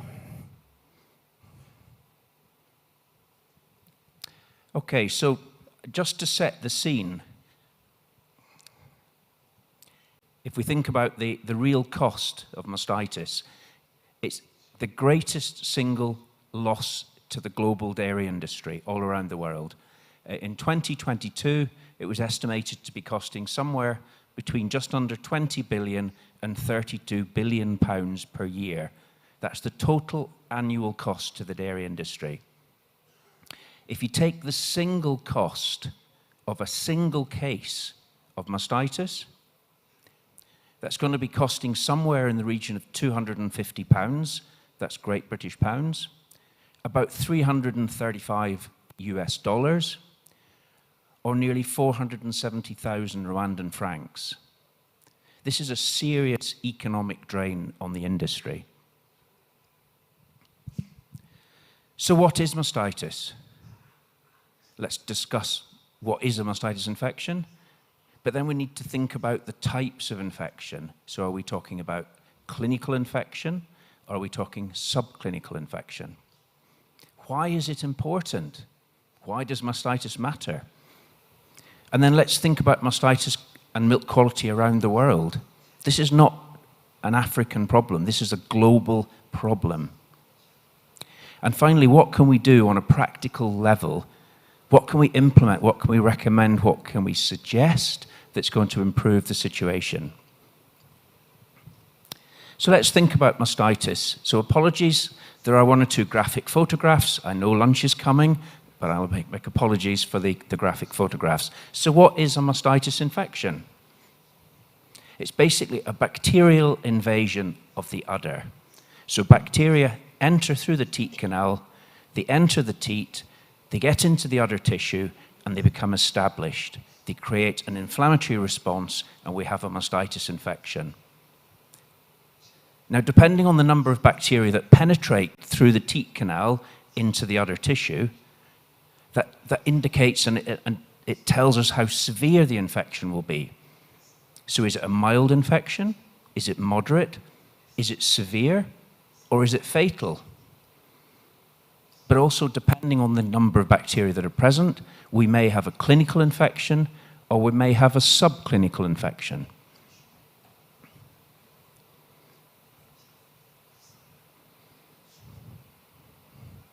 I think we may need new batteries in the pointer at lunchtime. Clinical infection. So what is a clinical infection? This doesn't matter whether we're talking here about mastitis, whether we're talking about lameness. A clinical infection is one where a cow exhibits definitive symptoms. You can see the infection. So this might be in the udder. So we might have an udder that is swollen. The udder might be hot. We could have some hardness. The quarter may feel hard and quite different to the other 3 quarters. It could be inflamed. The animal could be in pain. This is an infection we can see, we can detect it, and that's a clinical infection. If we look at the milk, if we look closely at the milk, it may have a changed appearance. It may be watery, there may be flakes, white flakes, there may be clots, there may be stringy deposits. And if we plate it, if we test it, we can identify a mastitis pathogen. So that's a clinical infection.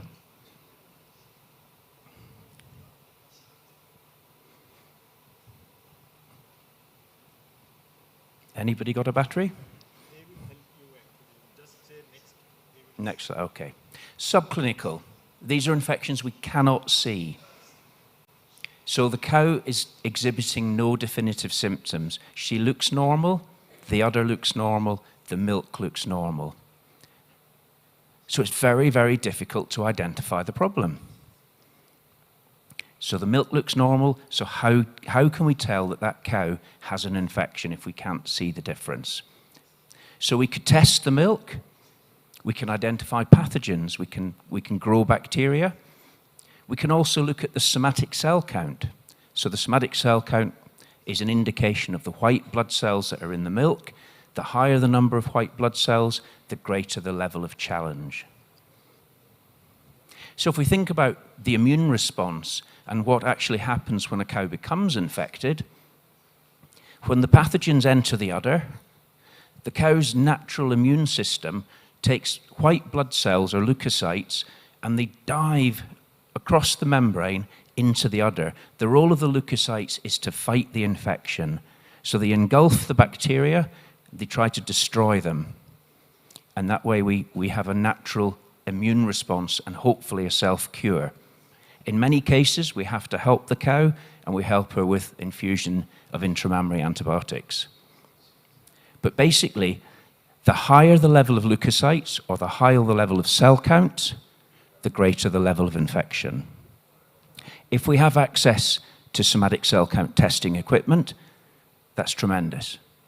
But actually in the field, on a practical level, it's very difficult to get individual cow cell count data. Next slide. So why is mastitis important? Firstly, it's a painful and distressing disease for cattle. It reduces milk yield. We've heard it affects the product quality. The final product is of a lesser quality when we have mastitis in the milk. There's potential food safety concerns. Mastitis pathogens are bacteria. Bacteria in the milk leads to bacteria in products. So we have a potential food safety problem. Some cows may die. Some cows may be damaged so much that they have to be culled early. So there's a cost of replacement. And then there's the cost of treating the sick cow. We could have milk quality penalties in some markets. We know some markets actually do have milk quality-based payment schemes. Other markets don't. But ultimately, each of these impacts the farmer's income. It reduces the profitability. Next slide. So it's a painful condition. Everybody in this room works with dairy cows. You know that the dairy cow is a stoic creature. She suffers pain, and she suffers it bravely. She doesn't show pain lightly. So it makes it very difficult to see when an animal is showing pain and is in distress. A survey of UK vets looked at their view and their perspective on mastitis, and they were asked to score on a scale of 1 to 10 their impression of a cow with a severe case of mastitis. They scored it 7. An animal with mastitis is in pain. Next slide. So it has an effect on pain. It's causing discomfort to the animal. But it also has an effect on yield. The amount of milk that we lose with a case of mastitis is entirely dependent on the stage of lactation. If we get mastitis when the cow's reasonably recently calved, we could lose up to 6% of her lactation milk yield.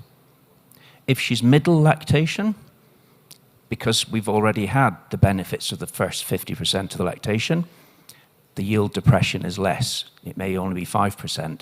And in late lactation, it drops to 4%. But this is milk that we are not able to harvest. Because A, it's milk that's rejected and discarded, but secondly, a mastitis infection damages the udder. It reduces the ability for the milk to be secreted. This is just mastitis. This is the cow with the visible symptoms. How about the cow with the high somatic cell count? This is a cow with subclinical infection, but we don't know it because we don't know which cows are suffering. If you look at animals with a somatic cell count under 200,000, they're generally considered to be uninfected. If you go over 200,000, so that's 200,000 white cells per milliliter, over 200,000, that animal is now considered to be infected. Between 200,000 and 400,000, we lose about 1/10 of that cow's lactation potential. 10% milk yield is lost when the somatic cell count is between 200 and 400,000. When we go over 500,000, the loss increases. It's nearly 12%. So that's milk that we're not able to harvest. And the milk yield depression increases the older the cow. So as the cow becomes older, she has more lactation potential, more milk production potential, the losses are greater. So what impact does that have on quality of the products that we're making? So let's think about cheese. If we have a somatic cell count over 200,000 cells per milliliter, it significantly affects the yield of the cheese. So the yield of the cheese will go down. If we go over 200,000, remember 200,000 is the definition of an infected animal, we lose, for every increment of 100,000 above 200, we lose 1% of cheese yield. So when you start looking at milk of 5, 6, 700,000 cells per milliliter, we're losing 5 or 6% of our cheese yield. It's significantly impacting on the processor's profitability. It also takes longer to make the cheese, and it tastes unusual. We get off flavors and we get strange texture. There's nothing good from a cheese producer's point of view about trying to process high cell count milk. Next slide. So if we think about the composition, as the somatic cell count increases, we have a reduction in lactose, we have a reduction in fat, and we have a reduction in protein. So we've been told on a number of occasions this morning, milk is a superfood. It's incredibly important, it's incredibly nutritious. Milk with a high somatic cell count is less so.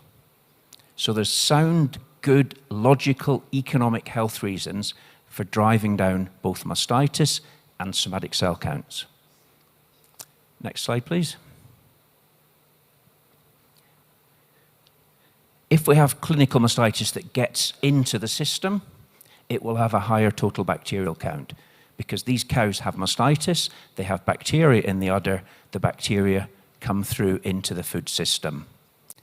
So it's going to have an impact on the shelf life of pasteurized products, and particularly if we're in UHT production, it will significantly affect the shelf life. On the island of Jersey, where I do quite a lot of my work, we have an expectation that UHT milk shelf life will be 12 months. When we have bacteria in the milk, we do not achieve a 12-month shelf life. Next slide, please. So let's think about the economic impacts of mastitis. It's going to be obviously affected by the severity of the disease, it's going to be affected by the stage of lactation, and it's going to be affected by the yield of the animal that's involved.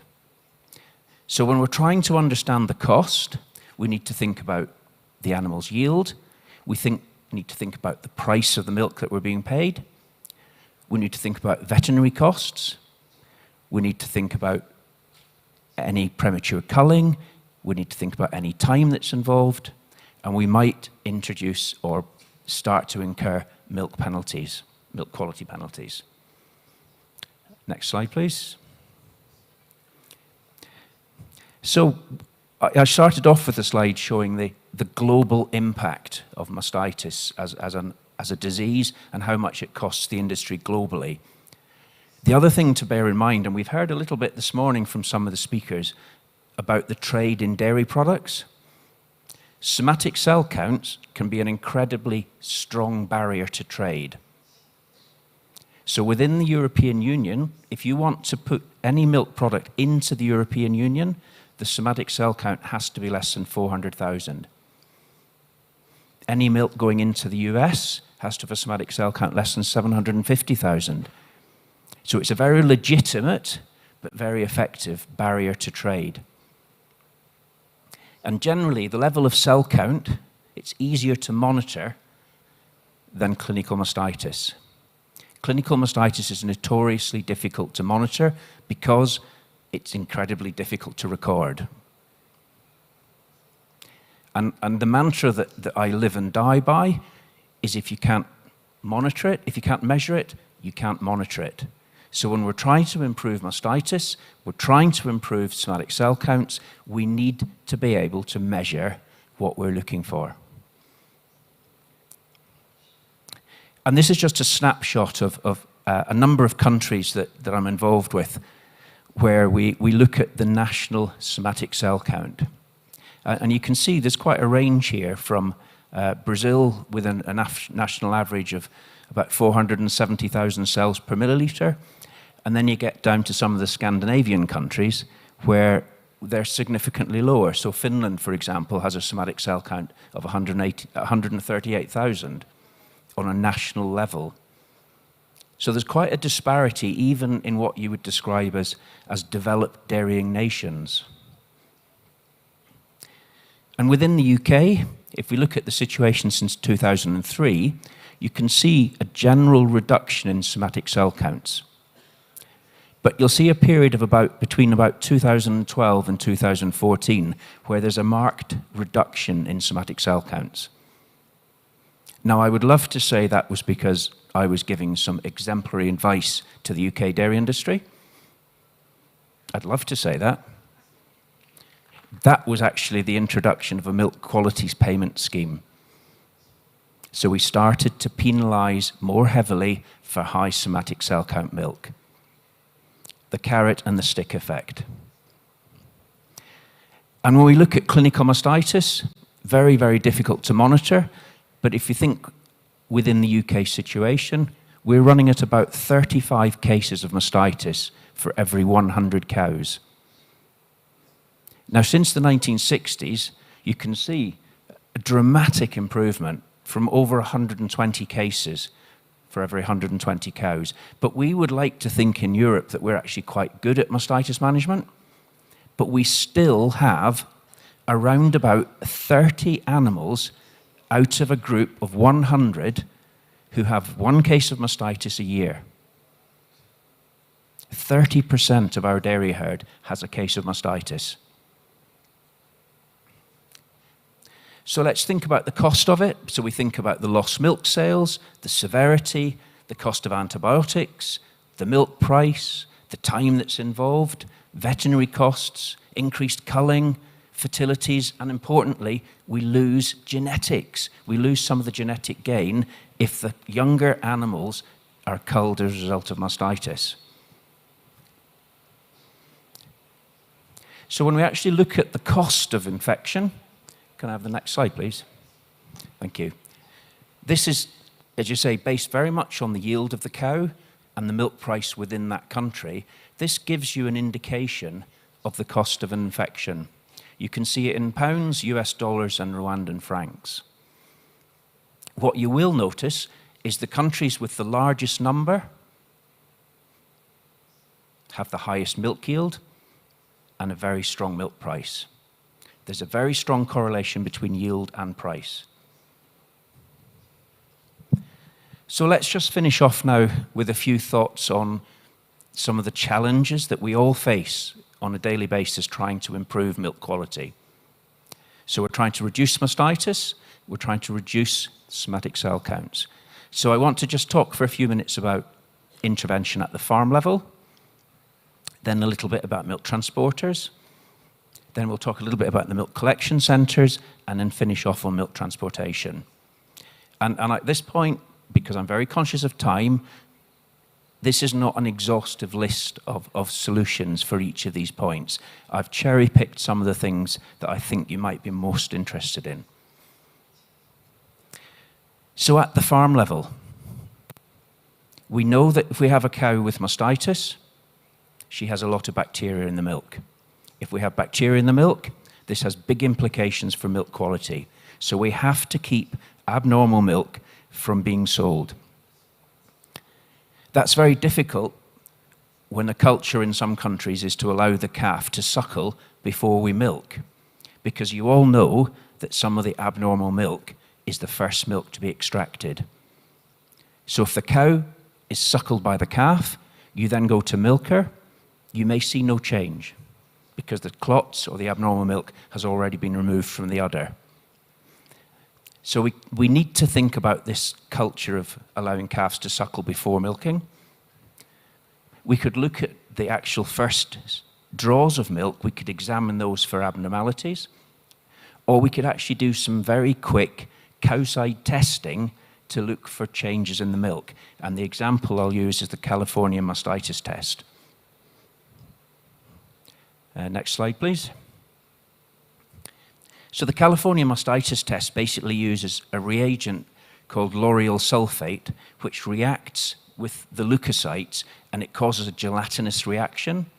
So what we actually get with milk from a high somatic cell count quarter is a very thick, gloopy reagent, a reaction. And I'm sure you've all seen it if you've done CMT testing. Now, one major barrier to CMT testing is the cost of the reagent. So we're currently looking at locally sourced detergents that will give us an equal or equivalent reaction to a proprietary CMT reagent at a dramatically reduced price. We have to exclude milk that's abnormal. That's critical. We have to find the milk early and exclude it from the whole chain.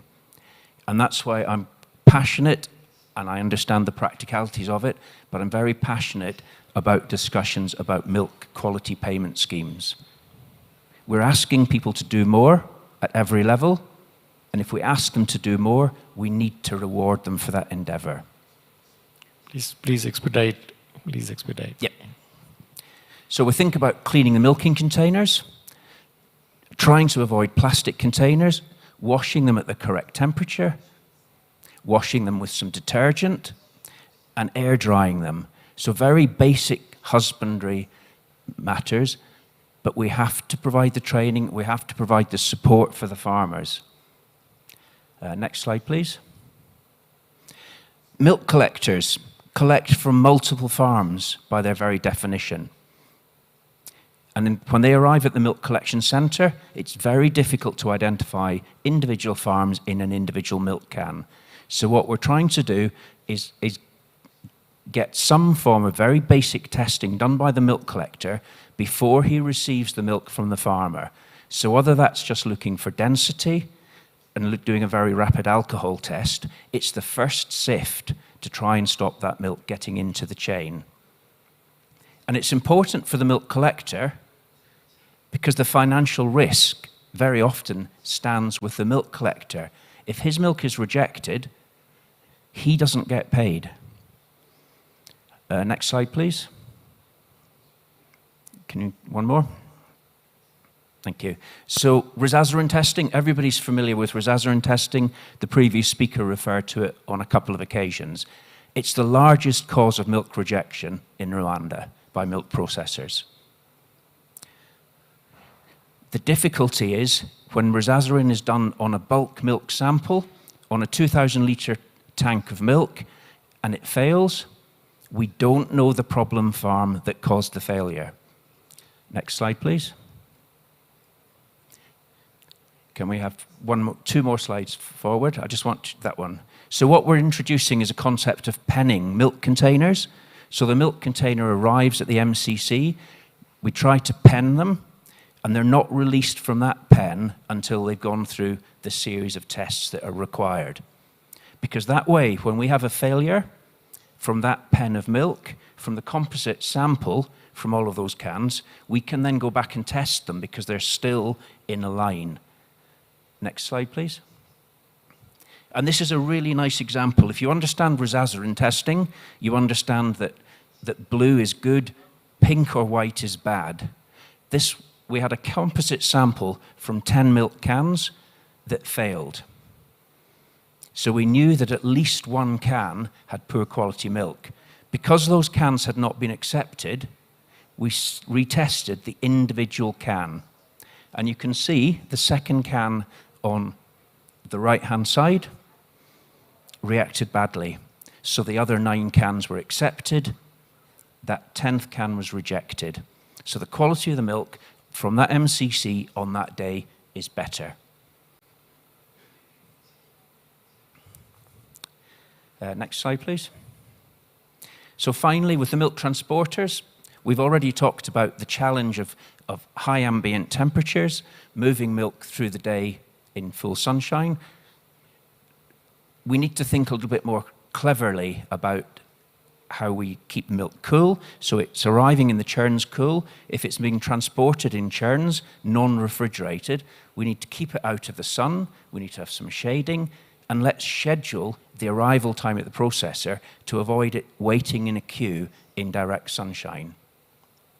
So to conclude, mastitis is a significant economic concern globally, within East Africa, and within Rwanda. It's a significant economic drain. It impacts milk quality, it impacts yield, and it impacts product quality. It can act as a barrier to exports, but remember, milk quality starts at the farm.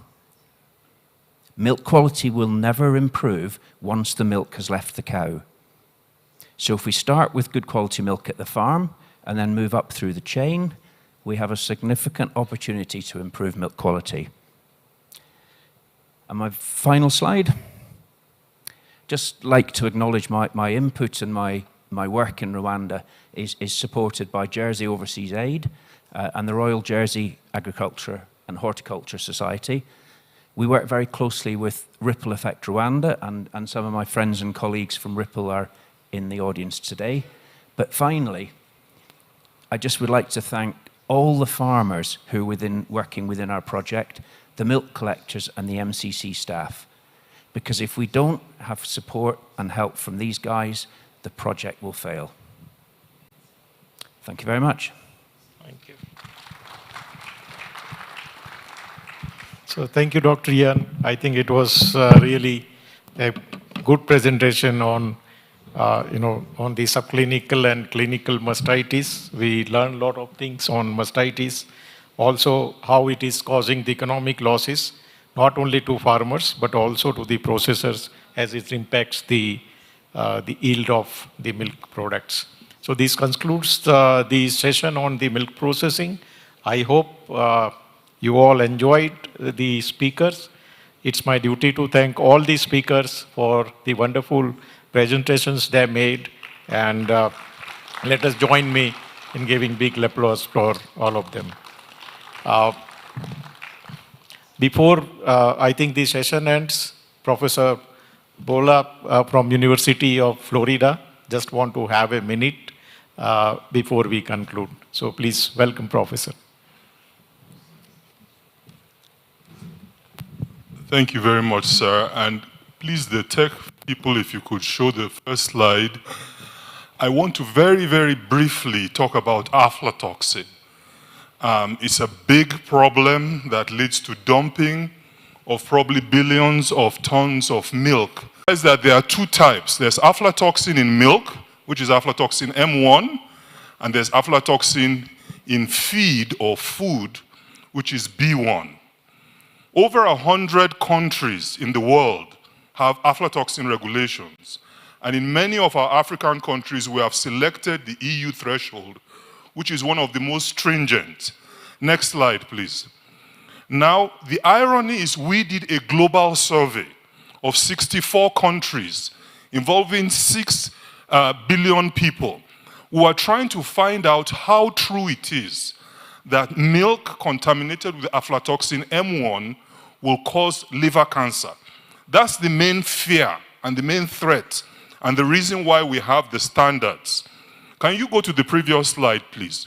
What we discovered is that aflatoxin M1, the next one, aflatoxin M1 globally, among these 6 billion people, caused only up to maximum of 32 liver cancer cases in the whole 6 billion people population. So the percentage, I don't even know how to read it, is 0.0003%, which means that some countries did not even have a single aflatoxin M1 case.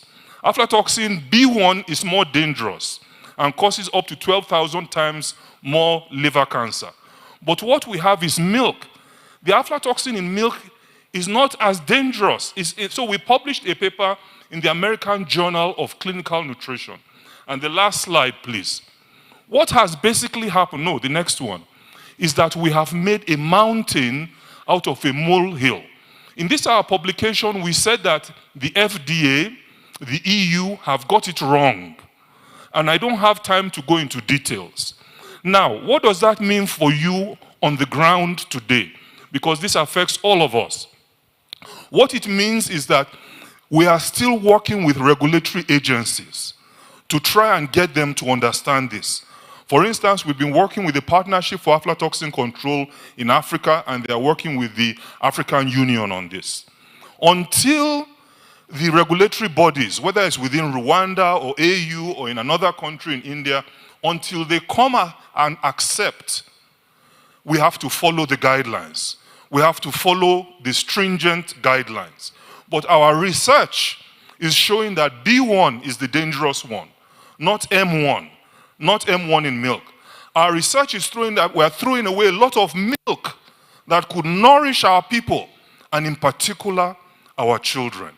So please watch this space, and to the extent that you can, support us, because it's a very important resource that's being wasted over what was really never based on science. Thank you very much. Thank you for sharing the inputs on, very important inputs on the aflatoxin in M1 found in milk. Thank you, Doctor.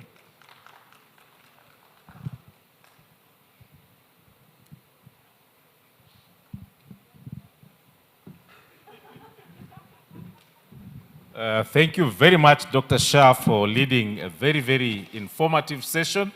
We have learned a lot.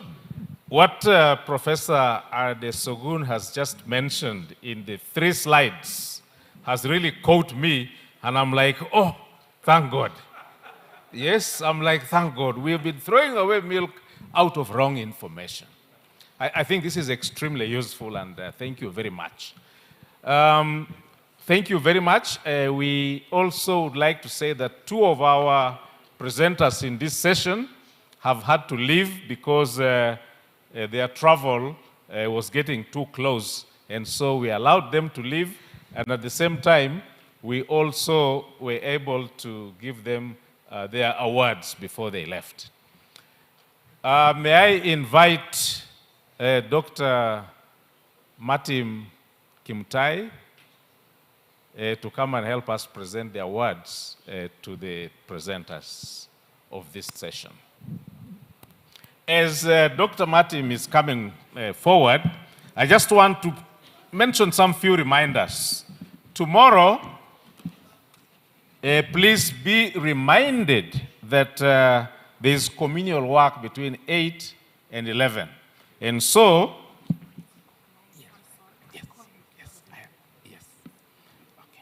there will be communal work, and so it is very advisable that you be here by 8. Here by 8. If you leave your hotel or where you are, and you are caught up on the way, if 8 o'clock catches you up with you on the way, regardless of what passport you are holding, you will participate in communal work. That's how it works here. Regardless of which passport or national identity card of whichever country, you will have to participate until 4:08 as a program manager for this conference. Very happy that now tomorrow we can start at 8. Thank you very much. So be reminded. And then we want to recognize the presence among us of the Commissioner for Dairy Development, Uganda, Dr. Samson Akankiza. If he's here, can you stand up so that we recognize you? He will also be, is right there. Let's give him a clap, please. We would like him to come forward and give out some of the awards. And at the same time, he will also be chairing the session immediately after lunch. So Dr. Samson, please come forward, together with Dr. Kim Tai.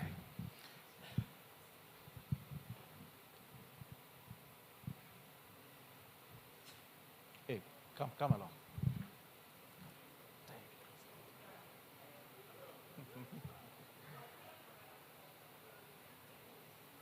Yes, he's going to give the awards. Okay, chairman of the session. We have Dr. Kim Tai and Dr. Samson. Can we have the first presentation? Let's move a little that side. So, in no particular order, let's start with the speaker lady, Doreen, to receive the award. Is that for Doreen? I hope there's no mix-up.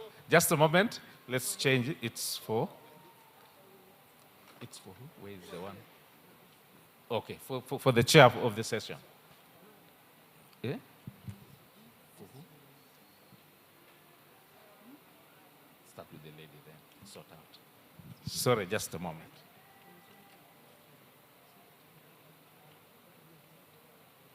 Okay, yes, for the moderator, it's not going good. Okay, so you start with Miss Dr. Ian. Dr. Ian, sorry. you know, there's a way they are arranged in such a way that there are those which are meant for ladies, there are those which are meant for men, depending on, for Dr. Ian. So,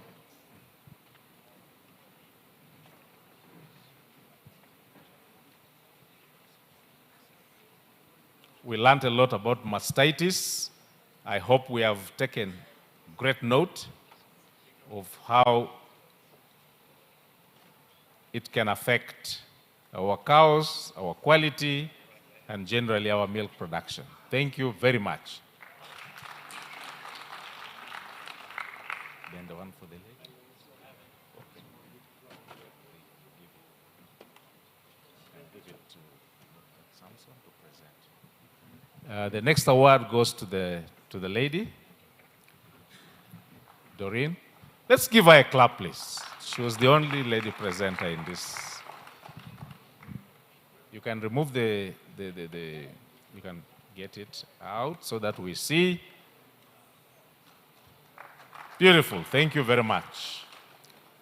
The next award goes to Mr. Kenneth Gitonga from Meru Central Dairy Cooperative. Keep around.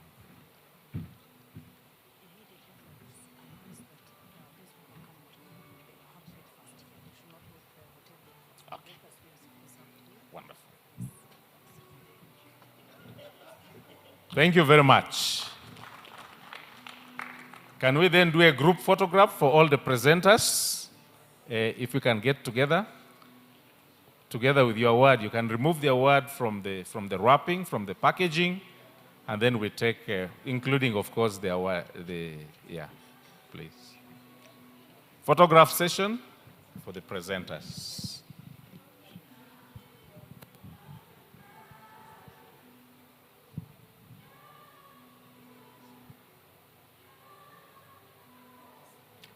Thank you very much. Thank you. Thank you. A very big clap again. I know we have had a delayed lunch break, but I can see that we are all still looking energetic. Just a few announcements. Please listen very carefully, because we need to arrive here by 8 a.m. tomorrow. We advise that breakfast will also be served here before 8. So you do not have to wait for breakfast in your various places of abode or hotels. There will be breakfast here so that we can start at 8. Somebody in a breakout session left behind a dairy. If you do not have your dairy, please come to me and I will pass it on to you. Another reminder is those who registered or paid for the field visits. If you haven't already done so, please approach the registration desk and indicate which field visit you'd like to go to. Okay, I think that is all we have. The afternoon session, there is a slight change. Instead of the breakout session, we had issues with the translation in the breakout sessions because the other two halls were not equipped with the translation services. So what we are going to do is we are going to have a combined session back here in a Kajera hall, and those who were supposed to present in the breakout sessions will present in the plenary style. And we will have 5 presentations in the first session, which will be chaired by Dr. Samson Akankiza. And then after that, we shall have a question and answer. And after the afternoon break, we will have the last session for the day. For now, I know all of us are experiencing a reduction in calories, and we need to push that a little bit up. Lunch will be served in the same place that we had yesterday, in Kivu Hall. And please, the exhibition is still going on. While you have your lunch, take time to visit the exhibition. For now, I wish you a great lunch. Let's come back here at exactly 3:30. That's 1 hour. Thank you very much for this session.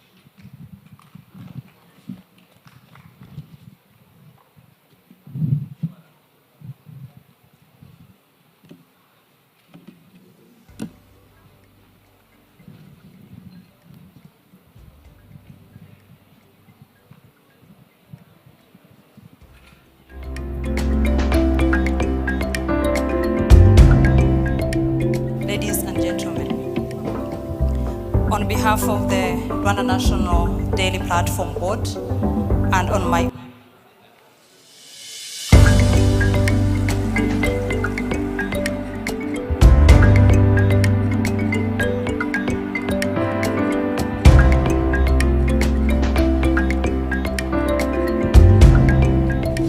Ladies and gentlemen, on behalf of the Rwanda National Daily Platform Board and on my own behalf, I am more than delighted to welcome you all to Rwanda, the land of 1,000 hills.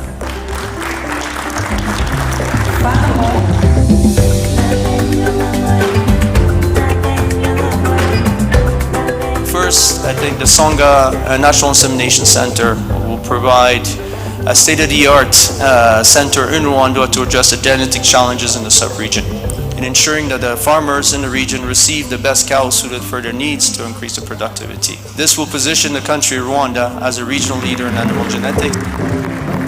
This conference, therefore, we see it as an opportunity for sharing of experiences, innovations, and best practices.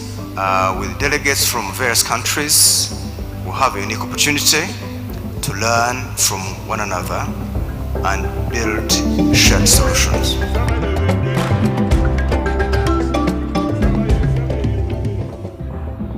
To share knowledge and best practices, scale up models, and invest in sustainable dairy future for Africa, one that nourishes people, protects the environment, leaves no one behind, and commit to bold actions and strengthen our partnerships. I thank you all and I wish you all a fruitful and inspiring conference.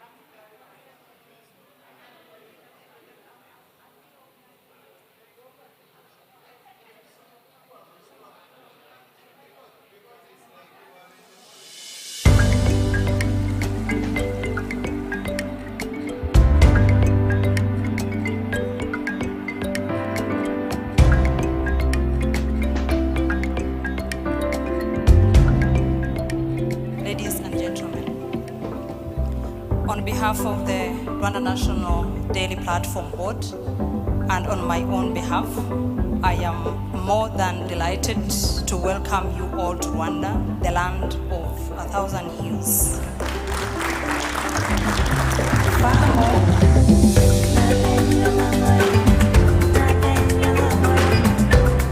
First, I think the Songa National Insemination Center will provide a state-of-the-art center in Rwanda to address the genetic challenges in the sub-region, in ensuring that the farmers in the region receive the best cows suited for their needs to increase the productivity. This will position the country, Rwanda, as a regional leader in animal genetics. This conference, therefore, we see it as an opportunity for sharing of experiences, innovations, and best practices. With delegates from various countries, we have a unique opportunity to learn from one another and build shared solutions.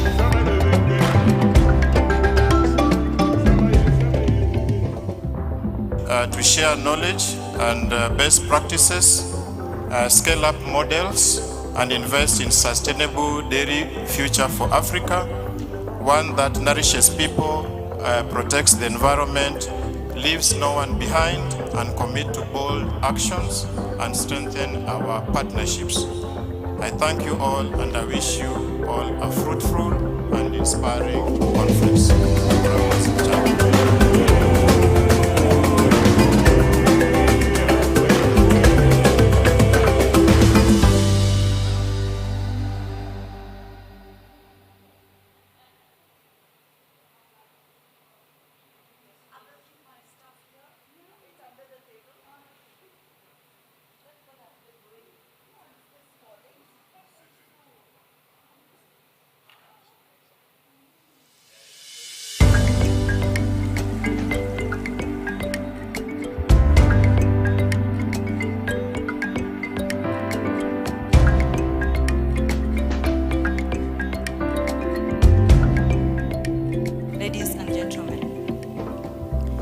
On behalf of the Rwanda National Daily Platform Board and on my own behalf, I am more than delighted to welcome you all to Rwanda, the land of this after lunch session.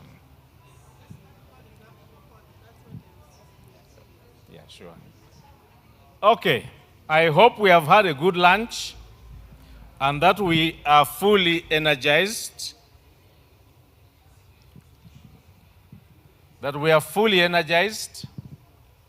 And in keeping with trying to catch up with the time lost, we hope that we waste no further time and then we start off the first after lunch, afternoon session.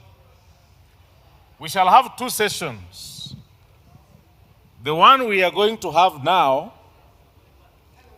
instead of the breakout sessions, as I said before we left, due to technical issues related to translation, we decided that the breakout session, instead of going out, we all do it here in the plenary.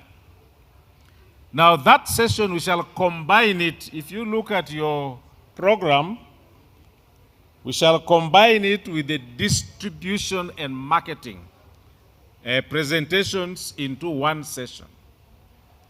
And then that means we shall have one chairperson. Originally, we had two chairpersons, one for the breakout, and then another chairperson for distribution and marketing. So the first session, as I mentioned earlier on, will be chaired by one person. The second one now, which will be on socio-economic and financing issues, will be after this first session, that is after the afternoon tea break. Although we shall not take a break out, the afternoon tea, we shall have it beyond the curtain in our backs, as we had yesterday. So without wasting much time anymore, let's go straight into the next session. And that session will be chaired by Dr. Kankiza Samson, who is the Commissioner of Dairy Development in Uganda. May I now request Dr. Samson Kankiza to come forward, sir.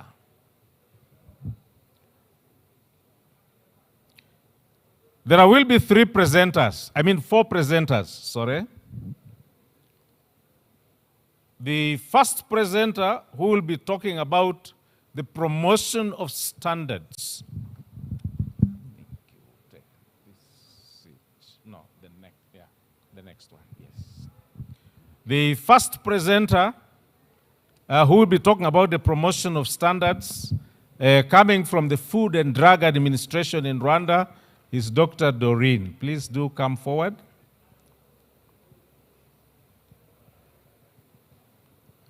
Dr. Doreen, Food and Drug Administration in the Republic of Rwanda.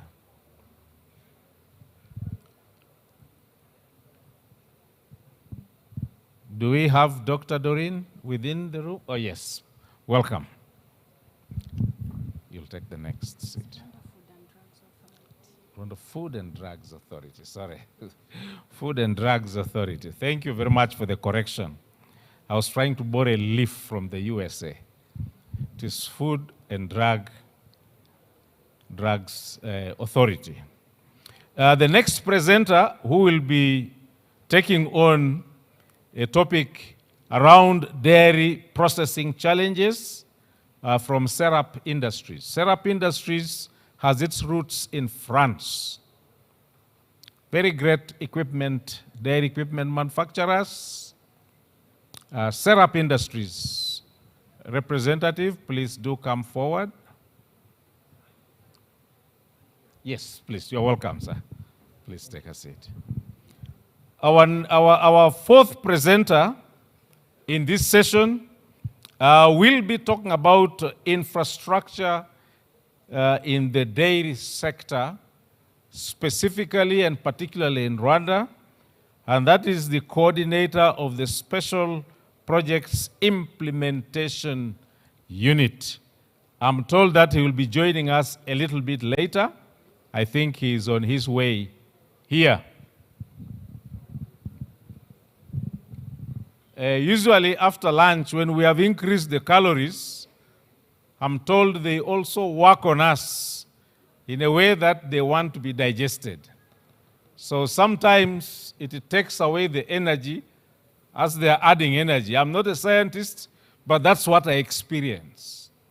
I hope we shall not experience that, but that we shall be very attentive and listen very carefully, and we are able to get into the insights. So we should have our fourth, sorry, those are three. Our fourth presenter, who will be speaking about the role and impact of African women in dairy, comes from Trademark Africa. Trademark Africa.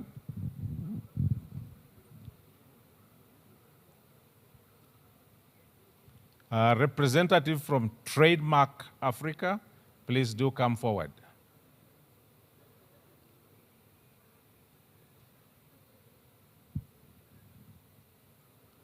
Trademark Africa, do we have the presenter here?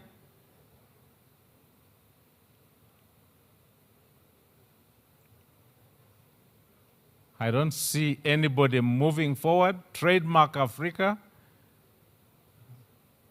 I pray that they are not yet still being caught up in the calorie intake session.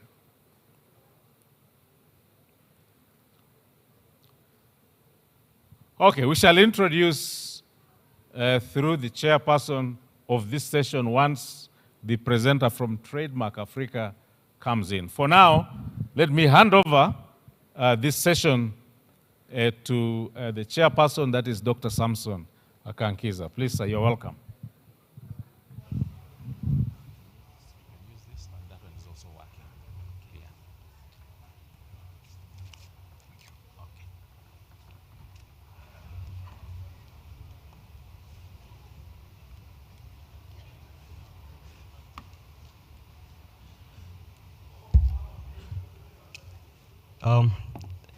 Thank you very much, moderator of the program. Good afternoon. As you've heard, this session has been combined, and all the changes have been already communicated to you.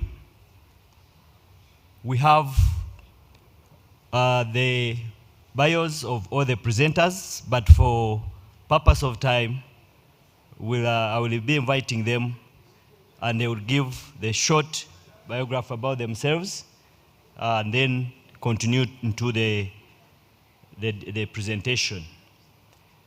Without wasting much time, let me take this opportunity to invite Dr. Doreen to take us through her presentation. Doreen, you're welcome.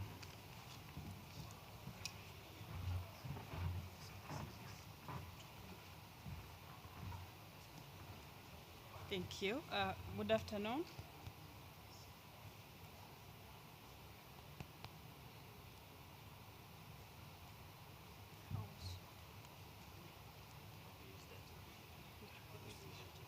This one.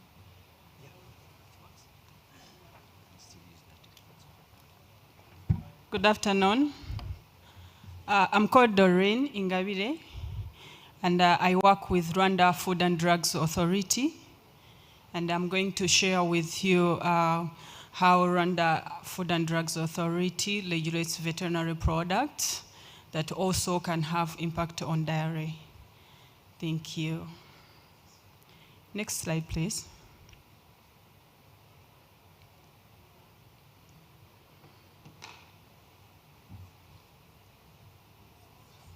Okay. This one? Thank you. So Rwanda Food and Drugs Authority is a national regulatory authority established by law in 2018, and that law determines its mission and organization and functioning.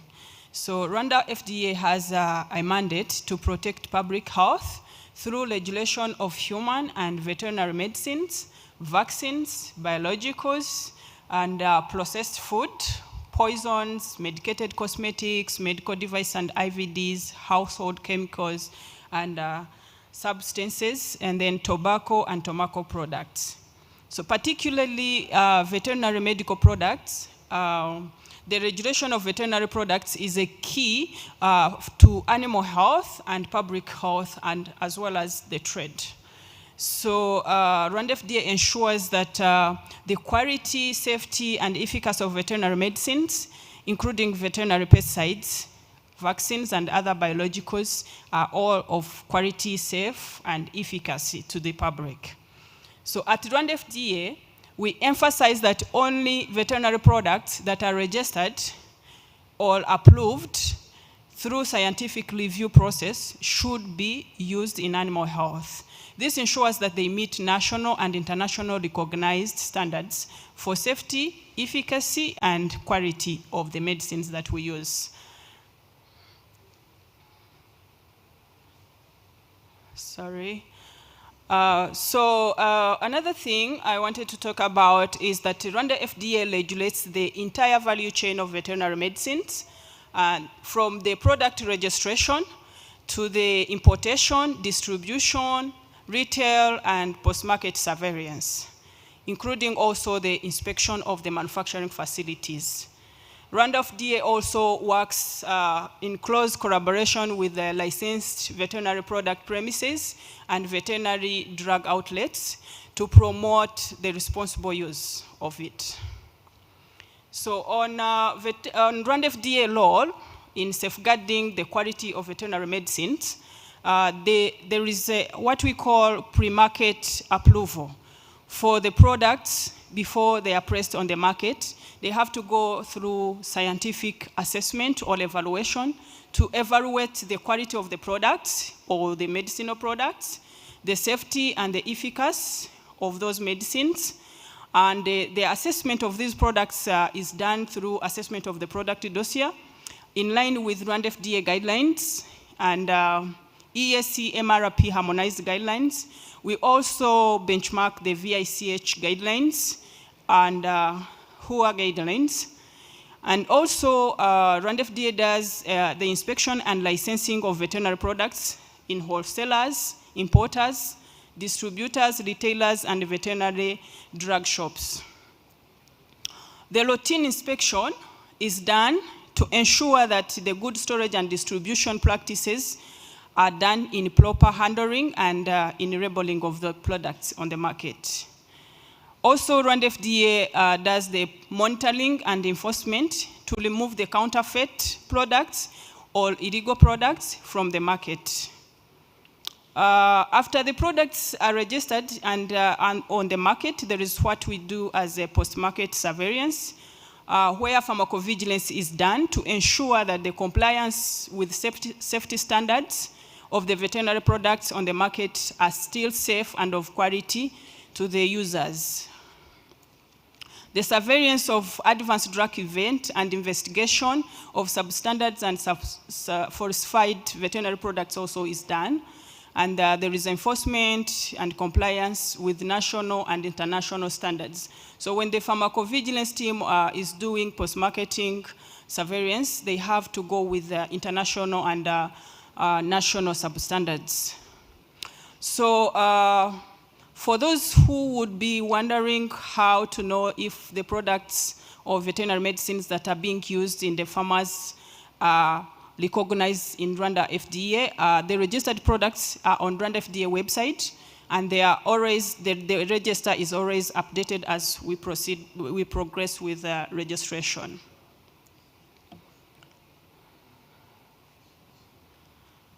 The importance of having veterinary products in dairy, one, the use of veterinary medicines is a cornerstone of animal health, because in dairy system, these products, they help in preventing and controlling diseases, and this improves animal welfare. In the morning, someone was sharing with us about animal welfare. So when we are controlling and preventing diseases in our animals or in our dairy cows, we are also giving them what they deserve, which is animal welfare. And this ensures also the consistency in milk production.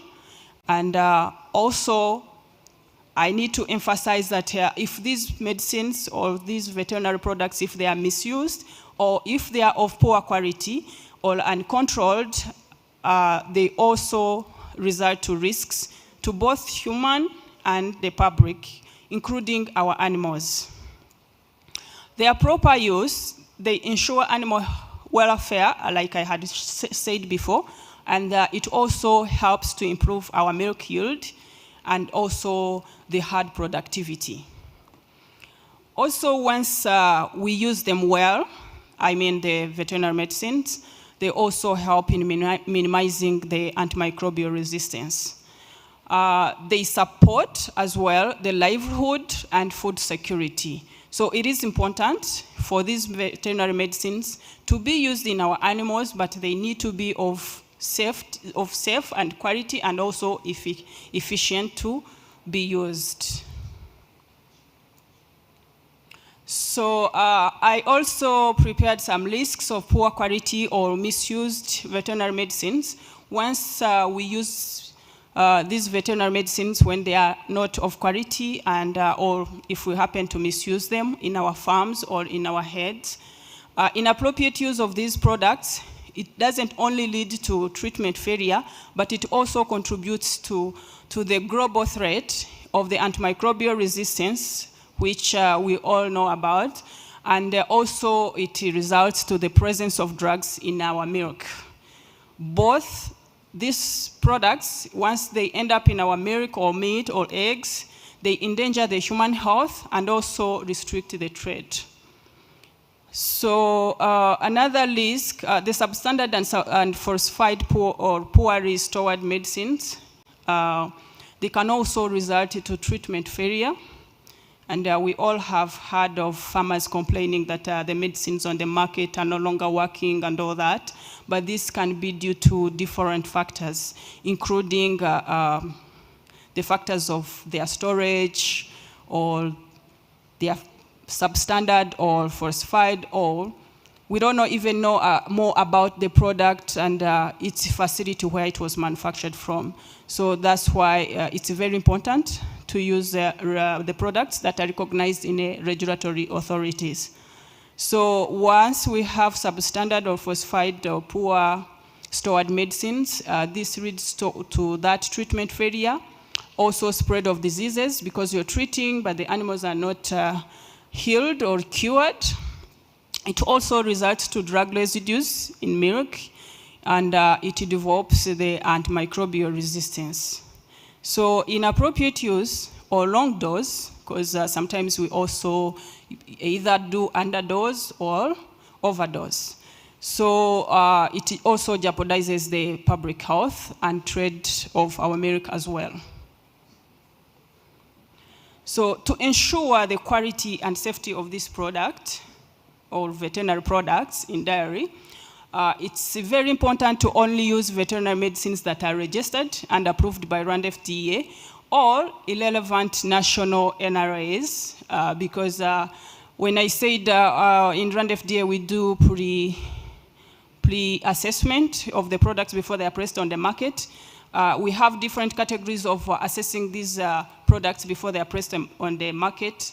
And one of them is benchmarking from other NRAs where those products were registered before. And then we do recognition to make sure that we have enough of registered products on our market in Rwanda. So we look for also proper package labeling and expiry dates of these products before use. That's something we advise the farmers because most of the farmers, they might go in the farmers and buy the products. Then they use them to treat their animals for some time, and then they take longer to use that product. They don't consider its the storage, they don't consider the expiry date. So it's also important to look into that. You look at the package, you look at the labels, you also have to look at the expiry date to make sure you think you're treating, but in actual sense, you're not treating. Instead, you're causing other problems to the animal. And if it's a dire animal, then the milk you're looking for, you might not get it because the cow will be sick already. So we also ensure that the medicines are stored according to the manufacturer's instructions. That's why we have to look at the packaging and the labels, because they contain the information from the manufacturer. If the manufacturer says the product has to be stored below 25, then you have to make sure that product is stored on that storage condition. If they say 30 degrees Celsius, then you have to make sure it is stored on that. So there is a role for the dairy farmers and veterinarians. Personally, I'm a veterinary by profession. So all dairy farmers, they should consult qualified veterinarians before using any medication, and they should use veterinary drugs only on recommendation of a qualified veterinarian or a certified animal health professional. We have in our region, that is in Rwanda, most of the farmers, they tend to treat the animals or their cows by themselves, and sometimes they don't know if they are targeting the exact disease. They just assume. So it's better to first consult a qualified veterinarian so that they can be so sure of the medication to use on your dairy cows. Also, there should be a strict observation on withdrawal period on these dairy cows. If your cow is milking, you have to make sure you read the labels and on the packaging to see how long you have to take before you continue your milking, so that the cow can recover and the milk residues, rather the drug residues cannot be in your milk, because once they are in your milk and you take them on the market, then it will affect the quality of your milk that you're trying to put on the market. So we would also avoid to use unregistered products, because we don't know anything about these products we use to treat our animals. So it's better to use the registered products, and also to avoid using counterfeit veterinary drugs, which are illegal and dangerous to our dairy cows. We would also, as Rwanda FDA, would like to advise the farmers to always report the adverse effect or advanced drug reaction in their cows to Rwanda FDA, so that we can know which type of drug is causing some effects to the animals or to the dairy cows. So we do, in Rwanda FDA, we do regional and international standards and collaboration, where we are doing pre-market approval. We do the registration through assessment using different guidelines. There is Rwanda FDA guidelines, and we also use ESC, Medicine Harmonized Regulatory Framework guidelines. These guidelines are also published on ESC website, because in our registration of veterinary medicinal products, we also tend to receive products that have applied through mutual recognition, ESC mutual recognition procedure. So by that time, we use the ESC guidelines to register those products. And we also benchmark the VICH guidelines, because Rwanda FDA is also a member of VICH, that is International Cooperation on Harmonization of Technical Requirements of Registration of Veterinary Medicinal Products. And we also benchmark other regulatory platforms such as OI or WHO now guidelines to register veterinary products. Also, Rwanda FDA conducts inspections, I had mentioned it before, of veterinary premises where veterinary products are on the market. And this is done in collaboration with other institutions, including Ministry of Agriculture and local government, also to strengthen the control of these veterinary medicines at all levels. So Rwanda FDA also is part of regional harmonization effort under ESC, like I had said. That we work with ESC in streamlining regulatory processes and promoting access to safe and efficacy veterinary products across the region. For example, if we are doing the assessment of the products for registration, we have to first check where the product is registered in East African region so that we can do recognition. If the product is registered, for example, in TMDA, that product is easy to do recognition of what TMDA did during the assessment before the product was pressed on the market, and then we do the same as Rwanda FDA. So we also engage stakeholders in our activities or in our processes of registering veterinary medicines, because if we don't engage them, they will not know what they should be doing with the products they use or they put on the public for the public use. So we do some trainings and awareness for the wholesalers, importers, and distributors, and also the retailers of the veterinary products. And there is also promotion of national use of veterinary drugs, and this is done in a post-marketing and pharmacovigilance program. And we also have collaboration with relevant government institutions, Ministry of Agriculture, and Rwanda Council of Veterinary Doctors, and other development partners. We work with them as well. So as Rwanda FDA is committed to strengthen veterinary product registration so that all the veterinary products that are on Rwandan market are safe for our dairy cows and other animals that we have. It also strengthens collaboration between other regulators and veterinaries, farmers, and suppliers.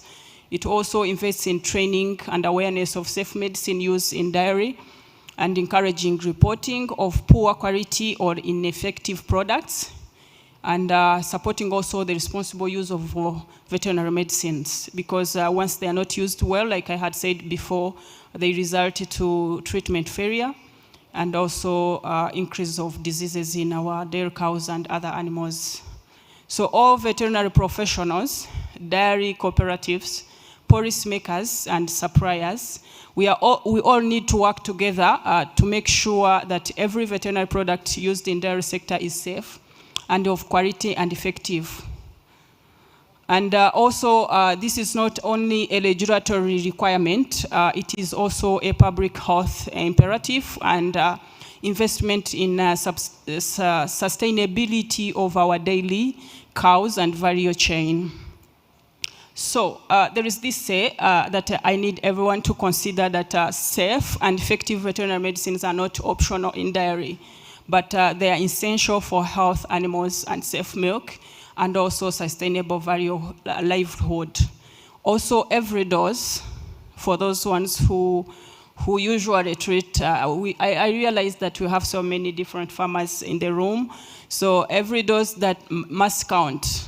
Every dose of medicine that you use on your animal, especially the milking cows or their cows, it counts. And every veterinary medicine product must meet standards, and every actor must play their role. Although we say that farmers, they should include veterinarians to treat their animals, also those veterinarians, they should also act on their role to make sure that they are doing the right thing for our animals. Thank you so much, and murakoze.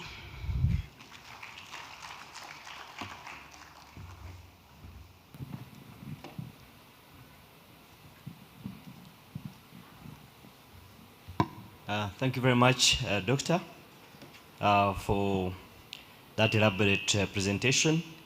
I think now everyone knows what RFDA does, but importantly, the antimicrobial resistance. Farmers in the room, please consult the vets to be able to have very informed and very good treatment. The next is a short video from the Tetra Pak.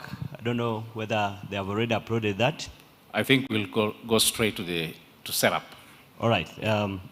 Let me invite the setup representative to take us through the next presentation.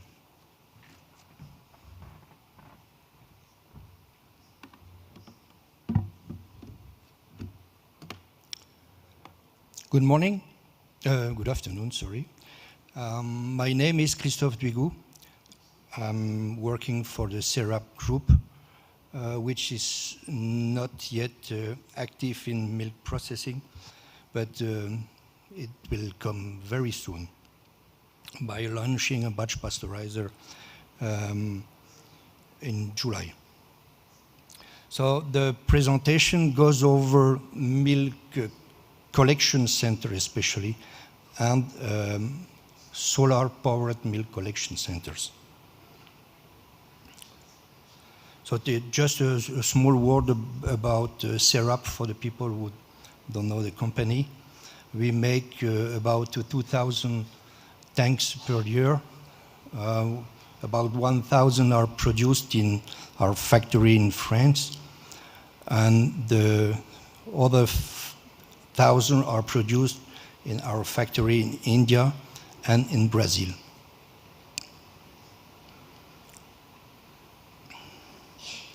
So we deliver already a long time milk collection center from different size of everywhere in the world, and from 300 liter to 15, 20, 30,000 liter a day.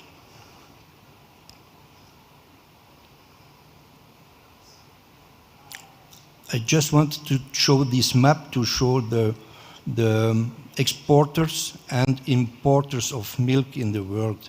And we see in Africa there is, oh, you are still on the first slide. It's to me to change it. Sorry.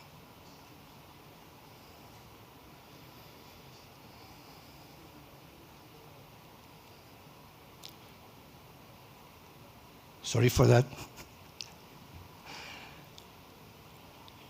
And we can see that Africa imports a lot of milk.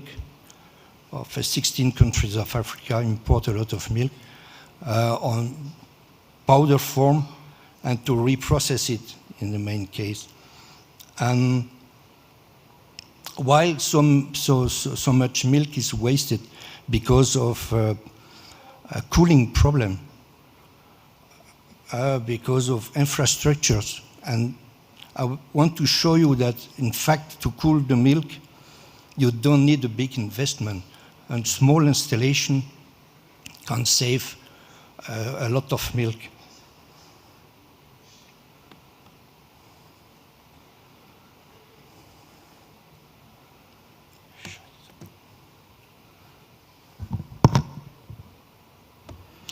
So when we started the factory in India, we found that we didn't have the right equipment to propose to the Indian market in the beginning. The equipment adapted for Europe are not always adapted for the rest of the world. So we came a step back, and we thought, what can we do to simplify the equipment? So we developed what we call MCC. You hear Milk Collection Center under MCC. MCC for us, it's a milk can cooler, but it can also be installed in the Milk Collection Center. So here on the slide, you see that all the different equipment can be powered by solar installation, on-grid or off-grid. Off-grid, you need, we can only off-grid when you have a limited amount, just to 2,000 liters. I will explain you why. Because the three-phase inverter don't have the possibility to work off-grid, not yet. The development goes on, and we will have soon a solution also to be able to have off-grid installation for larger storage and cooling.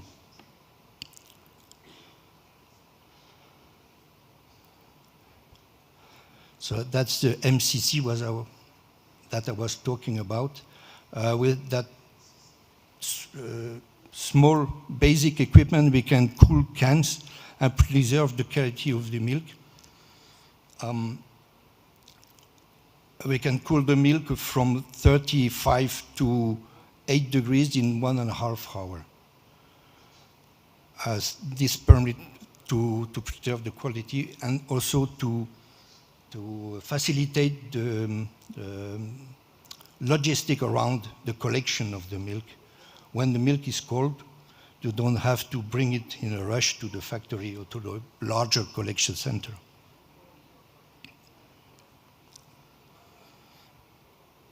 And the solar cooling can also be adapted to bulk milk cooling. While we cool, we can also save more energy. So the hot gas from the compressor is pumped in the heat recovery unit to take the heat from the gas first before sending it in the condenser and becoming liquid again. So on that way, we can heat water for free to 60 degrees. Just a few examples of installation of MCC, a small collection center we done starting by Senegal. I will go rapidly because I don't have so much time. And some example of installation here, 300 liter, 500 liter, 1,000 and 2,000 liters for Nestlé, especially in Nigeria. So here some example again for Senegal in buildings, but we can also adapt the collection center in the 20-feet container. So when the dairy want to move or the cooperative want to move the container, it can do it in an easy way. So more project in container. The solar panel are installed on the roof, on the top, and the material, in fact, the container inside is adapted to receive the wash straw and the bulk milk cooler, the battery pack, etc.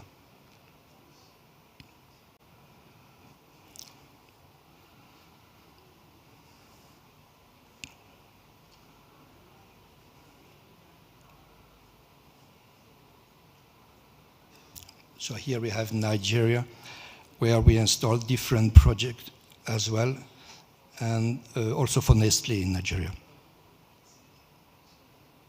And recently, four collection center in Kano.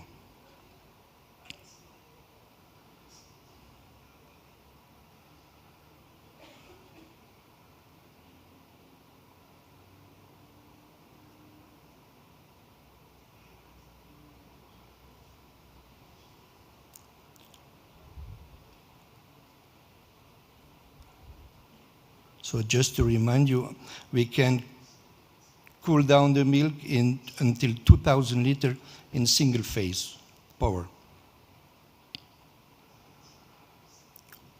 Thank you very much. If you need more information I'm on the exhibition hall, so don't hesitate to visit and have eventually more explanation about how the installation works. Thank you very much. Thank you very much. I would just want to interrupt, I'm sorry, Chair of the session. The person who will present infrastructure in the dairy industry in Rwanda is here now. The coordinator, SPIU. Sir, you are most welcome to come on stage. And Chair, please feel free to call him for his presentation. Thank you very much. Yeah, thank you. Coordinator, please take the floor to present. You introduce yourself and then the topic. Yeah, ladies and gentlemen, all protocols observed. My name is Wamrangwa Stephen. I'm the coordinator, as they said, of the single project implementation unit that is under Rwanda Agriculture and Animal Resources Development Board, which is an arm, one of the two strong arms of the Ministry of Agriculture and Animal Resources. The SPIU that is under RAP has the duty to implement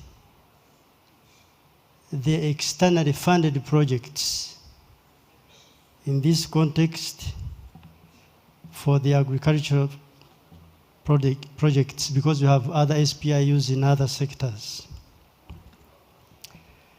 Yeah, I was asked to give a talk on the topic, what is the impact of the milk dairy products, milk and dairy products marketing infrastructure development in Africa geared towards the dairy production systems. As you are aware, the dairy subsector is still developing in most African countries. And therefore, to reach where we need it to be, we need such huge investments that are jointly contributed to the farming communities by the government, development partners, and of course the private sector. So we do understand that to transform the dairy subsector, we need to consider this kind of partnership.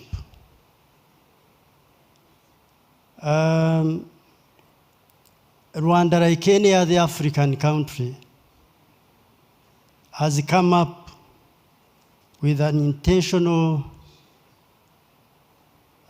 intervention in this subsector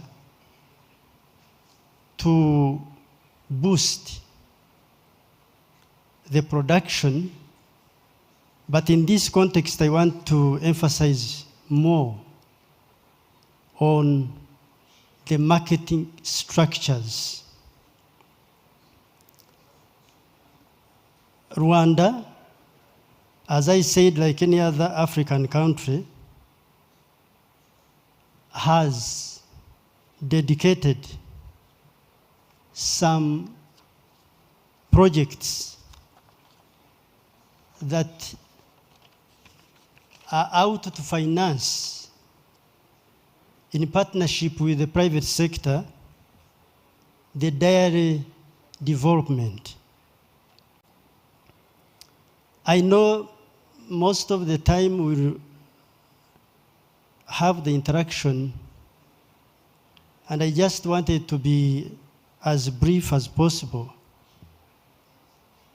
You know, you cannot access the market if you have some problems of poor road networks, especially the feeder roads in the farming communities. And this is one of the challenges that most African dairy farming communities are facing. Maybe we'll have some time to ask questions and see how we can, as African dairy farmers and partners, come to an understanding on how to induce the government, the development partners in arresting such a situation. 2, we need to have in place such infrastructures like the milk collection centers or milk collection points to ensure that the dairy subsector is formal and offers quality milk and dairy products. In this regard, the government of Rwanda, through various projects in partnership with the development partners and the private sector, has established so far around 284 milk collection centers and milk collection points, and has the plan to establish new other ones in addition to the existing ones, around 102 in the nearest future. Of course, when you talk about marketing of milk and milk products or dairy products, we need to consider the milk consumption campaigns for boosting, marketing of milk and milk products.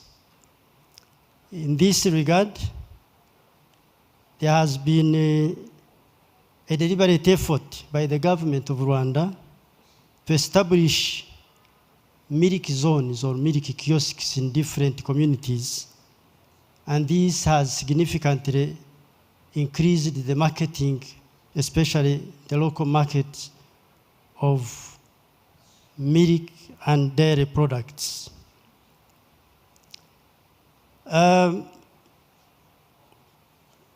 There are also other interventions.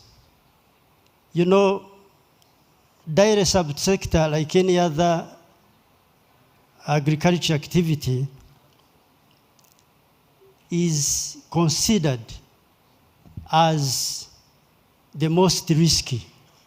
And therefore, most financial institutions, if not all, have always been hesitant to provide loans. And therefore, in an effort to de-risk this subsector within the entire sector, the government has introduced some low-cost loans or subsidized loans to the farmers to be able to co-create the marketing infrastructures in addition to what the government has put in place, especially the milk processing facilities.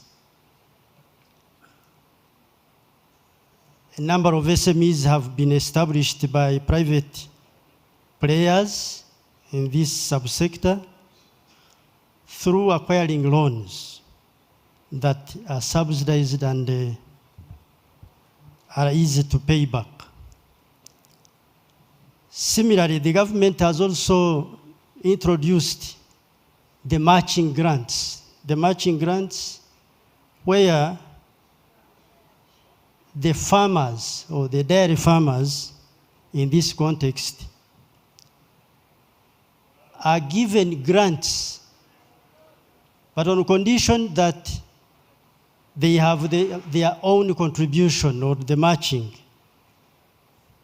This has facilitated in the increment of dairy marketing infrastructures.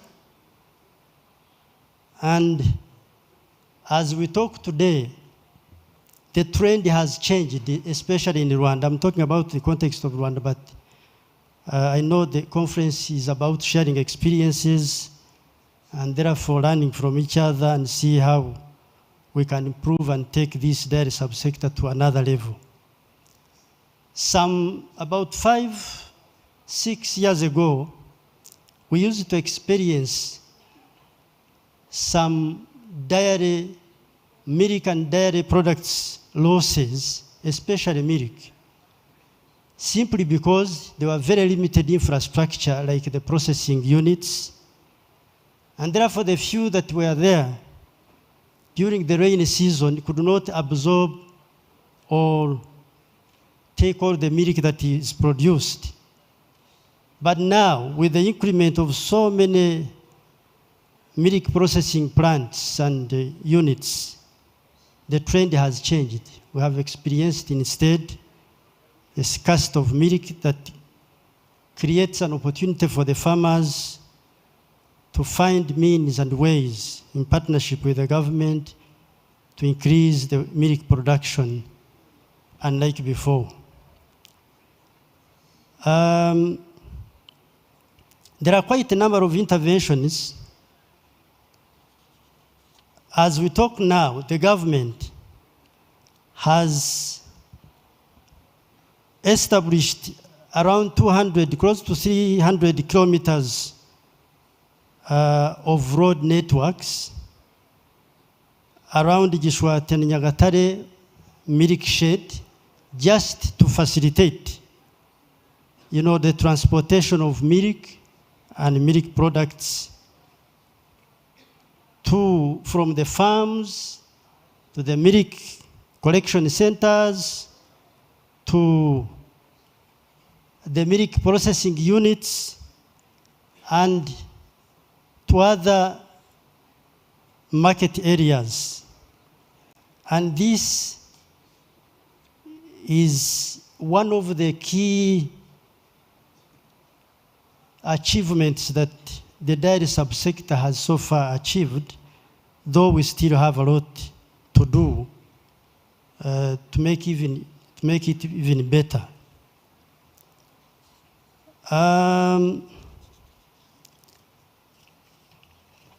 The government has also initiated a national insurance scheme which is out to de-risk the agricultural sector, in particular the dairy subsector,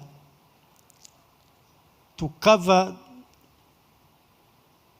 the losses caused by a number of eventualities that before were threatening this sector to grow. And this has enabled the farmers to be more secure.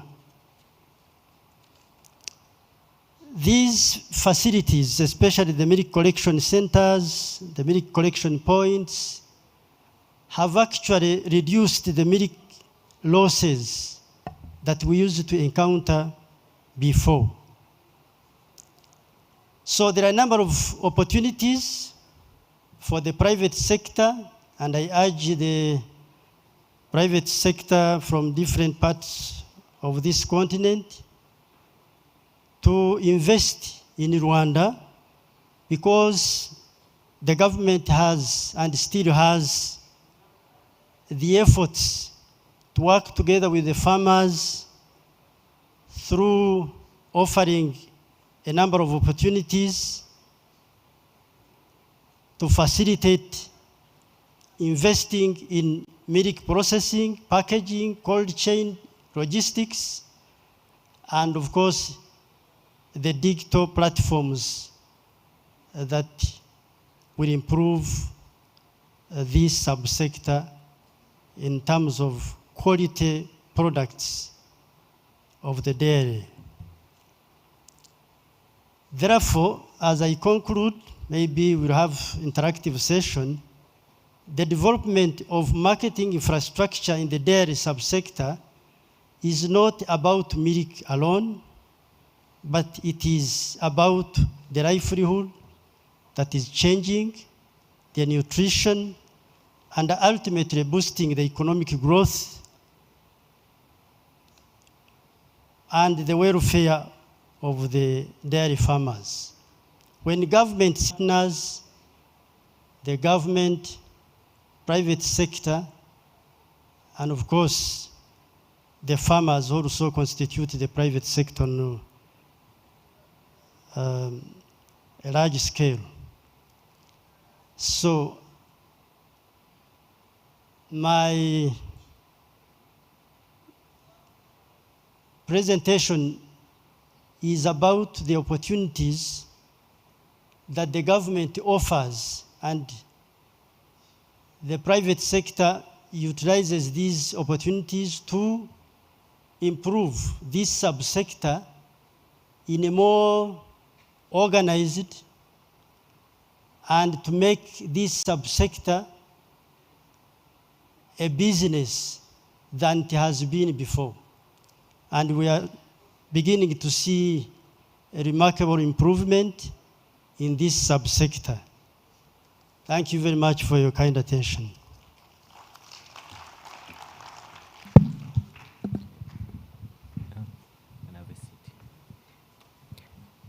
Thank you very much, coordinator of SPIU.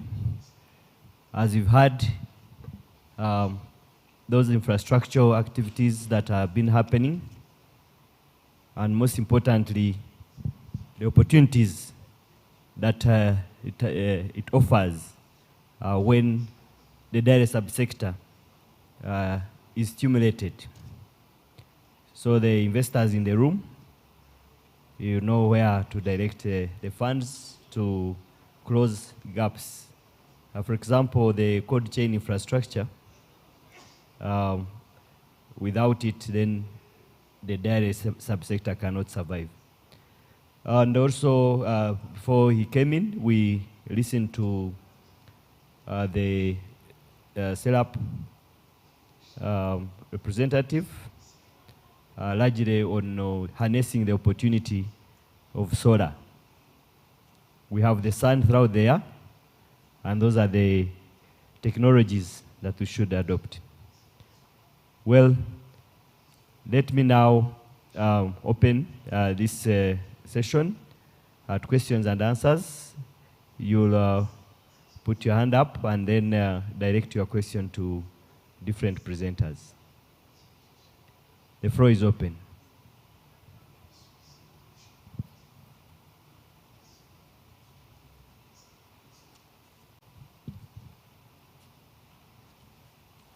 Yeah, I'll have from that table.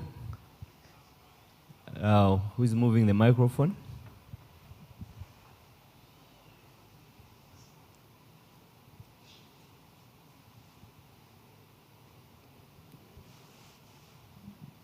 Thank you very much. And as usual, a very interesting panel. I have just some input maybe to make around infrastructure. So I'll go to the infrastructure person. I believe your name is Stephen. Thank you, sir. Okay, so I think somebody said this is a perishable good, but it's also a transformable good. For dairy, it's a transformable good. And I think traditionally, we have transformed dairy products. This is why you have the guads here, and sort of thing. This is a product which, from our tradition, we have always transformed it to many different things. I think we need to stand with that African tradition. The capacity to say it's both a perishable good, but it's also a transformable good. I would like to see a lot of things around that infrastructure to support African tradition of transforming this good. Secondly, we have bulk goods.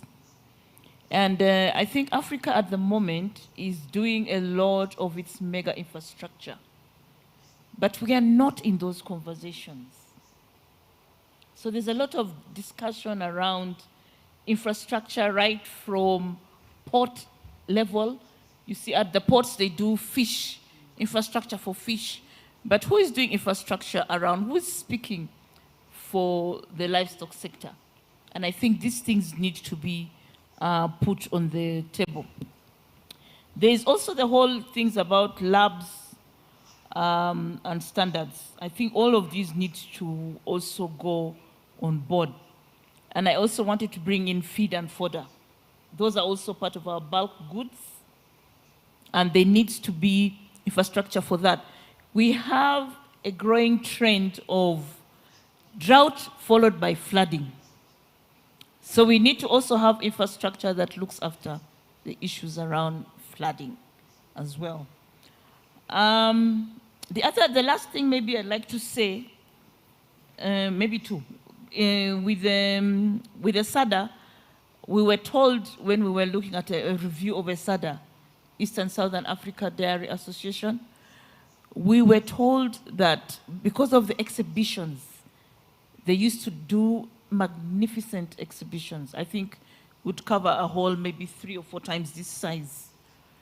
And we would have people coming from all over the world. That changed. When they did the exhibition in Uganda, it changed Uganda's direction to open up and say we can do milk collection, but also high input, high output dairy farming. I think Madagascar also told us that they completely changed because they had that exhibition, because you saw equipment and innovation. And lastly, it's good for us to think about mainstreaming this sector to be facilitated for infrastructure. For example, infrastructure bonds. We have a lot of infrastructure bonds, but when are we getting that for the dairy sector? We should be able to get our countries to do infrastructure bonds that are around that. Also to do commodities exchange. And I think in Nigeria, they even talked about a livestock bank. I think it's good for us to think of that support really that can give priority to this sector. Thank you. Yeah, there's a hand on the next table. I'll just say one more thing, because here, Kenya discovered that its feed and fodder sector is $4.5 billion, but not a single actor has 1% of that market. And that market, $4.5 billion, is equivalent to Kenya's petroleum product distribution sector. And there we know Total, Rubis, all these, we know them. But we don't know who are our big actors in our sector. So we need to have people who can brand themselves as feed and fodder Rwanda, branding, and they have 1% and more of that market.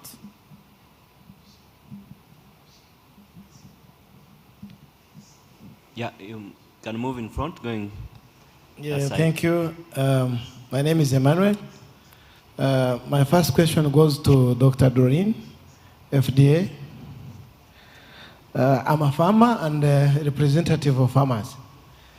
Farmers have a perception that the most effective drug to kill ticks are not allowed to be imported in the country, for the fear that they also affect bees. And Rwanda being one of the countries that promote bee farming and dairy farming at the same time. So we wonder whether there is any conflicting interest in the two sectors. It is just a perception. We want to hear from you as a representative of FDA. My other question goes to Coordinator SPIU.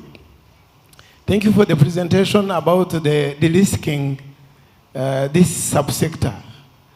I had an opportunity to be in Namibia sometime, and in the course of our discussion, they told us that cows or cattle can be taken as collateral in financial institutions. What efforts can be done in Rwanda to have cows as collaterals other than going to seek a loan? They tell you to bring your house or your land title, other issues that may sometimes be engaged elsewhere. Thank you so much. Okay, next, the next table.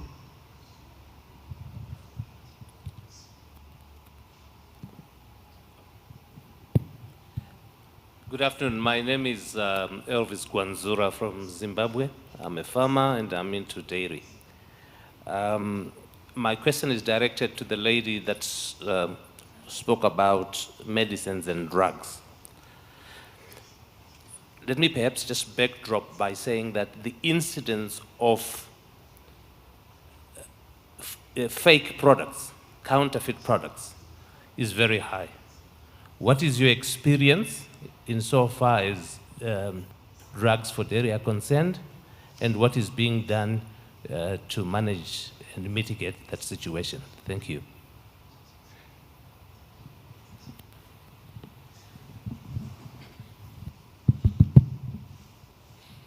Thank you very much. I'm Gatsinzi Justin, a farmer from Nyagatare, and a member of Rwanda Jasekat of Farmers and Breeders Association. This conference, there is no doubt that he has strongly emphasized it. The dairy sector as a business case in poverty reduction, economic growth, including nutrition and food security. And my question goes to SPIU coordinator. There is evidence that this sector, as far as the road networks are concerned, we are seeing the sector influencing localization of some infrastructures like roads. But in this delicate sector, primary production, transformation, and marketing all require strong infrastructures beyond the road networks like energy, electricity, and water. Do we see the sector influencing localization of energy infrastructure and water infrastructure? Thank you very much. Okay.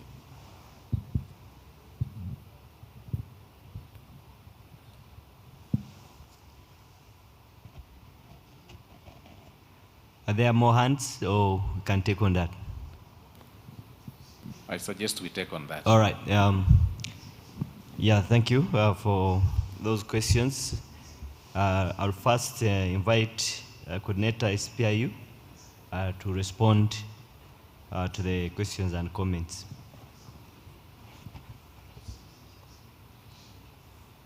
Yeah, I don't know. Yes. Okay. Can you hear me? Yeah. Okay. Let me begin with the last questions. In ascending order.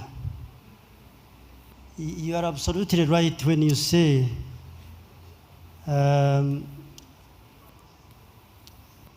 dairy subsector cannot perform without such infrastructures like water and energy.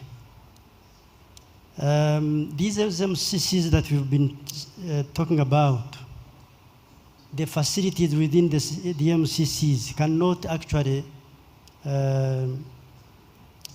play their role without electricity. So the government has a plan that for the existing MCCs, even the new MCCs that are going to be established,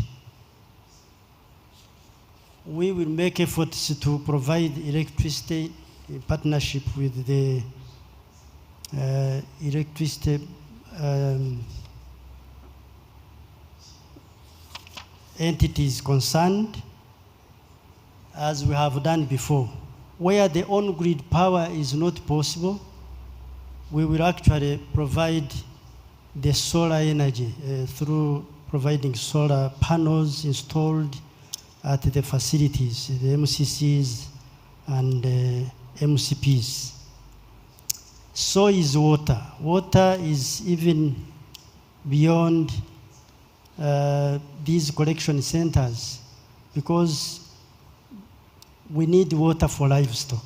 We need water for the dairy cows. And therefore, the government has in its plan, the Ministry of Agriculture in particular, to do a mapping of the possible sources of water, whether underground, whether tapping from the water bodies, whether creating dams that can collect or harvest rainwater, and of course on a very smaller scale for supporting the 1 cow per family program, providing rainwater harvesting plastic tanks or dam sheets to make sure that we harvest enough water that will be used in the production of milk, but also to be supportive in the post-harvest activities or post-production. For cows, when I come back to Emmanuel's question, to be considered as collateral in the financial institutions to acquire loans. This is a very good idea, but you know, banks have also their own guidelines and principles, but we can collectively, you know, make kind of advocacy and see whether this may be feasible. But as we talk now, you know, it is not considered, and it is the other risk kind of aspect that I was talking about. Maybe in the de-risking, we will also have to have some packages that may, you know, give assurance to the banks or the financial institutions that cows or cattle in general may be considered as collateral. But this is something that may be feasible, but we need to discuss it or need to do advocacy collectively.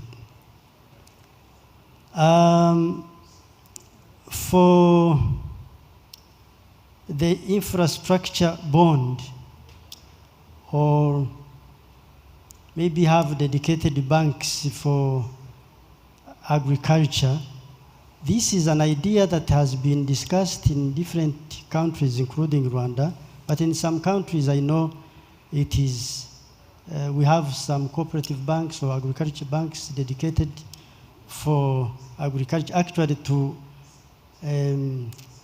kind of de-risk or, you know, eliminate this tendency of these commercial banks or financial institutions in fearing to give loans or any assistance financial to the farmers.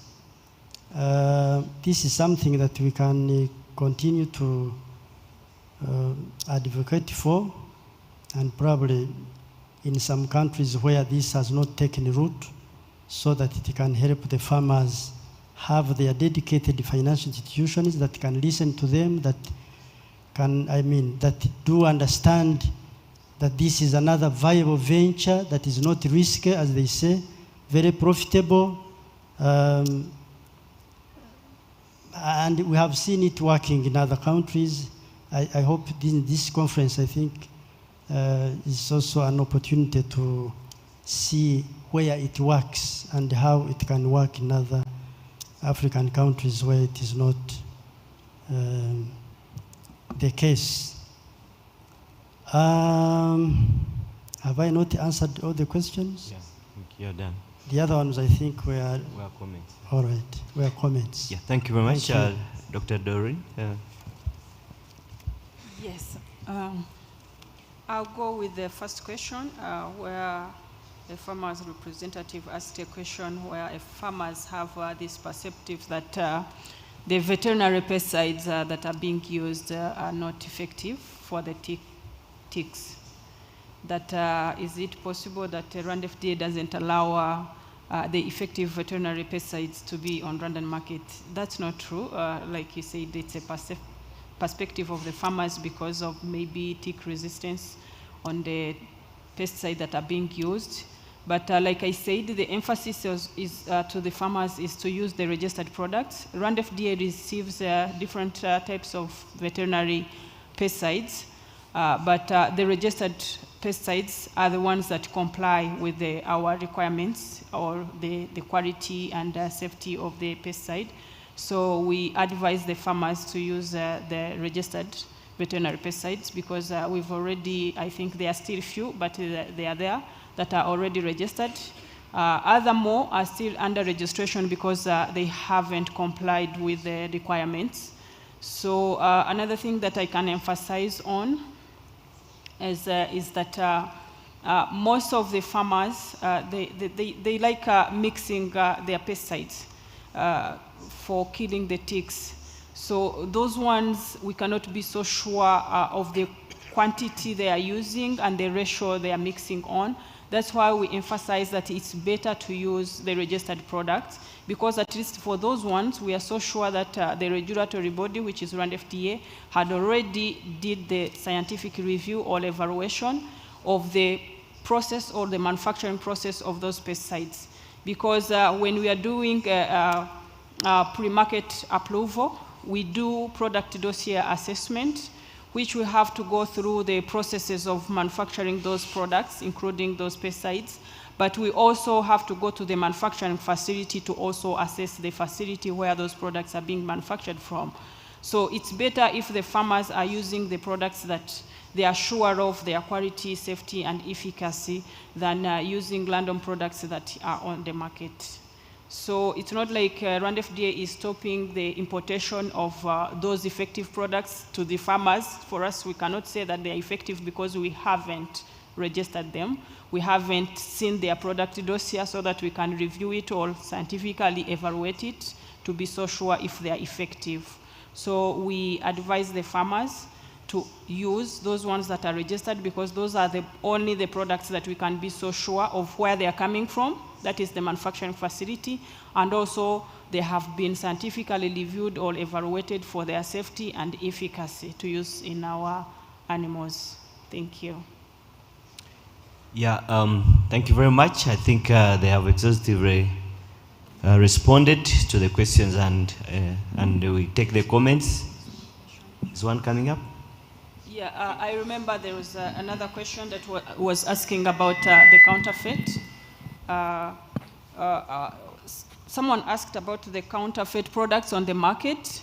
So like I said before, these products that we have on the market, currently in Rwanda, we have products that are also not registered, and we're trying to make sure that they are all registered, because when we register a product, it's when we are so sure of its safety and quality and efficacy. So before Rwanda FDA was established, there are some products that were still on the market, and by that time, those products were not registered. But when Rwanda FDA was established, they tried to put those products on authorized list or on a registered list of the products so that they don't shut up the market of the product, of veterinary products. So those products, we cannot be so sure of their safety and the quality, but as per our pharmacovigilance team, we haven't got any report on that. But to make sure we minimize the counterfeit or eliminate the counterfeit products on Rwandan market, that's why before registering a product or putting a veterinary product or any other product on the market, there has to be a good manufacturing practice inspection where they have to go to the manufacturing facility to inspect where those products are being manufactured. And then we also advise the farmers and the veterinarians who are using those products to make sure that before they use them, I had mentioned it before in my presentation, they have to keep a keen eye on the packaging and the labels and also the expiration dates so that they don't mimic the manufacturing facility of this product to the other, because sometimes they just change the brand name, but when the active ingredient is the same, but also when the product is not registered, you cannot tell where that product came from.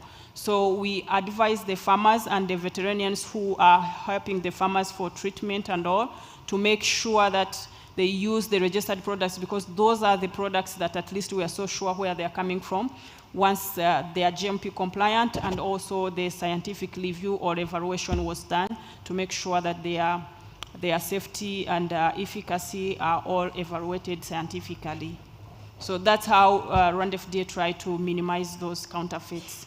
Because we cannot put a product when we don't know where it's coming from, but when also the products are already on the market, there is a post-marketing surveillance team that keeps doing the monitoring and the enforcement to make sure that the products that were placed on the market are still the same products and in the same condition that the manufacturer instructed them to be in. Thank you. Yeah, thank you, Doctor, for extensively putting that across. And I think this is the end of our session. We'll continue to interact with the presenters for the next days that we are around. So if there is something that you have not got properly, then we can talk to the presenters. Thank you very much. Please join me to appreciate them again, and we hand over to the program manager. Thank you. Let's appreciate them a little bit more than that. Please stay within. We have a small valedictory function to give you awards. So to thank the presenters and of course the chairperson of the session, like we have done the previous sessions, we appreciate all the insights, all the information, all the knowledge, and I think also there is a business case, especially from Serap Industries. And I want to encourage you to take time and network with Serap Industries. I've had the opportunity of visiting some of your wonderful work in France, specifically in Brittany province in Reims. So there's great work done by Serap Industries and a very strong business case for dairy equipment. Thank you very much, FDA, for clarifying a lot of issues. I liked the issue that was brought about. There's sort of what happens then. We are promoting both dairy cattle and beekeeping. And I think you have answered that very effectively. And then, of course, from SPIU, the inroads into infrastructure. Infrastructure is more than just roads. That's what I've learned.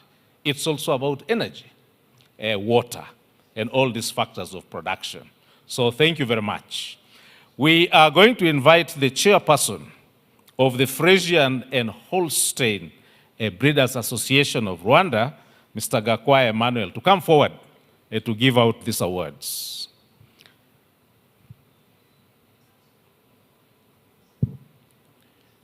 We will give the first award to the chairperson of the session, Dr. Samson Akankiza. You'll just go right there. Yeah, just right there so that the cameras can. You can bring the cameras forward for a photo opportunity for that. Oh, a heart, beautiful. Let's give him a clap for that. I think that's the most appropriate award. So you can pose for a photo, the two of you.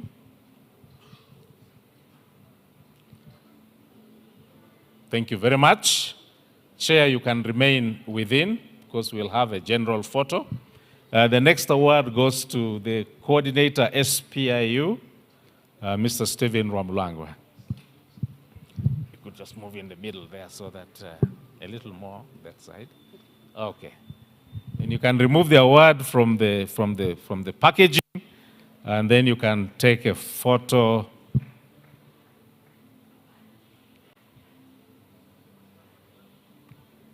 Okay, thank you very much. The next award will go to Dr. Doreen from FDA. You could just stand in the center right there.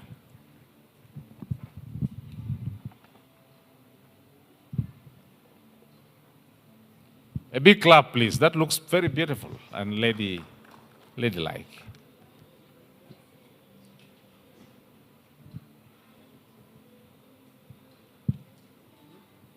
Thank you very much.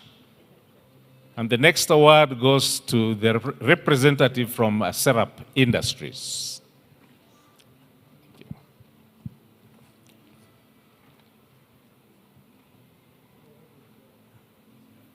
Ah, wonderful photo. Look at that photo of cattle in Rwanda.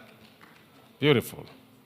Thank you very much. Then we can all get together for a group photo together with your awards. You can remove the award from the packaging, and then we get together for a group photo. The awardee can stand in the middle. Mr. Manuel, you can stand in the middle. Okay. Okay. Right.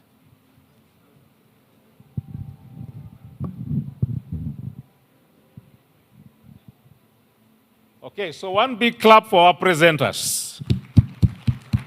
Thank you. Thank you very much. Thank you. Thank you, sir. So we come to the end of the first session of this afternoon. Time check quickly is 5 p.m. We have a cup of tea or a cup of coffee, whichever your preference will be. Make sure that there is at least a drop. I don't want to call it milk this time. They told us that it's a super food and it's a brain food. The cup of tea or cup of coffee will be served just behind the curtain, like we did yesterday. And we will not give a break due to time constraints. So when you feel you can walk behind there slowly, pick your cup of tea or coffee, plus milk, the superfood, and then you can come with it to your table and continue to take it. We will do that in a quiet and very orderly manner as we have the last session. Yesterday, we sort of ended a bit late, quite late. We want to try to make sure that we don't end as late as yesterday. So again, let's follow the example of the last session where the speakers really kept time. So our next session, as you go slowly, pick your tea and come back in an orderly manner, our last session for today will be on socio-economic and financing issues around the dairy sector. And we are happy to invite our chairperson. A few changes in the program. We will have Dr. Juliana Kantengwa. Dr. Juliana Kantengwa will chair that session. Please kindly come forward. Dr. Juliana.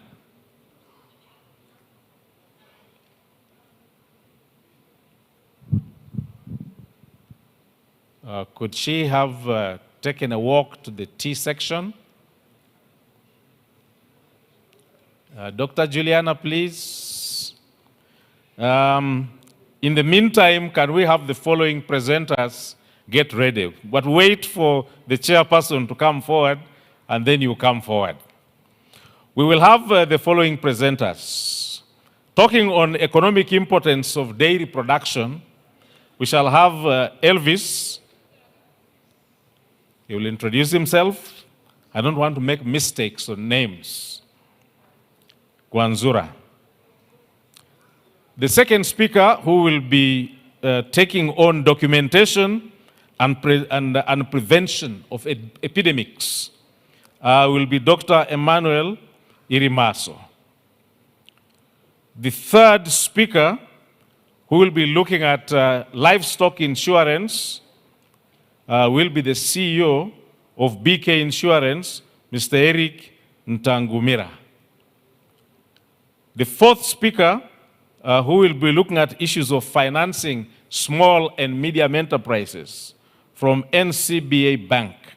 We will have a representative come forward. And lastly, but not least, Dr. Joshua from Zambia will be talking about the ethnomedical drugs for mastitis. Again, we have a case of mastitis. I think this will be deepening our understanding about how we can prevent or we can treat mastitis. So can we have Dr. Juliana please come forward? We are waiting for you so that the presenters can then come forward. Again, just a quick reminder, you can just go behind the curtain, take your cup of tea. Yep, welcome. Again, just a quick reminder, you can just go pick your cup of tea or coffee plus milk inside, and then you come back to your seat without having to create any ado. So can we have since we have the chairperson, Dr. Juliana is here, you're most welcome. Can we have Mr. Elvis Gwanzura? Please come forward. May we also invite Dr. Emmanuel Irimaso? Please come forward. Can we have coming forward to the CEO of BK Insurance?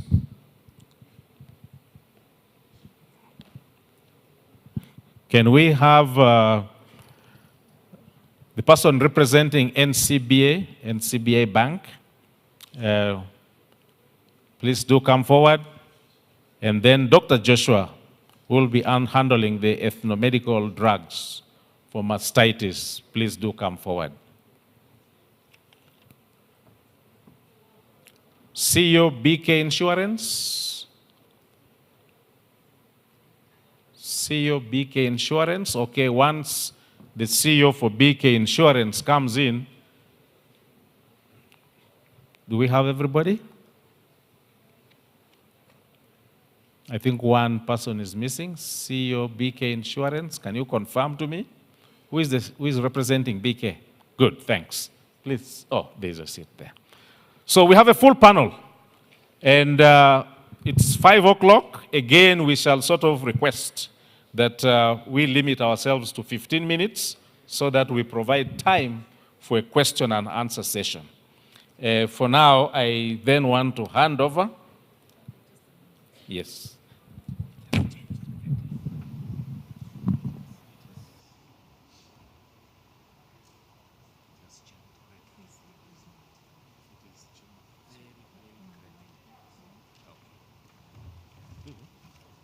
Perhaps what you can do, you start off, call the first speaker.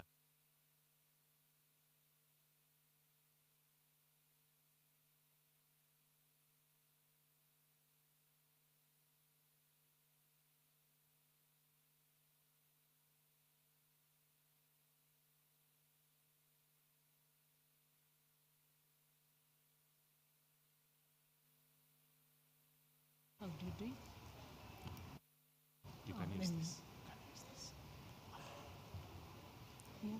You can just use this, just call him. Good afternoon, everyone.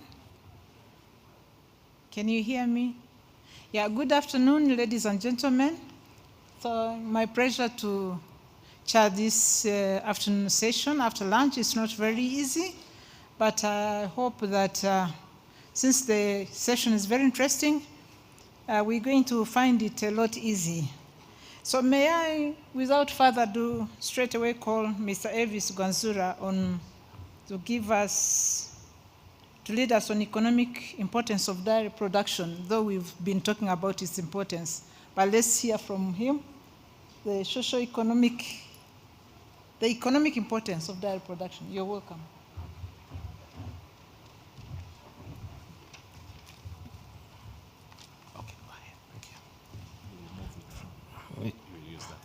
Okay. So good afternoon and welcome. My name is Elvis Gwanzura. I'm Zimbabwean. Presently, I'm National Vice Chairman of the Dairy Association in Zimbabwe. Prior to me rooting back to my roots, I spent over 30-odd years in fast-moving consumer goods, primarily in Southern Africa. Then I did a second stint in telecommunications. I spent 4 years in Nigeria in the early 2000s. And then I went back to South Africa, and I've had the opportunity to work in a number of other African countries. The discussion I'm going to share on is the economic importance of dairy production systems in Africa, the role of livestock cooperatives, and there was a lot of discussion this morning about cooperatives in enhancing improved production and productivity of dairy farming practices through collective mobilization of resources and solving of problems. So just a quick outline there of the presentation, outline summary of dairy production systems in Africa, and I think you can see the rest of it on the screen for yourselves, so I'll not dwell on that too much.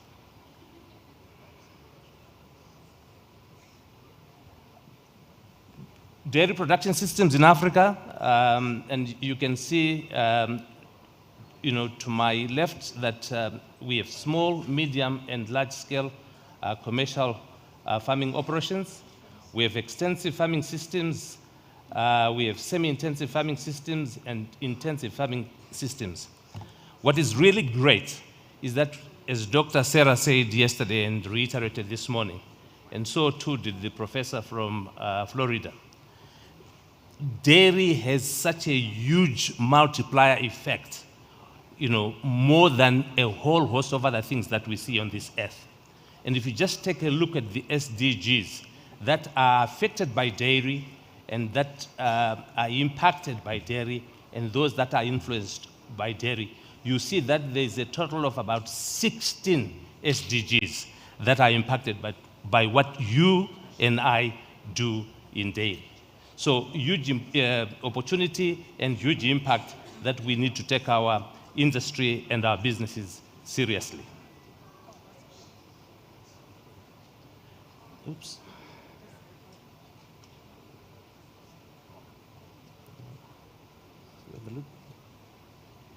So let's go back a bit. There we are. So classification of livestock production systems.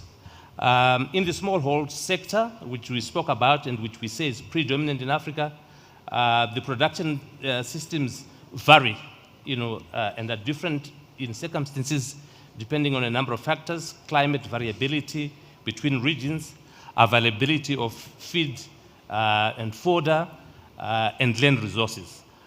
So if you look at some of the countries, an acre or 2 acres or a hectare is enough to do small-scale dairy farming.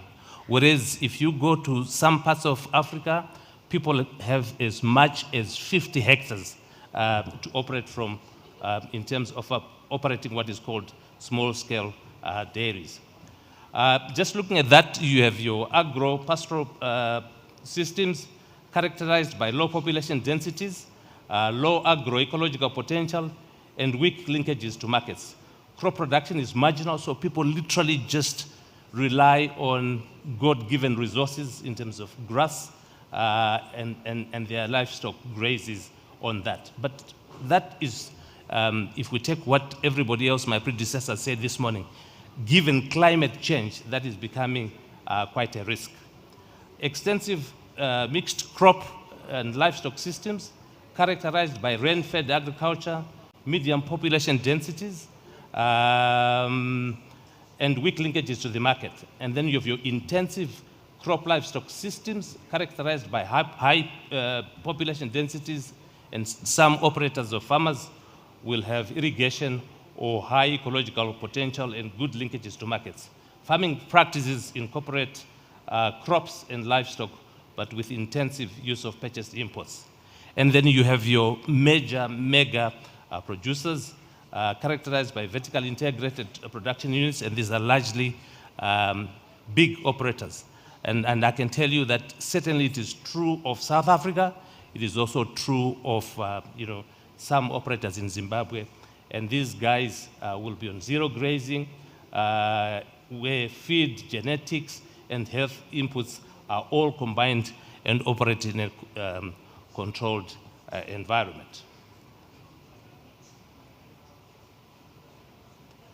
What is the economic impedance of dairy? I think that has been touched upon by a whole host of other presenters before me. Job creation, income generation, multiplier effects on our economy, income diversification and risk, and critically, the development of rural areas. If you look at Africa, the bulk of our populations, at just upwards of 55%, is still very much rural. And those are the ones that are impacted largely by development. Gross production value, you can see in that slide has been presented again earlier this morning and yesterday, I think, when you look at the various regions in Africa, East, South, North, West Africa, and just what the raw milk production has been. So that has been presented before.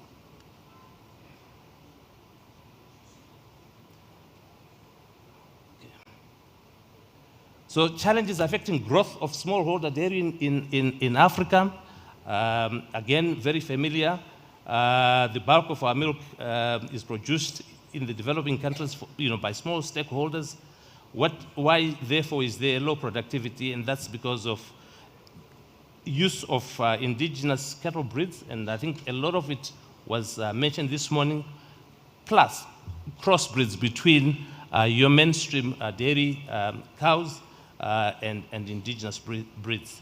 So your production per cow is less than optimal when you benchmark it, but there's other benefits that go with that.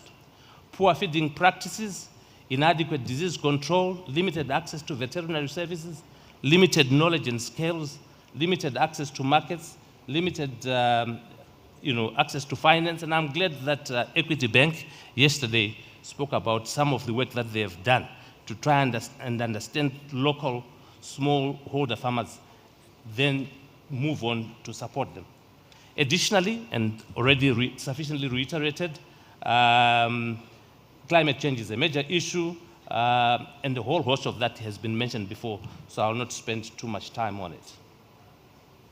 The role of cooperatives in dairy production.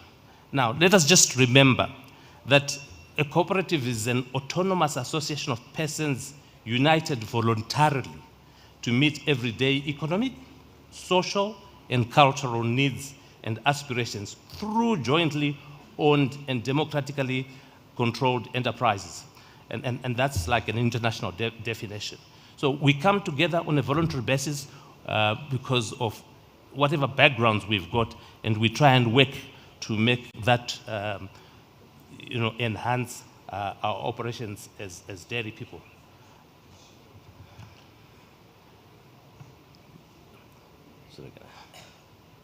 Okay, so we just go a slide back, go back to that slide. To achieve, so we need to, to achieve this by organizing dairy supply chains with better strategic logistics of between production, processing, distribution in emerging markets. It is also achieved by reducing financial and economic uncertainty.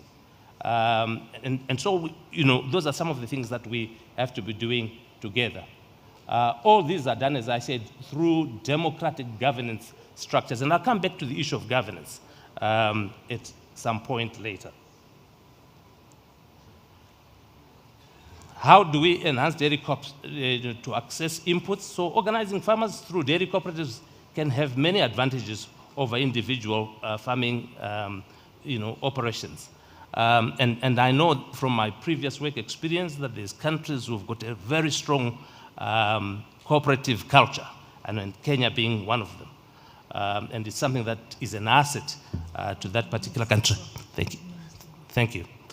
So, it can help us decrease transaction costs, price risks, and enhance our bargaining power as cooperatives. Cold chain and value addition facilities.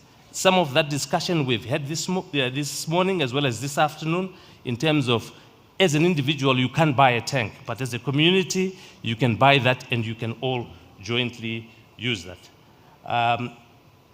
So that's just one of the examples that you can do.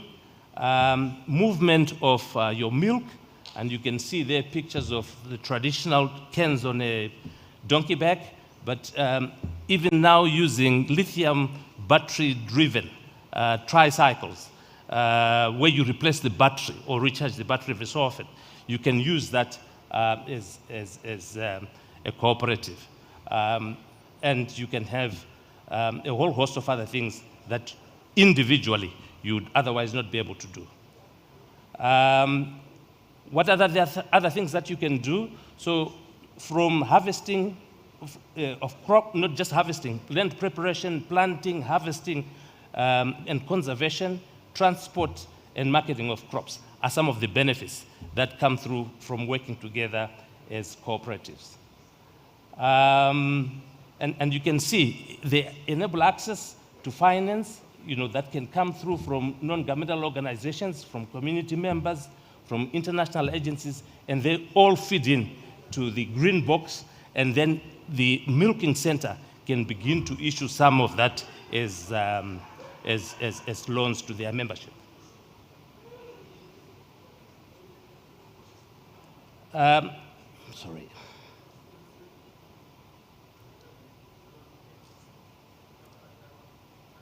COPs as platforms for knowledge and skills development. Imagine if our extension support services from government or from farmer associations had to go to each one of us individually. It becomes a little difficult. But if you are using cooperatives, a day can be organized and you can all get together for technical training, for whatever issues that there is, and make sure that all is going according to plan. And you can see for yourselves what some of the benefits are. So improved feeding, disease control, breeding practices can all be shared. Farmer capacity building, using all other resources from government, from private sector, development partners, in-house cooperatives, and training support in terms of climate smart dairying, clean milk production, fodder planning, again, issues that have been reiterated throughout the morning. Key enablers to upscaling tested models for sustainable dairy cooperatives. So what are the enablers? Conducive policy and regulatory framework, working with governments, access to affordable finance, working with banks, communication and advocacy from our associations, and even here, just getting together like we're doing under IDF becomes an enabler in terms of how we go forward. Promoting increased promotion of youth and women. When we touch this issue, and my founding president used to say, we must all remember that we were born of a woman. She kept us 9 months in her belly, she breastfed us, she held our hands, taught us to walk, taught us to speak. So for that reason, we must bring on board women to participate in dairy. Youths are 60% of our population in Africa is under the age of 25. And if we are going to have continuity going forward, we need to bring them on board. Dairy Hub vision, and that's, I think, my last slide. All the things that you can do in terms of artificial insemination, village bank, feed growing, on-farm production, biogas operations in the home, all those add up in terms of bringing value and social transformation for our farmers. Yeah, so there we are. Thank you. And I notice I managed to save 32 seconds. Thank you very much.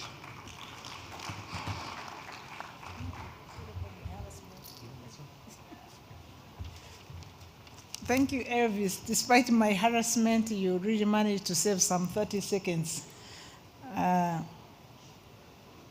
For the incoming speakers, please, there's a technology here that was teasing me. It indicates that you have 15 minutes. So without going further ado and to save you from my harassment, I will invite Dr. Amy Idimaso to give us a documentation on prevention of epidemics. Thank you.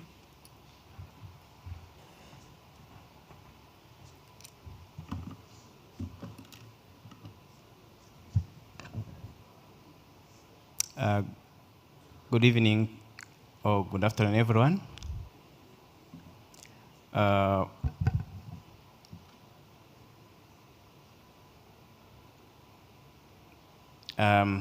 For the interest of time, I could proceed as the IT team are working on the slides. I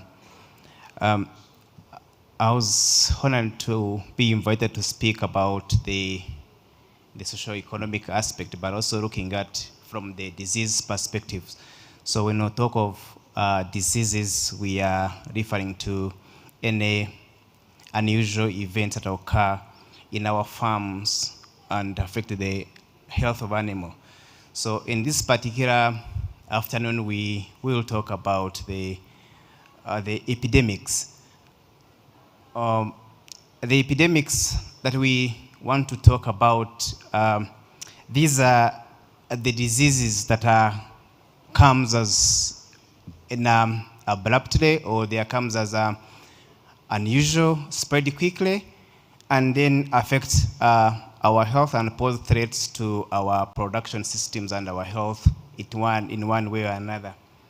So in this slide, so this presentation, I will take some few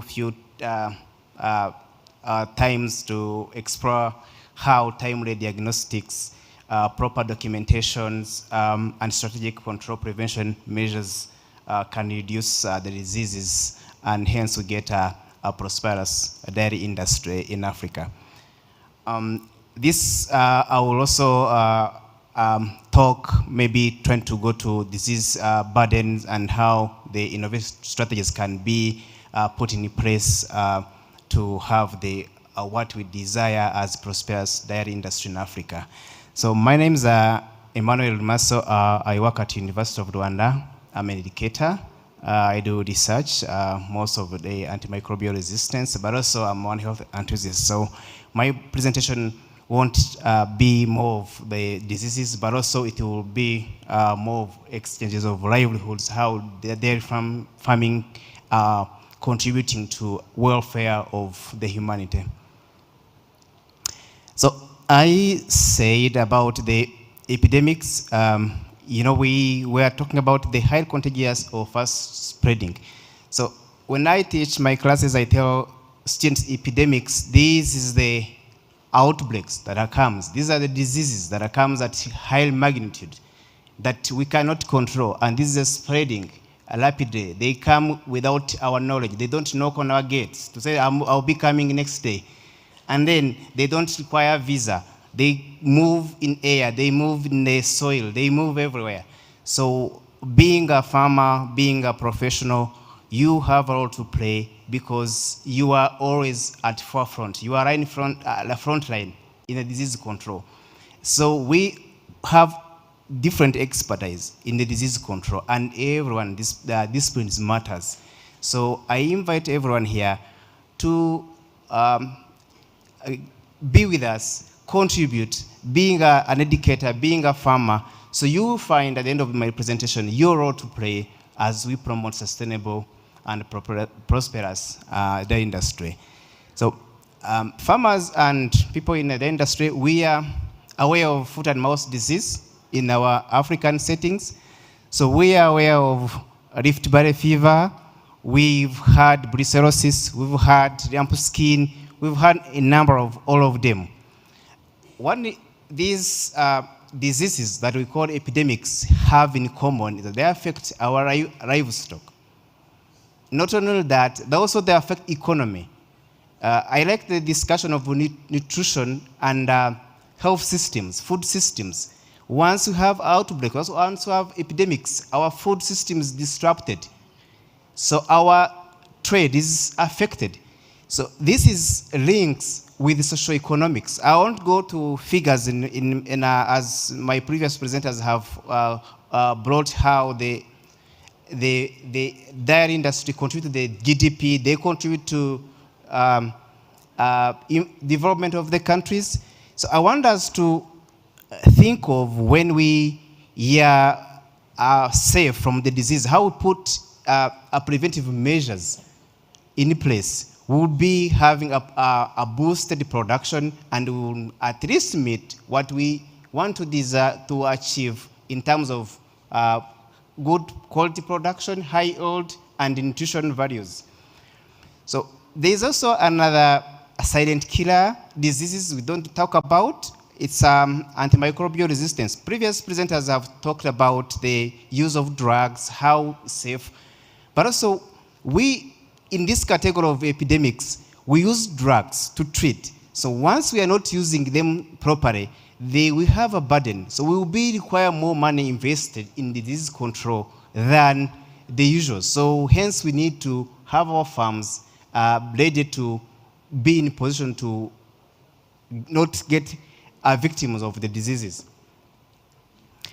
So why this topic matters, I like what Elvis said, this goes to GDP. So when talk of GDP, when talk of SDGs, you find their industries contributing, I use the East African cases of 30 to 40 of GDP, but also they hope our country and the continent to achieve the SDG number 1, no poverty. If you have the prosperous dairy farming, you are contributing the SDG number 1.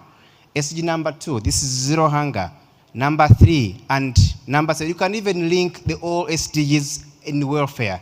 So this epidemics matters, and proper diagnostics and documentation will be a good tool to have this achieved. So I talked about the burdens of the diseases, ranging from the milk production losses, but also mortality, also culling, also the cost associated with the preventive measures. When there's a quarantine, we impose quarantine. The government invests money in imposing quarantine. Not only for that, but also this affects the trade. So there's compensations in one way or another when some government maybe would compensate. This happens in Europe. We are yet to achieve this in Africa. This is something that we really have to look at. When you have epidemics, we also have to think of the burden will bring to the country, not only the farms, but also the country and the owners and the children and women. Everyone will be affected. So we will not achieve that without addressing the challenges that are linked to weak disease surveillances and reporting. So if you look at when I was preparing this slide, I went to screen on WHO's reporting diseases. If you could go to your country and put the name, and you tell me when you last report for these epidemics. And each country has a mandate to report. So without data, we cannot have the strategies that are working. If I'm doing best in my country as Rwanda or as Burundi or Kenya or Namibia, if my neighbor is not doing the same, the disease will cross the border and the challenge will be shared. So however I put my effort, this does not mean that everyone is safe.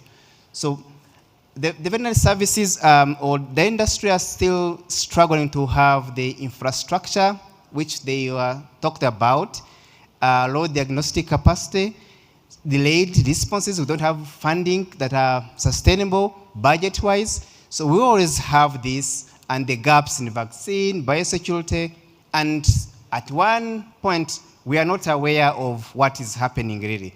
So there is a need to have this diagnostic well worked on. So when I say diagnostics, this is like investigations. Like we investigate, if you are a criminal, some policemen will come and investigate, put evidence to put you in the court of law. So for the disease investigation, it is the same. We want to understand the root cause, and we share with the effect for a proper prevention. So we are talking about the method we use, being clinical, being at farm level, being laboratory investment. So we are called to use the standard treatment approaches. This is including what the OHA have approved. This ERISA, this is more of the laboratory based. You have to use the molecular in the developing world. You cannot treat for complex diseases if there's a resistance. You want to look at the genes that are resisting. So you have to match the drug with the pathogen that is causing that.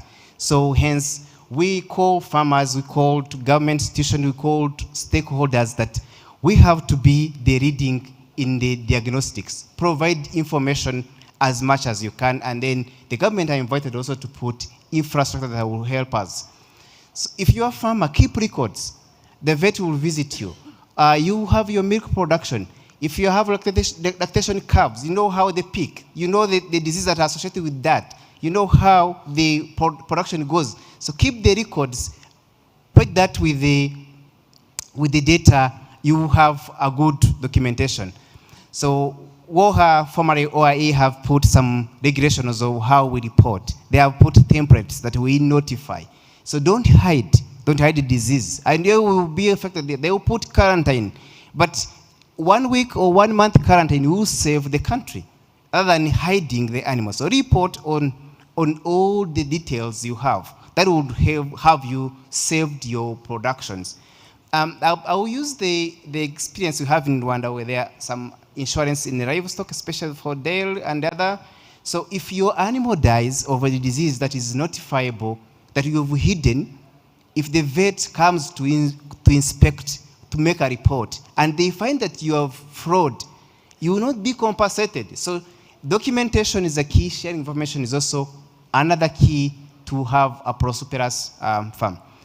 So there's some framework that they are put in place to us from the PCP, FMD, the terrestrial manuals, the ESC veterinary guidelines, and PVS pathways. These all contribute to our documentation and guidelines to.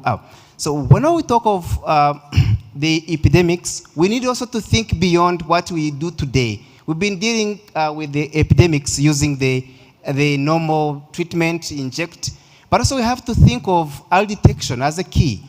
We now living in the era of artificial intelligence. We have to think of remote sensing, the mobile app that we have been told.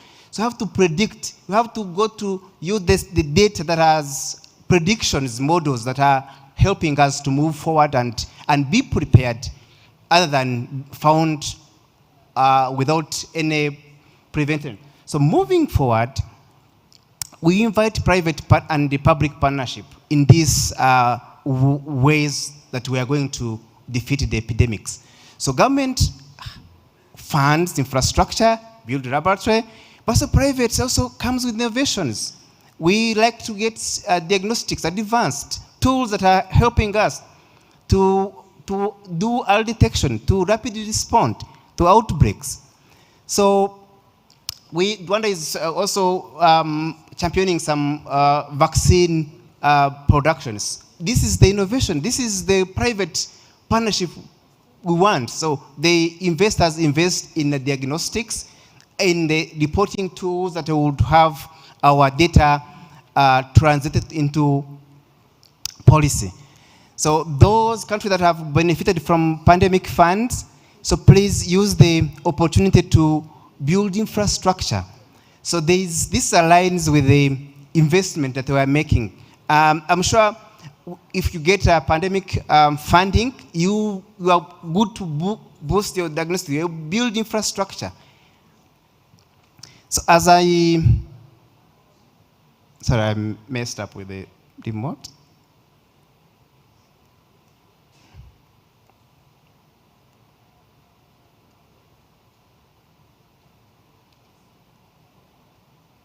So apologies for this. All right. So I was going to say, as we conclude towards building resilience in their systems, the epidemic threatens us, either in food or income. And then this requires thinking as one. So we have to have a critical thinking, systems thinking. A system means everyone plays his role. So we have to link animal, human, and their involvement for effective solutions. So we have to shift from the responses and prevention to early detections. We don't have to go to treatment. We have to do early detection all the times. We have to put up parameters that we monitor all the time. So we have to support rural livelihoods at national, and farmers have to be supported. So I want to end my presentation by inviting everyone here that if you are to have the sustainable dairy industry, you have to strengthen your surveillance system, you have to boost veterinary services and infrastructure, you have to enhance farm farmers' engagements. So work with the farmers. Learn how they want their things to be done. Learn their models. You cannot scale innovation without hearing the farmers' voices.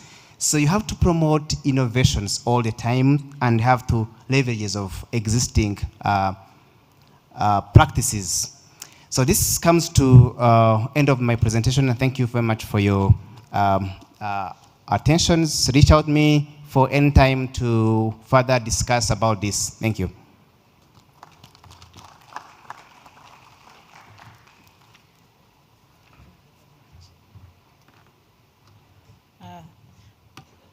Thank you, Emmanuel. This was very brilliant. He also saved minutes. All the presenters here are saving minutes. So please give them a round of applause for being time sensitive. They're making it easier for me. And they're all Elvis, Amy, Eric, you know, that's why they're making it that way. So we heard first from Elvis about the economic importance of dairy. We've just heard about how epidemics can spoil the economic achievements. And now let's hear from mitigation by hearing from insurance from BK, represented by Eric Naganira. You're most welcome.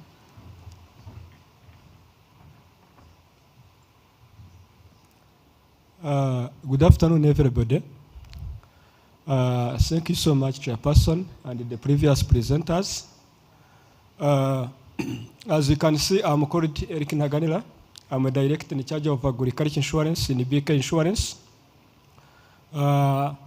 We want to explain to all farmers here, could it be in Rwanda or Africa on the global perspective, that despite all the entire management practices you can apply, despite the breeds, good quality breeds, despite everything that you can do, all your investments in your capabilities, but there is one thing that we cannot control. We cannot control epidemics. We cannot control accidents. We cannot control, and we have no control on issues related to climate change. So the only solution is to venture into livestock insurance. BK Insurance is a subsidiary of BK Group. We have like 5 companies, an ecosystem of financial services. Bank of Kigali, the leading commercial bank here in Rwanda. We have a BK Insurance. We have a BK Capital. We have a BK Tech House and the BK Foundation. All the entire ecosystem of financial services found in the BK Group, and the BK Insurance is a subsidiary among others. We joined or launched agriculture insurance since July 2021. Since we joined this agriculture insurance, in the period of only like 3 years, BK Insurance is now the leading insurance company here in Rwanda that offers livestock and crop insurance here in Rwanda. For the period 2021 up to 2024, we have looked at our numbers. We have managed to compensate farmers equivalent to 2.5 billion plus of the claims. Think if these farmers were not insured, the all 2.5 billion could have collapsed within and trickling overnight.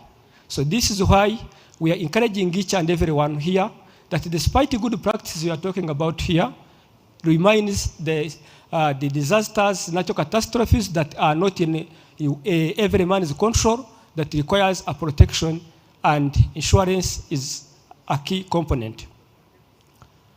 If we can split, in crop insurance we paid close to 1.4 billion, and in livestock insurance we paid close to 1 billion plus. Of the total claims we paid, only in 2024, dairy cows we paid 988 million Rwandan francs. This is an indication that there is a lot of risk in dairy farming, and farmers have to resort to and adventure into livestock insurance. In 2024, we paid in dairy cows 443 million. we are also requested to talk about the benefits of livestock insurance.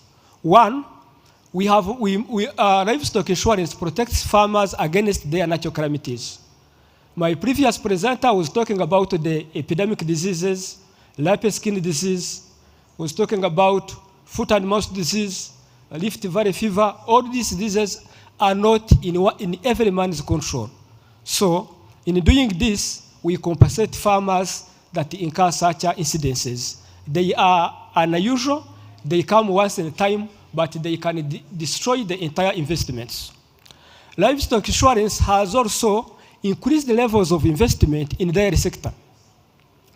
We are talking from Rwandan experience. We have been seeing a lot of dairy farmers investing in dairy farming. Why? Now the risks can be transferred to insurance companies. Again,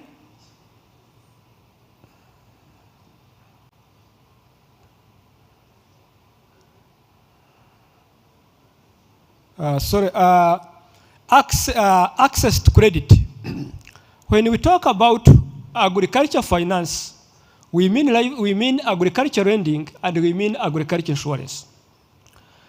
Some people were asking the coordinator SPIU if we can have a collateral and insurance becomes a collateral.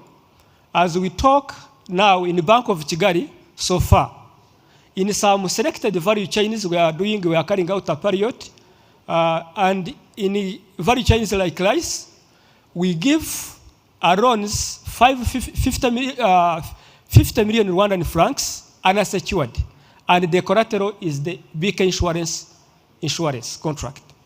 So this is the beginning, and also in livestock, we can give a farmer 5 million basing on their milk production and the insurance contract as well. So this is the journey we are starting, and we hope we will scale up. Again, livestock insurance has also improved the levels of professionalism. Not everyone can be insured. Before you get insurance, there are some requirements. You have to be a professional farmer in order to be eligible to be insured. You have to have sound management practices in your farms. So in doing this, we have been seeing levels of professionalization in dairy farming being improved as a result of livestock insurance. Again, livestock insurance has also attracted the attention of insurance companies. Before venturing into livestock insurance, we are not knowing that in the livestock insurance we can make a business. But as of we talk, we have seen the business portfolio growing now and then, and it has called up insurance companies to invest. Like for example, BK Insurance, we participate and we sponsor research and development related to development of quality breeds, research, seed production, and etc. So this is also livestock insurance made us to also invest in livestock insurance. Despite all this, we are facing some challenges, and this is the role of each and every partner here, the role of development partners. We have low levels of product awareness. We still lack expertise in product pricing and designing.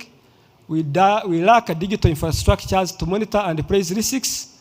The issues of changing climate change and higher operational costs. So we are calling development partners, if we are to unlock financial illiteracy in agriculture finance, banks can enter into agriculture lending, but with the backup of insurance. Without insurance, banks have been reluctant to invest in agriculture sector. So we are calling up different development partners to invest in agriculture insurance. It will be a driving factor in promoting agriculture finance. So thank you.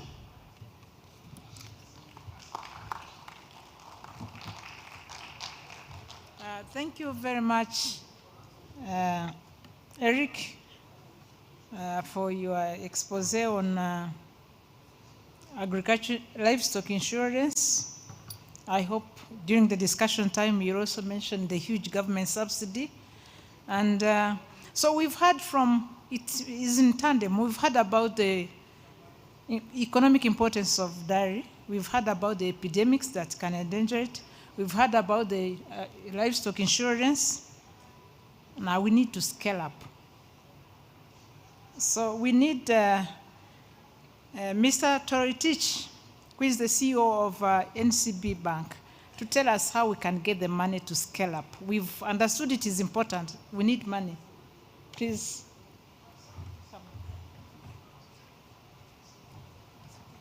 Thank you. Thank you. Yes, and money is available.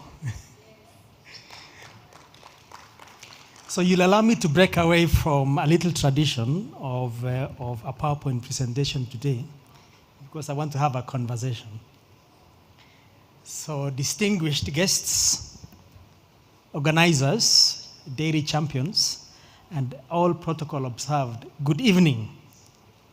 So my name, as you have been told, is Maurice Toroitich. I am the Managing Director of NCBA Bank in Rwanda. NCBA is a subsidiary of NCBA Group PLC, which is a company that is listed on the Nairobi Stock Exchange. We operate in Kenya, Uganda, Tanzania, here in Rwanda, Ivory Coast.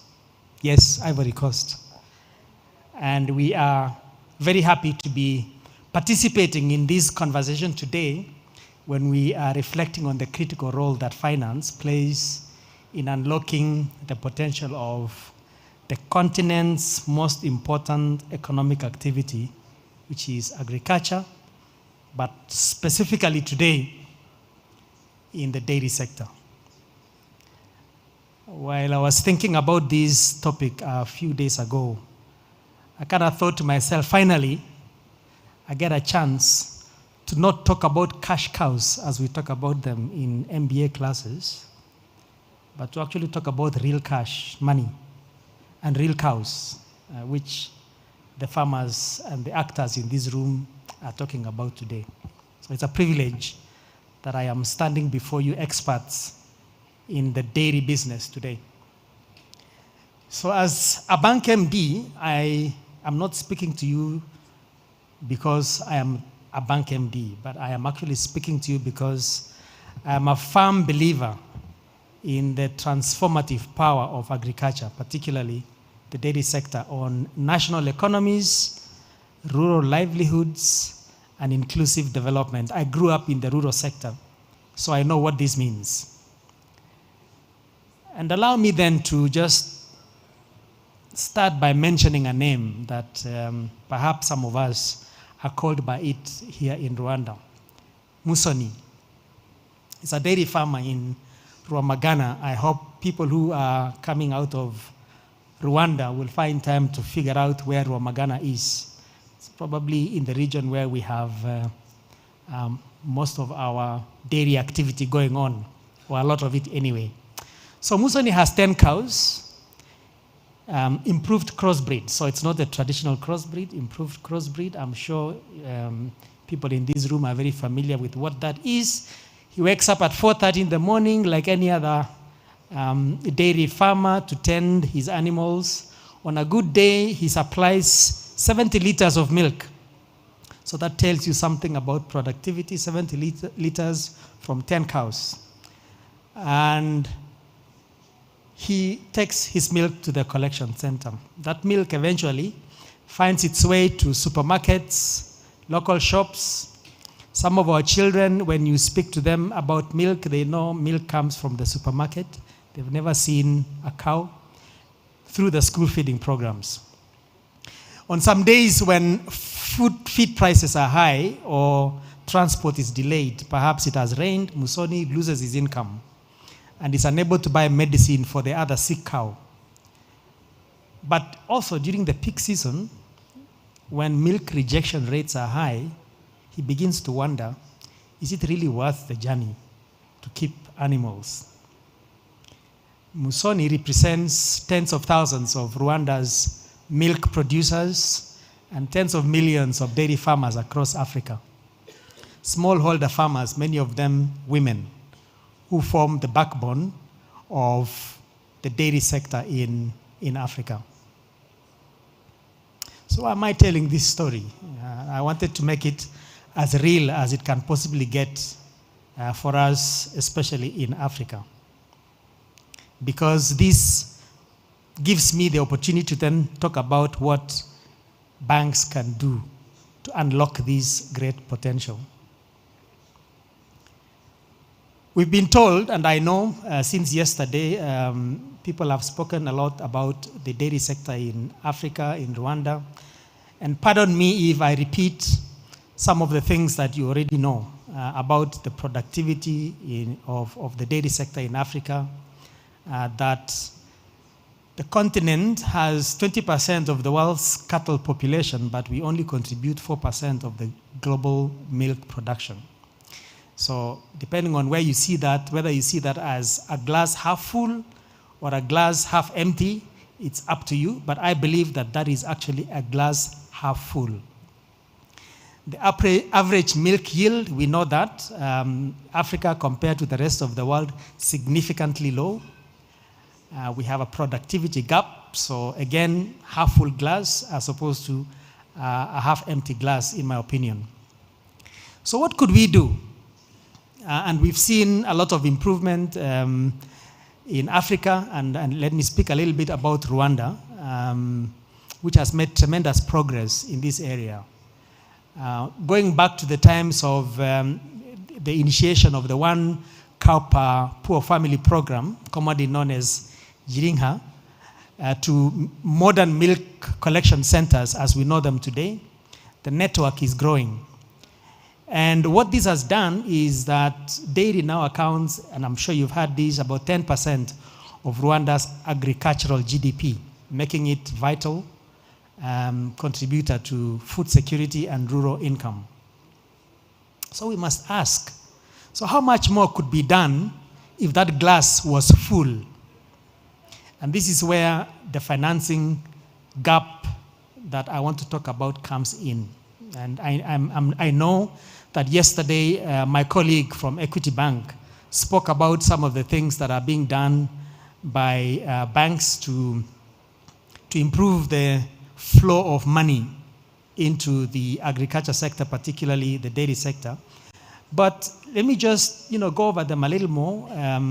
Of course, mentioning the fact that there is credit is available, but the question is whether it is affordable. So I think one of the biggest problems is affordability of credit farmer.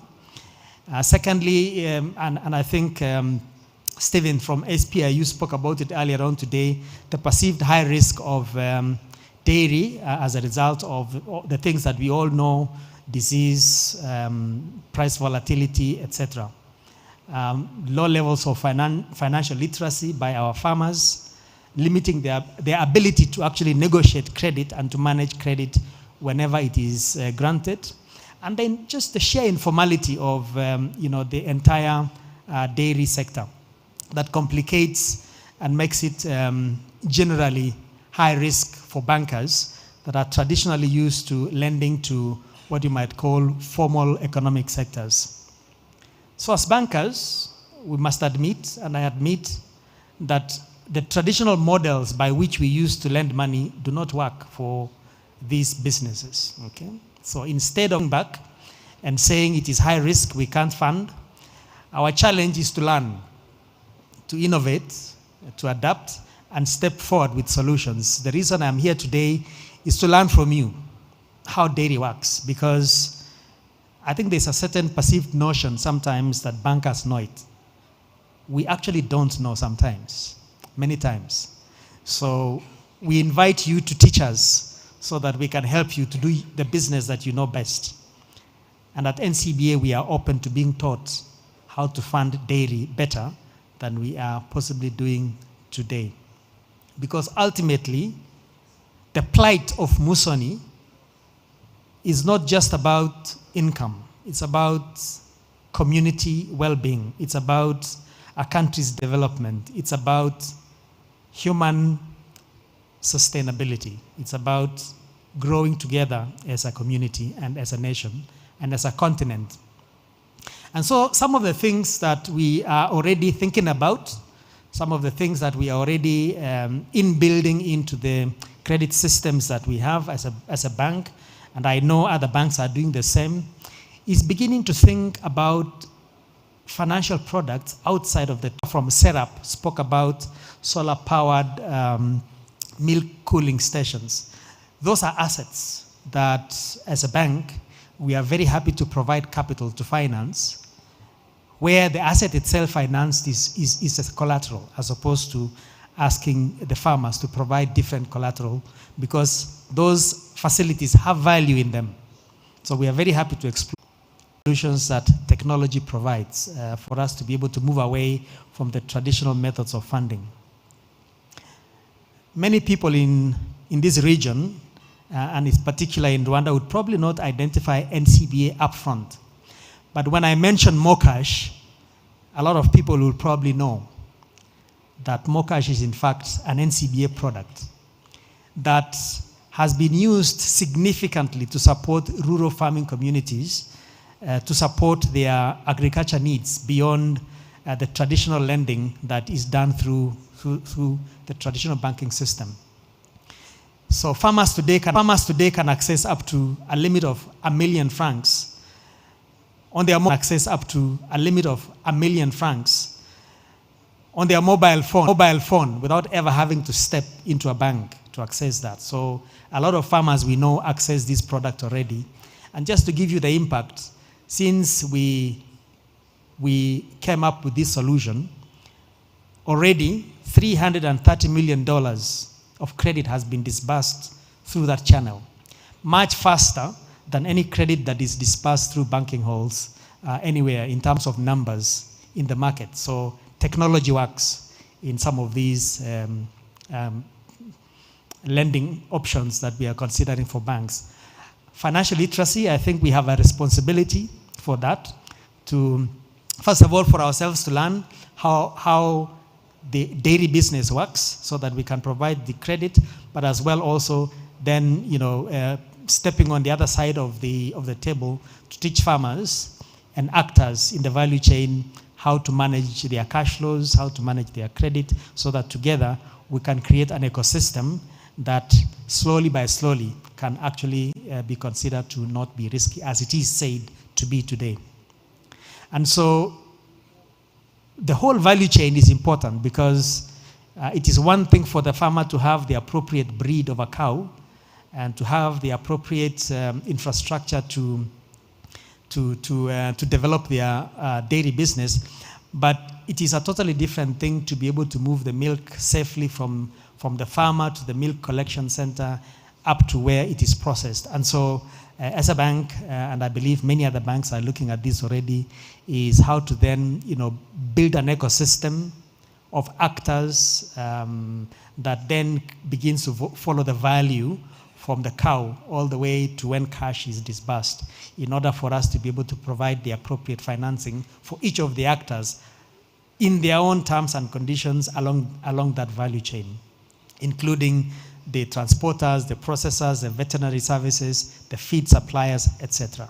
I think we are already getting into that stage. So finally, a call to action is really just to invite all actors and collaborators, government, development partners, the actors yourselves, and the banks to remain curious and flexible so that we are more close to the realities of how this business works in order for us to be able to provide the appropriate finance. So teach us so that we can be able to understand what you do. And once we understand what you do better, we will be able to innovate together to provide the capital that is available. Thank you, and God bless you.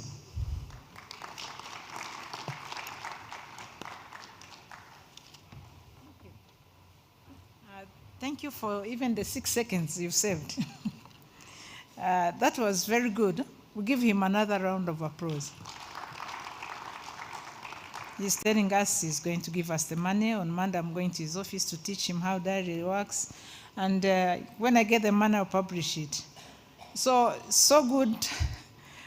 Since we're going to get the money, yeah, that's very good. But we still have thieves of the money, thieves of our profitability. That's why we're going to hear from Dr. Joshua to tell us about ethnomedical drugs for mastitis. Because this morning we were told mastitis is a big constraint to dairy productivity. Thank you. Dr. Joshua, please.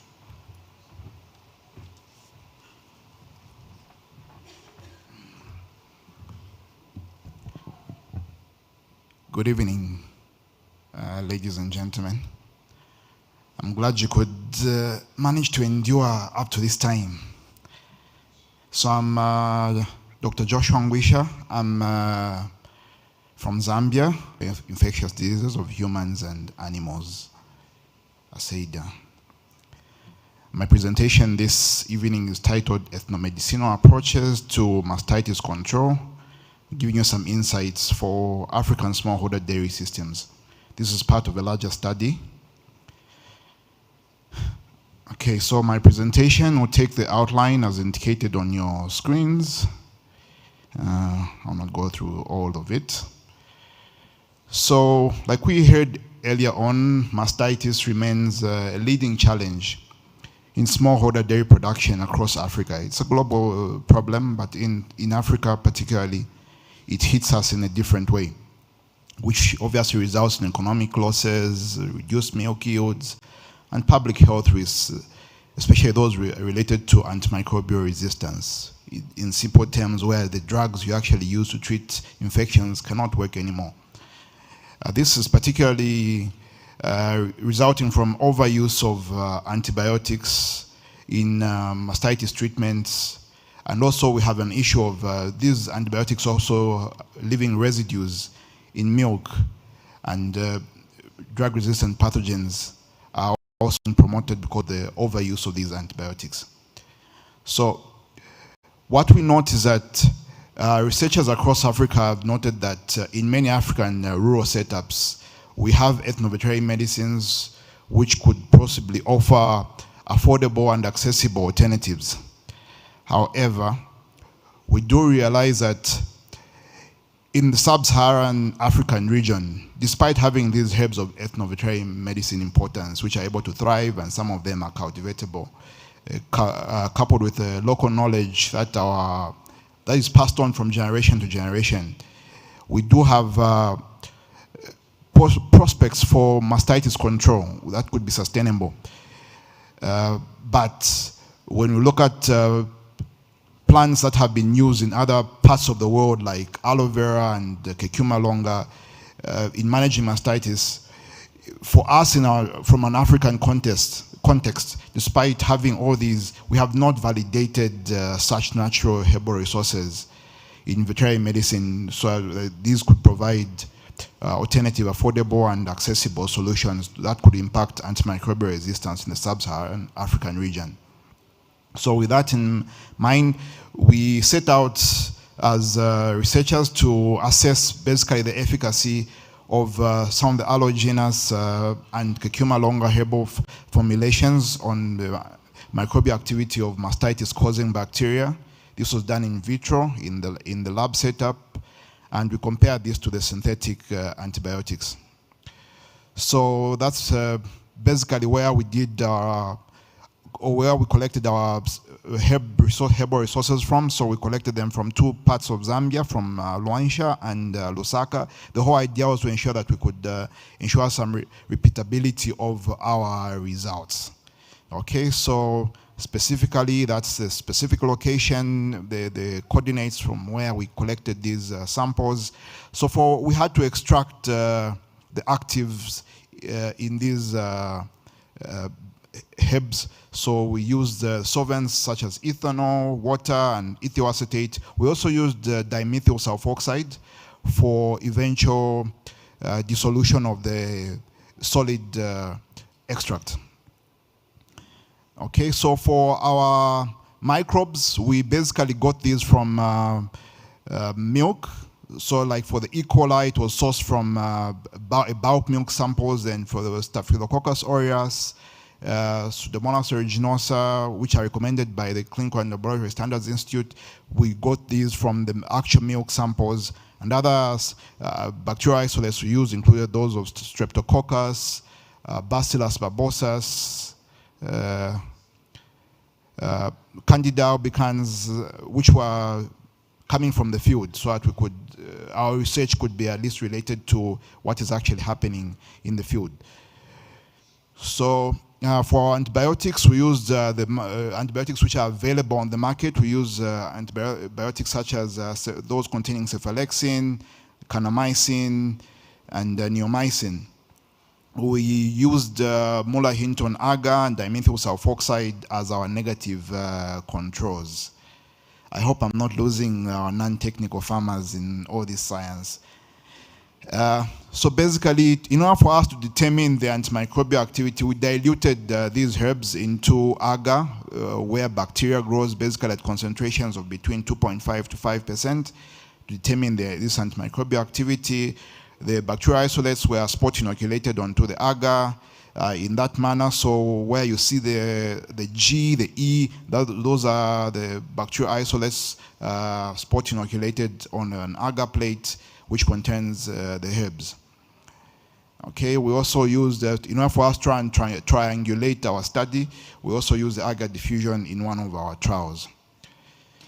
So for our analysis, we used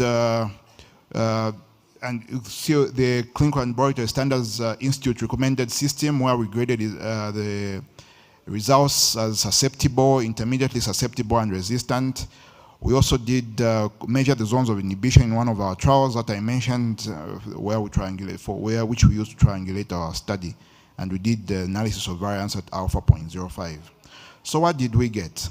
So what we realized is that from when we compare the aloe vera and curcuma longa, the turmeric, actually this is just turmeric, the curcuma longa, to make it simpler. We realized that the turmeric was 19% more susceptible. We had more susceptibility for the turmeric over the aloe vera. Then we also noted that most of our gram-negative bacterial isolates, especially Pseudomonas aeruginosa and E. coli, which were mostly from our bulk samples, bulk milk samples. So this has an impact on how we handle the milk in our collecting buckets, and yeah. So these were mostly resistant. That's what we found. So when we moved on to when we compare on the left side, we have all the isolates, but then of most importance for us was on the what we see where we say is gram-positives only, because those are the ones which are mostly implicated in mastitis, especially from our region. So you have the likes of Staphylococcus and Streptococcus. So these are actually isolates from the milk, because we had to collect the milk from the udder, and apart from what we collected from the buckets. So most of our herbal extracts were sensitive. We had 62% for the combination of aloe vera, compared to the 63% for the synthetic antimicrobials that we used. Okay, so basically for the formulation, when we summed it all up, we found that we had, on average, we had 45.3% in terms of susceptibility, and 13% in terms of intermediate susceptibility, compared to the synthetics, where we had 71.3% in terms of susceptibility, and 5.2% as intermediate susceptibility. But we still had resistance for the synthetics at 23.5%, and 41.8% for the herbal formulations.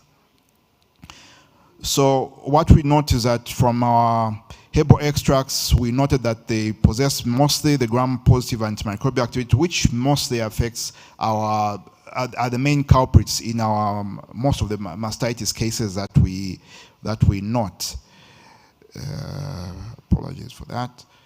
Yeah, so of significance also is that the herbs were the only ones which were able to inhibit the Candida albicans, which is a fungal infection.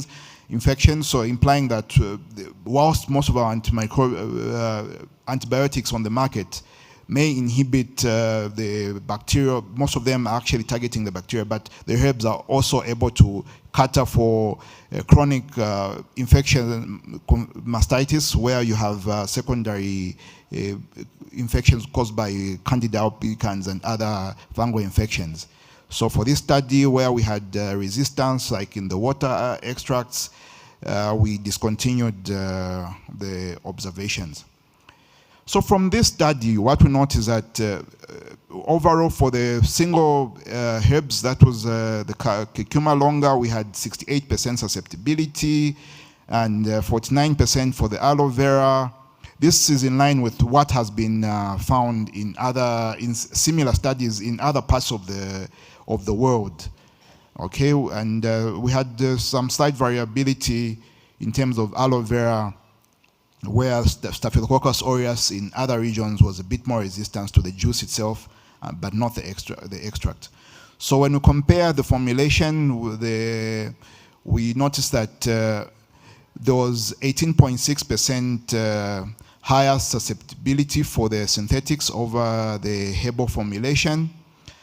And the highest efficacy was noted on the gram-positive, which is the main culprit in most of our mastitis cases, with the herbal formulation having 56% susceptibility, and the gram-negatives were mostly resistant, while the Candida albicans was only susceptible to the formulation. Okay, so from this study, what we noted was that the herbs, the aloes and the curcuma longa, which we have around our homes, and probably the curcuma longa, which we have probably even in our kitchens, possesses some gram-positive antibacterial activity and antifungal efficacy on bovine mastitis causing bacteria and other pathogenic microorganisms. Okay, and this could probably be used as an adjunct to the synthetics that we are using on the market. In India, for instance, they use it on a day if an animal has clinical mastitis, you milk that animal and you apply this formulation after the milking process. And it has worked out well. Over a period of 1 year, they were able to reduce the antibiotic residues in milk and also help in reducing levels of antimicrobial resistance. So from this study, we would recommend that further studies would be obviously required, like we heard from the Food and Drugs, Rwanda Food and Drugs Agency, so that we could purify the active compounds. But we need more investment, obviously, into such kind of research, because such research comes at quite a huge cost. So we also need to do further studies to understand the mode of action, and we also need to validate more herbs. We have a whole lot. We call ourselves scientists, but yet we are not able to develop our own resources that could help sort out most of our problems. So we also need to ensure that we conserve some of these ethnobotanicals, and also the farmers also need to be invigorated into preservation of these and ensuring that there's some diversification that may lead to job creation, wealth creation, because it's a different avenue. So if you're able to grow this on your farm, you'll be able to employ somebody probably. So it's still work in progress, but these are some things that are working elsewhere. That could also work for us. So we also hope that in the near future we could conduct an intervention impact analysis to see if we could be able to reduce antibiotic residues in Africa and in most of the sub-Saharan African regions where we need most of this, some of these cheaper interventions and accessible interventions. Okay, I acknowledge some of the sponsors of this research: GIZ, the farmers who provided the milk and the herbs, the ASEIDA, University of Zambia. Those are some of the references we used in this study. And thank you. That's where I end.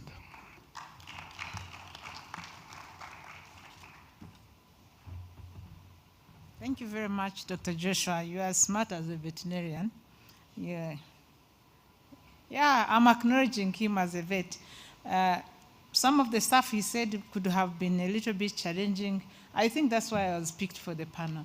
So I'll do some translation.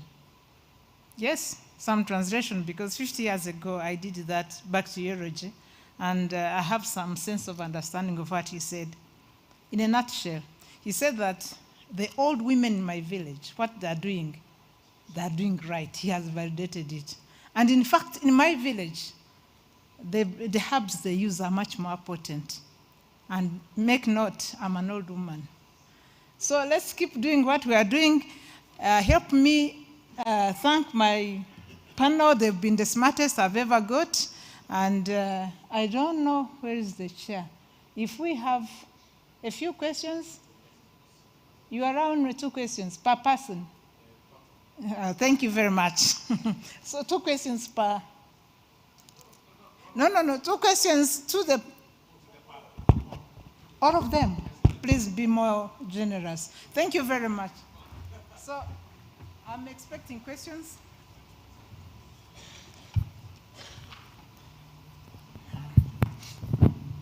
I want to see if random whatever works. This is the first person, second. Good evening, everyone. We're going to take 4, just a minute. We're going to take 4. Our panel has been very smart, but if we noticed how we are doing in Africa, gender is not doing very well. So please, we would want to see some questions from some women. Thank you. Go ahead, please. Thank you. Yeah, my name is Tim. I'm a farmer from Nyagatare district, Moshiri sector. My question goes to the car insurance. I have your flyer in my hand, whereby the maximum amount of money we have is 1.5. First of all, I appreciate the government of Rwanda for the effort invested in supporting by 40%.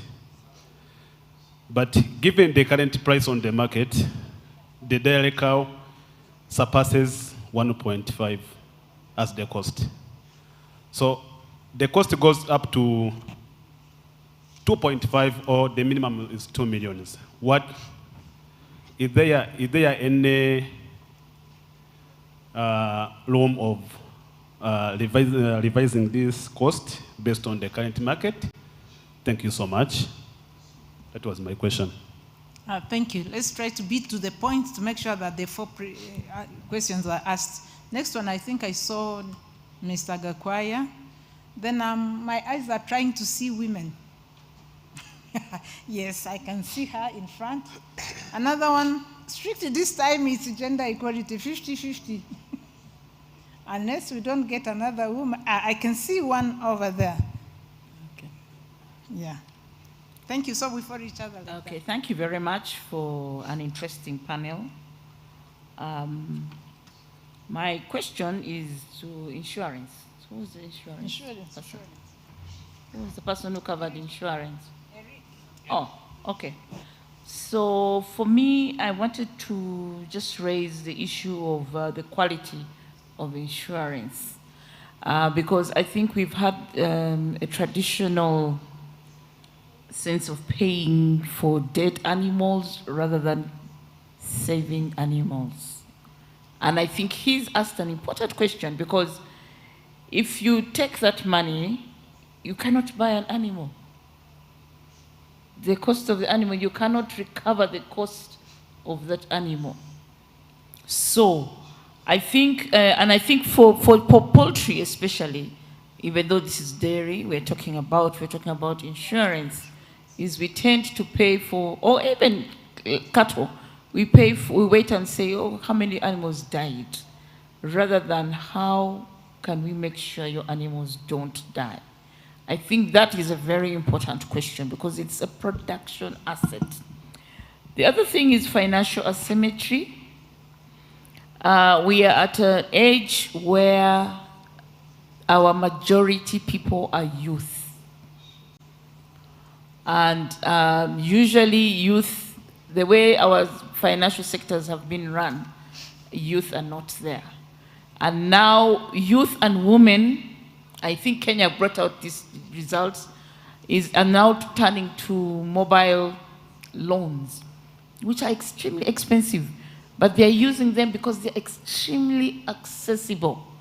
And when they did the data for Kenya, they found out that the women and the youth were using it for business, men were using it for betting, and so on. This was data that was done for Kenya. So men, you're laughing, but the men were betting, but women and youth were using it on a day-to-day, Mama Mboga and all those were using it on a day-to-day basis, extremely expensive.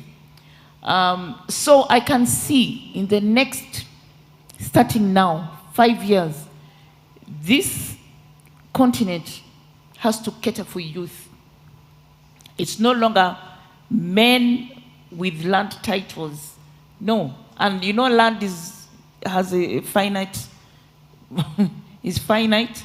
So how many people will have titles, I don't know, soon, compared to the general population. And it's mostly men. And mostly older men. So really we need to think of those packages that are for the majority population. And then also upstream, downstream. Because we give money to those downstream processing units, we fail to give money to those upstream. But I tell you, 30% of Kenya's processing capacity was wiped out because they could not pay their loans, because there was no money, milk upstream. So we need to look at the financial asymmetries and address them. Thank you. I think it's the choir.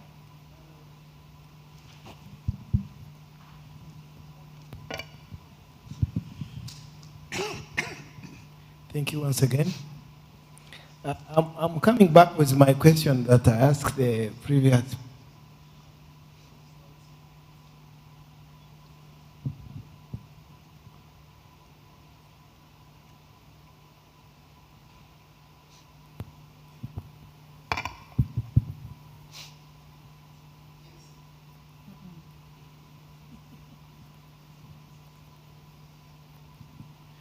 Thank you. There is a question I asked the previous panel, but now I want to hear from the host mouse. I said cows have a high value. Here we have insurance who can totally insure the cow. And here we have a bank who can finance purchase of cows. Why can't we take cows as collaterals? Because these are all your products. But a car which drives along the street or the highways, highly susceptible to anything, are taken as collaterals. But a cow a cow,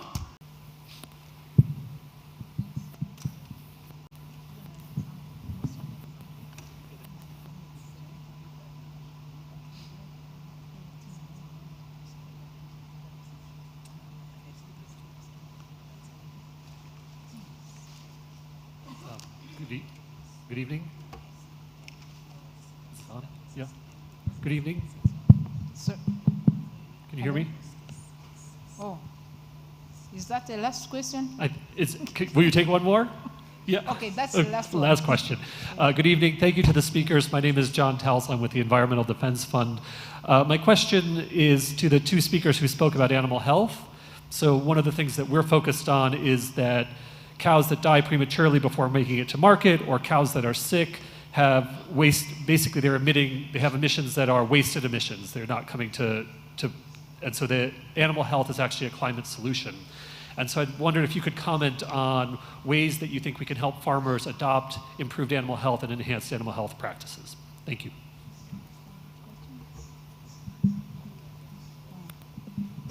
So it seems most of the questions were directed at insurance and the bank, and then the last one on animal health. So could you please, starting with insurance, take the question? Thank you so much for the question. The question was asking about the value of animals on our flyers. Currently we have 1.5 million Rwandan francs as the maximum, yet the farmers are complaining that the values can go up to even 3 million or 4 million. I would like to point out that we have been having such concerns from the farmers. Farmers have been telling us such issues, and the good thing that beyond giving out insurance, we are also farmers. We know how much these animals are very costly. So what we have done, remember this is a national agriculture insurance scheme. We talked to the Ministry of Agriculture. The maximum was 1.5 million. We increased up to 2 million. But still farmers kept on complaining that the value is still very low. I would like to give you a good news that recently our CEO had a meeting with the chairman of Frisian, a farmer association in Rwanda, Emmanuel Gakwaya, and we discussed in length about this. So we agreed that we can increase the cost, we can insure an animal at a value greater than 2 million. But in that case, terms and conditions can change. So I would like to tell you that despite you have escalated this to higher authorities in the Ministry of Agriculture, but no farmer can come to big insurance as we talk now with an animal with a value above 2 million, and we fail to give a cover. So rest assured that the cover is there, despite the only minor terms and conditions can change. That's point number one. I think another question also was talking about the same case of the cost of the animals. I think those are the questions from that part of the insurance. Others for the collateral and the financing, I think I give a floor over to the CEO NCBA. Thank you.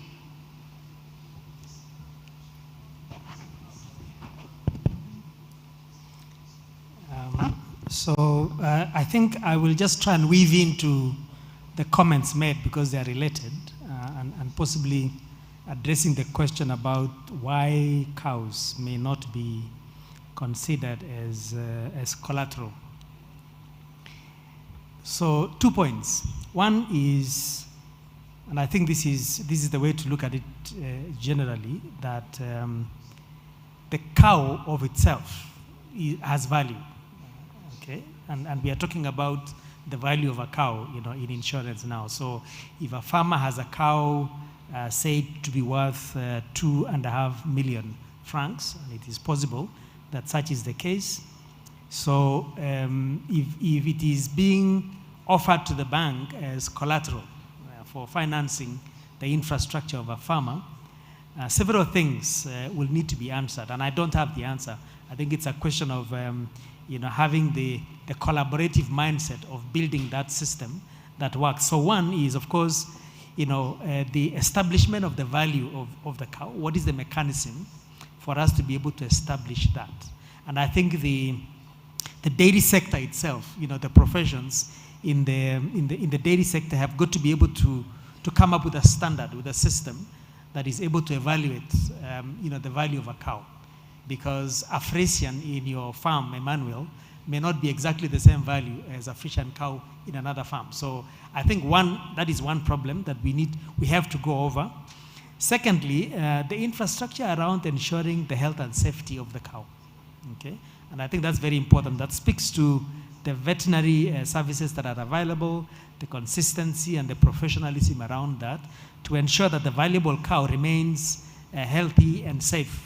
For it to remain, adequate collateral for the farmer. So we've got to think about that. So what agreements, what arrangements can we have with the farmer and either public or private vet provider that can be able to provide that level of comfort. But I think more importantly, of course, is ultimately the business model of the farmer, all right? Because the business model of the farmer is what gives the lender the visibility on cash flow. Because I wanted to say this last, because we normally say in banking, collateral is not the reason for lending. It is the last thing that we think about. The first thing is, what is the business model? So it's the professionalization of the infrastructure around the dairy farm that then ensures that the business model can be able to ensure sustained cash flow, which is then followed by, of course, the element of the arrangement of the farmer, in one ensuring that the value, the safety, and the insurance of the entire infrastructure is in place. So I think it is not an answer to be answered necessarily by the banks, but I think it is an answer to be answered by all the actors, in the dairy sector to create that kind of professional infrastructure. So that's one. I'm sorry, it's a long-winded answer, but I mean it's the only way that I can be able to explain that. Now, let me just tackle the question of affordability. And again, affordability is an issue, in my opinion, and I've said this in other forums. A matter that also is very much dependent on the economics of the country that we are in, right?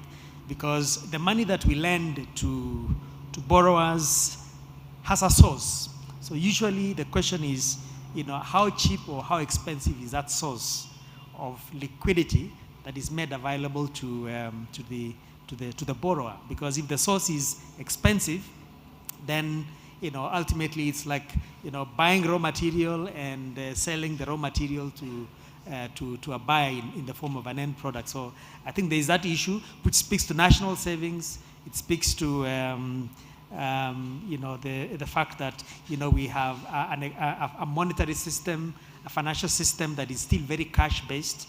A lot of business people are not necessarily transacting through money systems that makes liquidity available in the formal channels. So there is still a lot of cash stashed out that would ordinarily be available, for lending. So that's the source.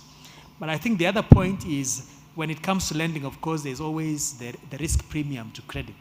And I think once we address the issues we talked about earlier on around the risk profile of a business, the business model around it, then the risk premium related to that certainly can be managed. Because ultimately, and I'll always say this, the shareholders in a bank, and I mentioned earlier on today that NCBA is quoted in the Nairobi Stock Exchange. So there's the investor who has shares in the Nairobi Stock Exchange is expecting a dividend from the bank at the end of the year. So that dividend has got to be commensurate with the return that is being generated. But besides that, I think the management of the cost of risk and the cost of funds, where the money is coming from, I think it's a national as well as an internal problem, because also part of that cost is also the cost of doing banking, which sometimes through technology it can be brought down quite significantly. I don't think it's a one switch answer. I think it is an issue that the monetary authorities, the private sector actors, the bankers, over the long run, we should be able to manage that consistently going down.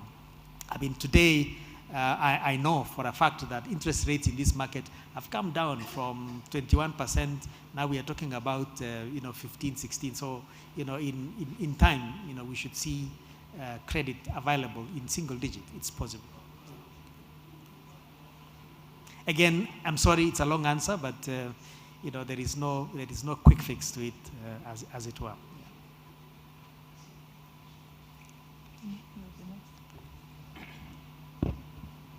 Thank you for the good questions. This is actually the hardest question to answer. I will say that the best support we could give to the farmer is to promote the good husbandry. We don't want to wait until the animal is sick to provide the solutions.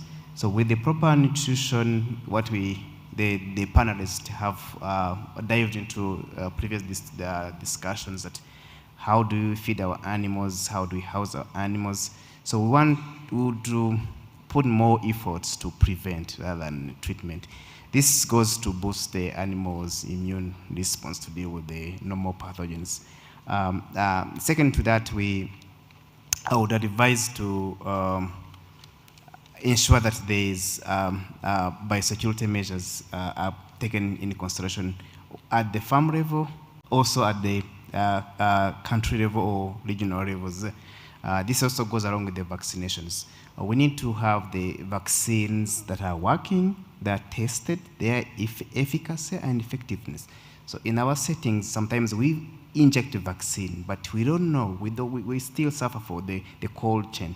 We don't measure what we have put in and how long it will last. So we keep doing ring vaccinations here and there, but we don't control. So we encourage the stakeholders, the government, to put more efforts in preventions. So beyond that, we go to treatments. This comes with the options that goes with the diagnostics. We need to bring solution to the farmers. This is closer to their farms.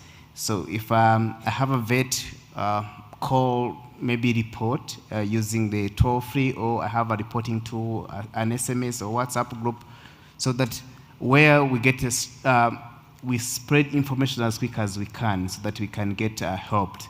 So we could also maybe advise to have the farmer networks. I'm glad that we have networks of dairy farmers here and other livestock.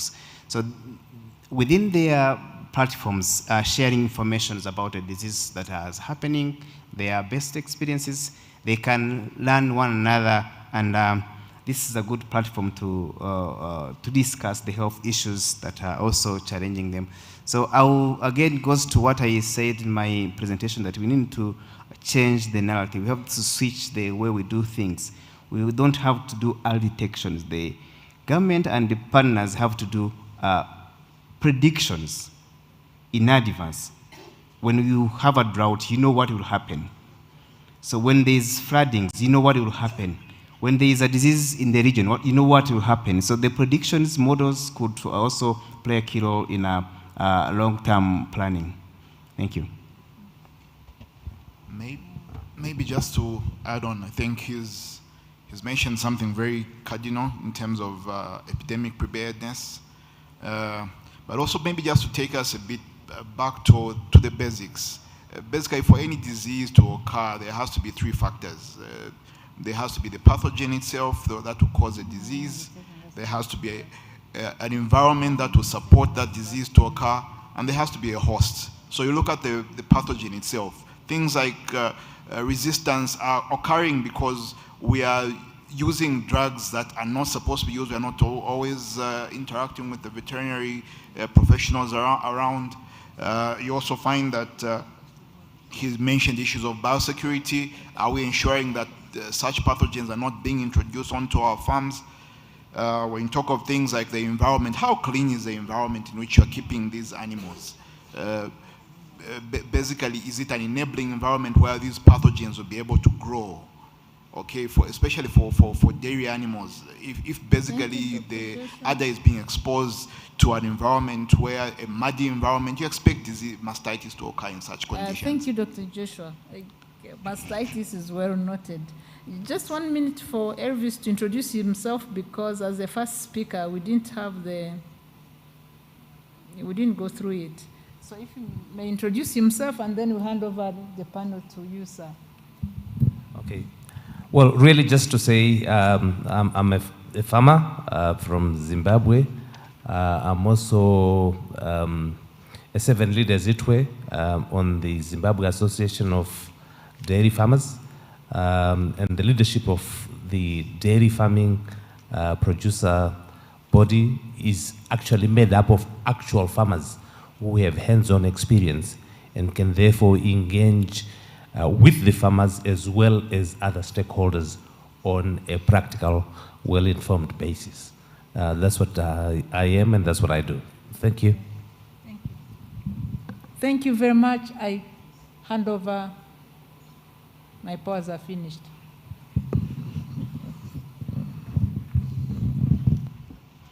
Let's give a big round of applause.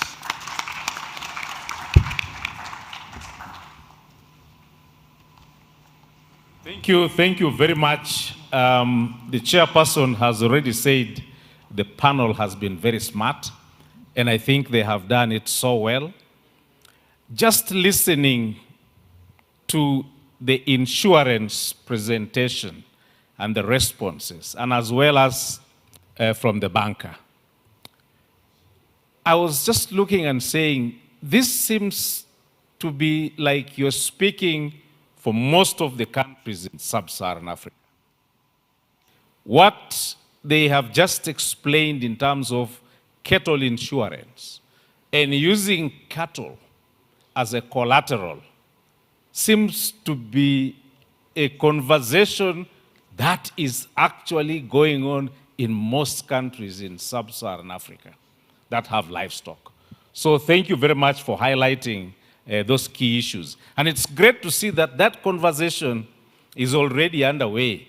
And I was extremely happy and impressed to see that a price has already been tagged in Rwanda for what can be insurable for a cow. I think that is great progress. Thank you very much. Let's give him a clap, please. May I now invite the prize giving ceremony? We want to invite Madame Apollina from the International Dairy Federation to help us to give the awards to the chairperson and the speakers. Please clap for Madame Apollina. Yeah. Okay, you can just take next to the chairperson here. Thank you very much for accepting this particular valedictory function.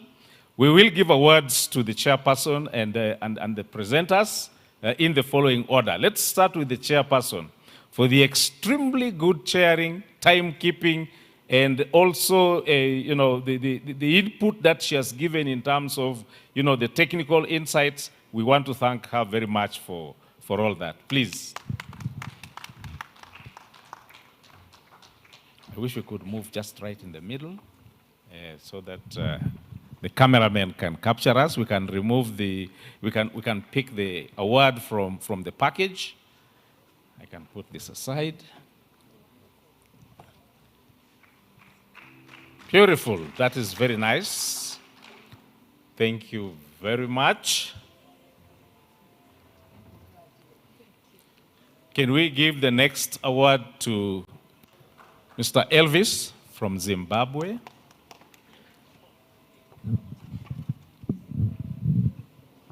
You can keep the award outside the packaging so that when it comes to the group photograph, we are able to have it together.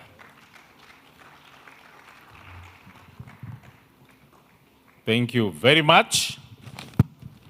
The next award goes to Dr. Manuel Irimaso.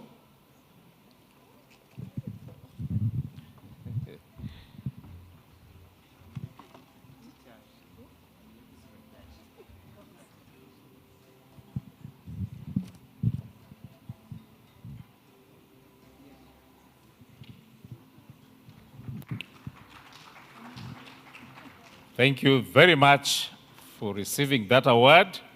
The next award will go to the insurer, that is the CEO of Bank of Kigali Insurance, Mr. Eric Ntangamira.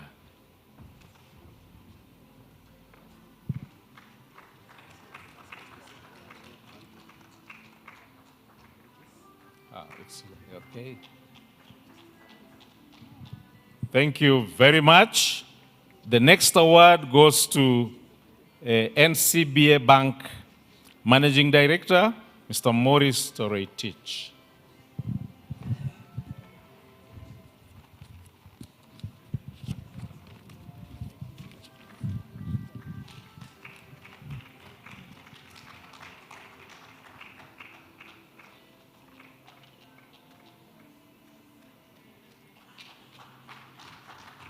Thank you very, very much. And the next award goes to Dr. Joshua. Thank you very much for giving us very many insights, more insights on mastitis. And that just goes to emphasize the problem that we have of mastitis.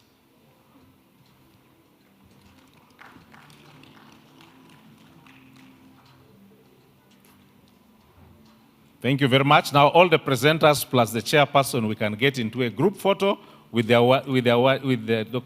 Paulina in the middle. You could just be in the middle, yeah. Right in the middle. Yes, yes.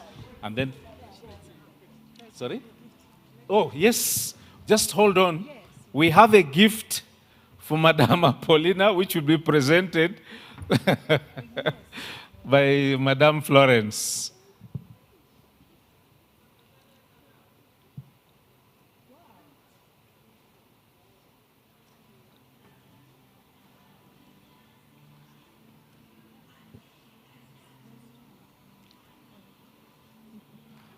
Wow, wow, that looks extremely beautiful.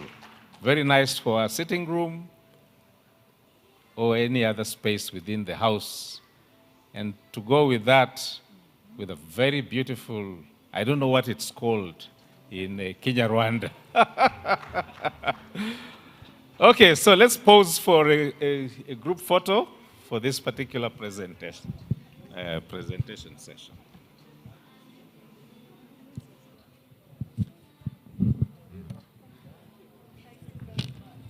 Thank you very much, smart panel.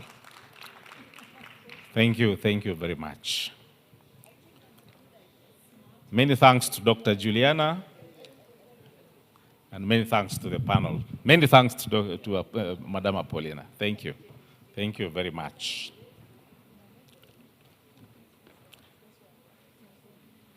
Okay, that looks like we have done a lot of learning, listening, sharing, insightful presentations, and really some very new ideas that we can share in terms of going forward. Let's now just quickly go into what will happen tomorrow.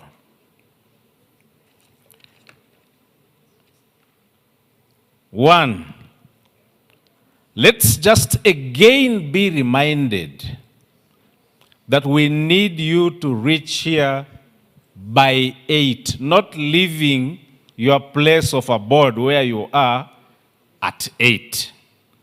Because then, of course, doing communal work is extremely good. We would love that. Here, every last Saturday of a month, we have what we call Umuganda. It's communal. From between 8 a.m., actually 7:45, that's the time nationally, up to 11 a.m., there will be no movement of vehicles to be frozen. You might think a picture has been taken and kept still. So you will not be able to reach here after 8 until after 11.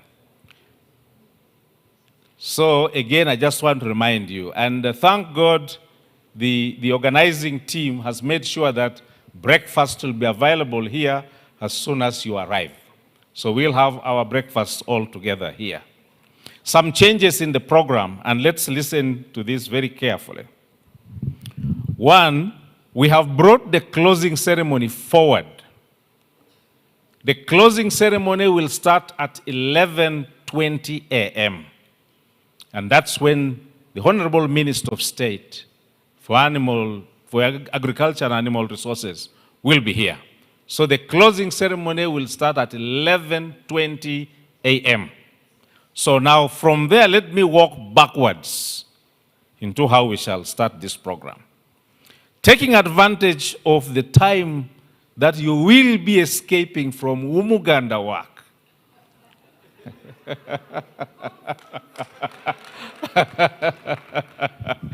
We will start the session at 8.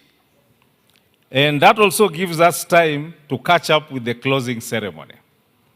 So at 8 a.m., I'm requesting there are only 2 presentations that will be done tomorrow morning. One, I just want to confirm if Dr. Joseph Mekesha is around. Can we confirm if Dr. Joseph Mekesha is in? Yes, from Ethiopia. And then we also now can confirm as well that Dr. Samson Akankiza from Uganda is around, so he'll be giving that presentation. Should we not have Dr. Joseph Mekesha, then we'll have one presentation. Okay, he will be in the morning. Okay, thank you. So we'll have two presentations in the morning at 8. So that will take us to about 8:40. At 8:40, we will invite our rapporteurs to give us the key actionable items that have been filtered in the 3 categories. Key. We have so many things that we have agreed that we can do, but we just want to pick 5 key items from each. Those which we can do nationally within the country, those that we can do as a regional bloc, for example, the East African Community, Economic Community of West African States, ECOWAS, SADC, South Africa Development Corporation, IGAD, and so on, those which we can do as regions.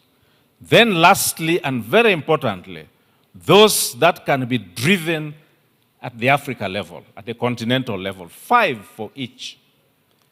And we want them to be actionable. Just to give you an example, one of the key issues at the Africa level that I feel is one of them, I don't know whether they will agree with me, is the establishment of an African Dairy Federation. And for example, we can say, who drives this?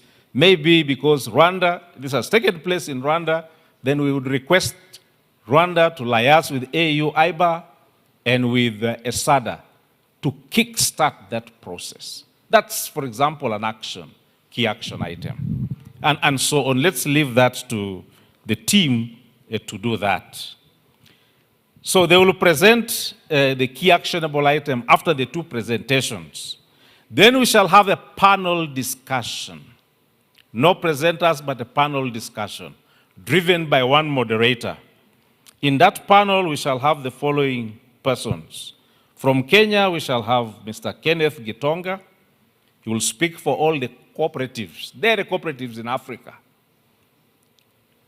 From Rwanda, we shall have the Director General at the Ministry of Agriculture. From Uganda, we shall have Dr. Samson Akankiza, who will be representing the Director of the Ministry of Agriculture in Uganda. From Zambia, we shall have Dr. Joshua. From Nigeria, we shall have Professor Demo. I don't know whether I've got the name well. Professor Demo. From Zimbabwe, we shall have Mr. Themba.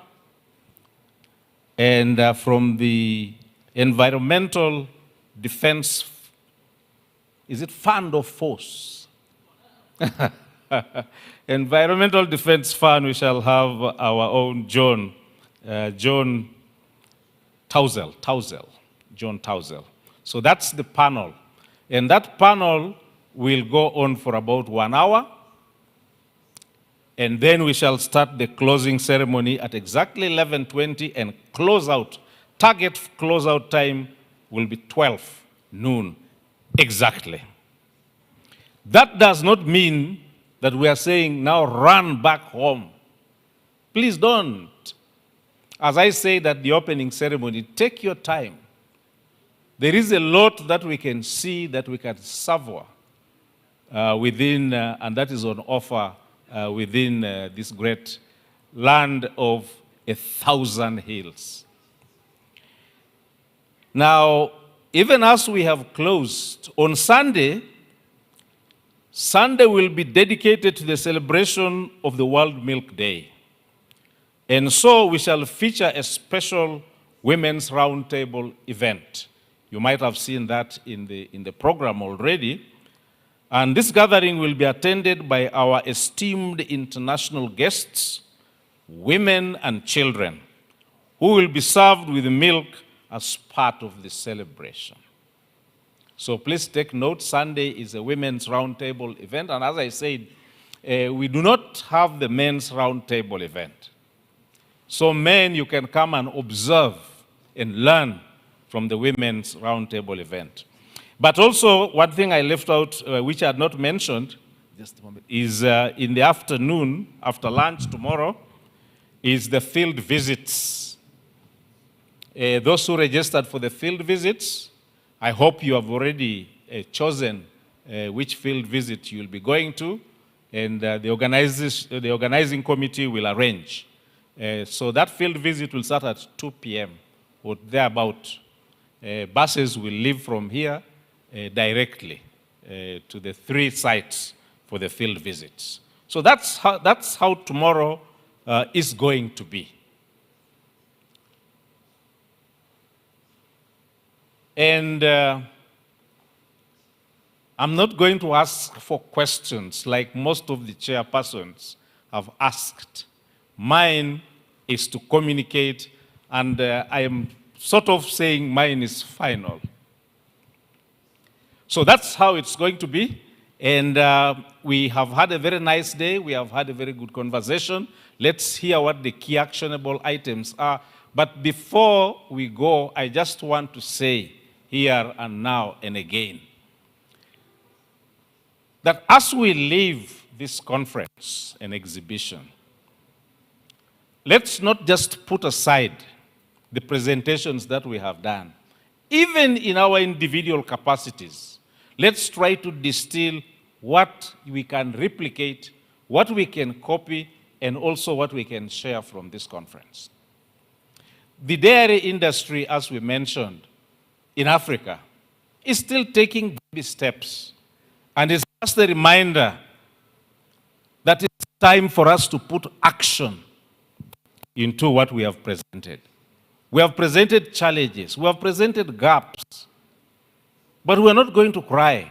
We have to begin to take the strides. Some of them are national within the country, but don't forget some of them are regional, some of them are Africa in context. With the message, may I now say, can we have a very good night and a great morning. Thank you all for listening to me. Thank you for today. Asante sana.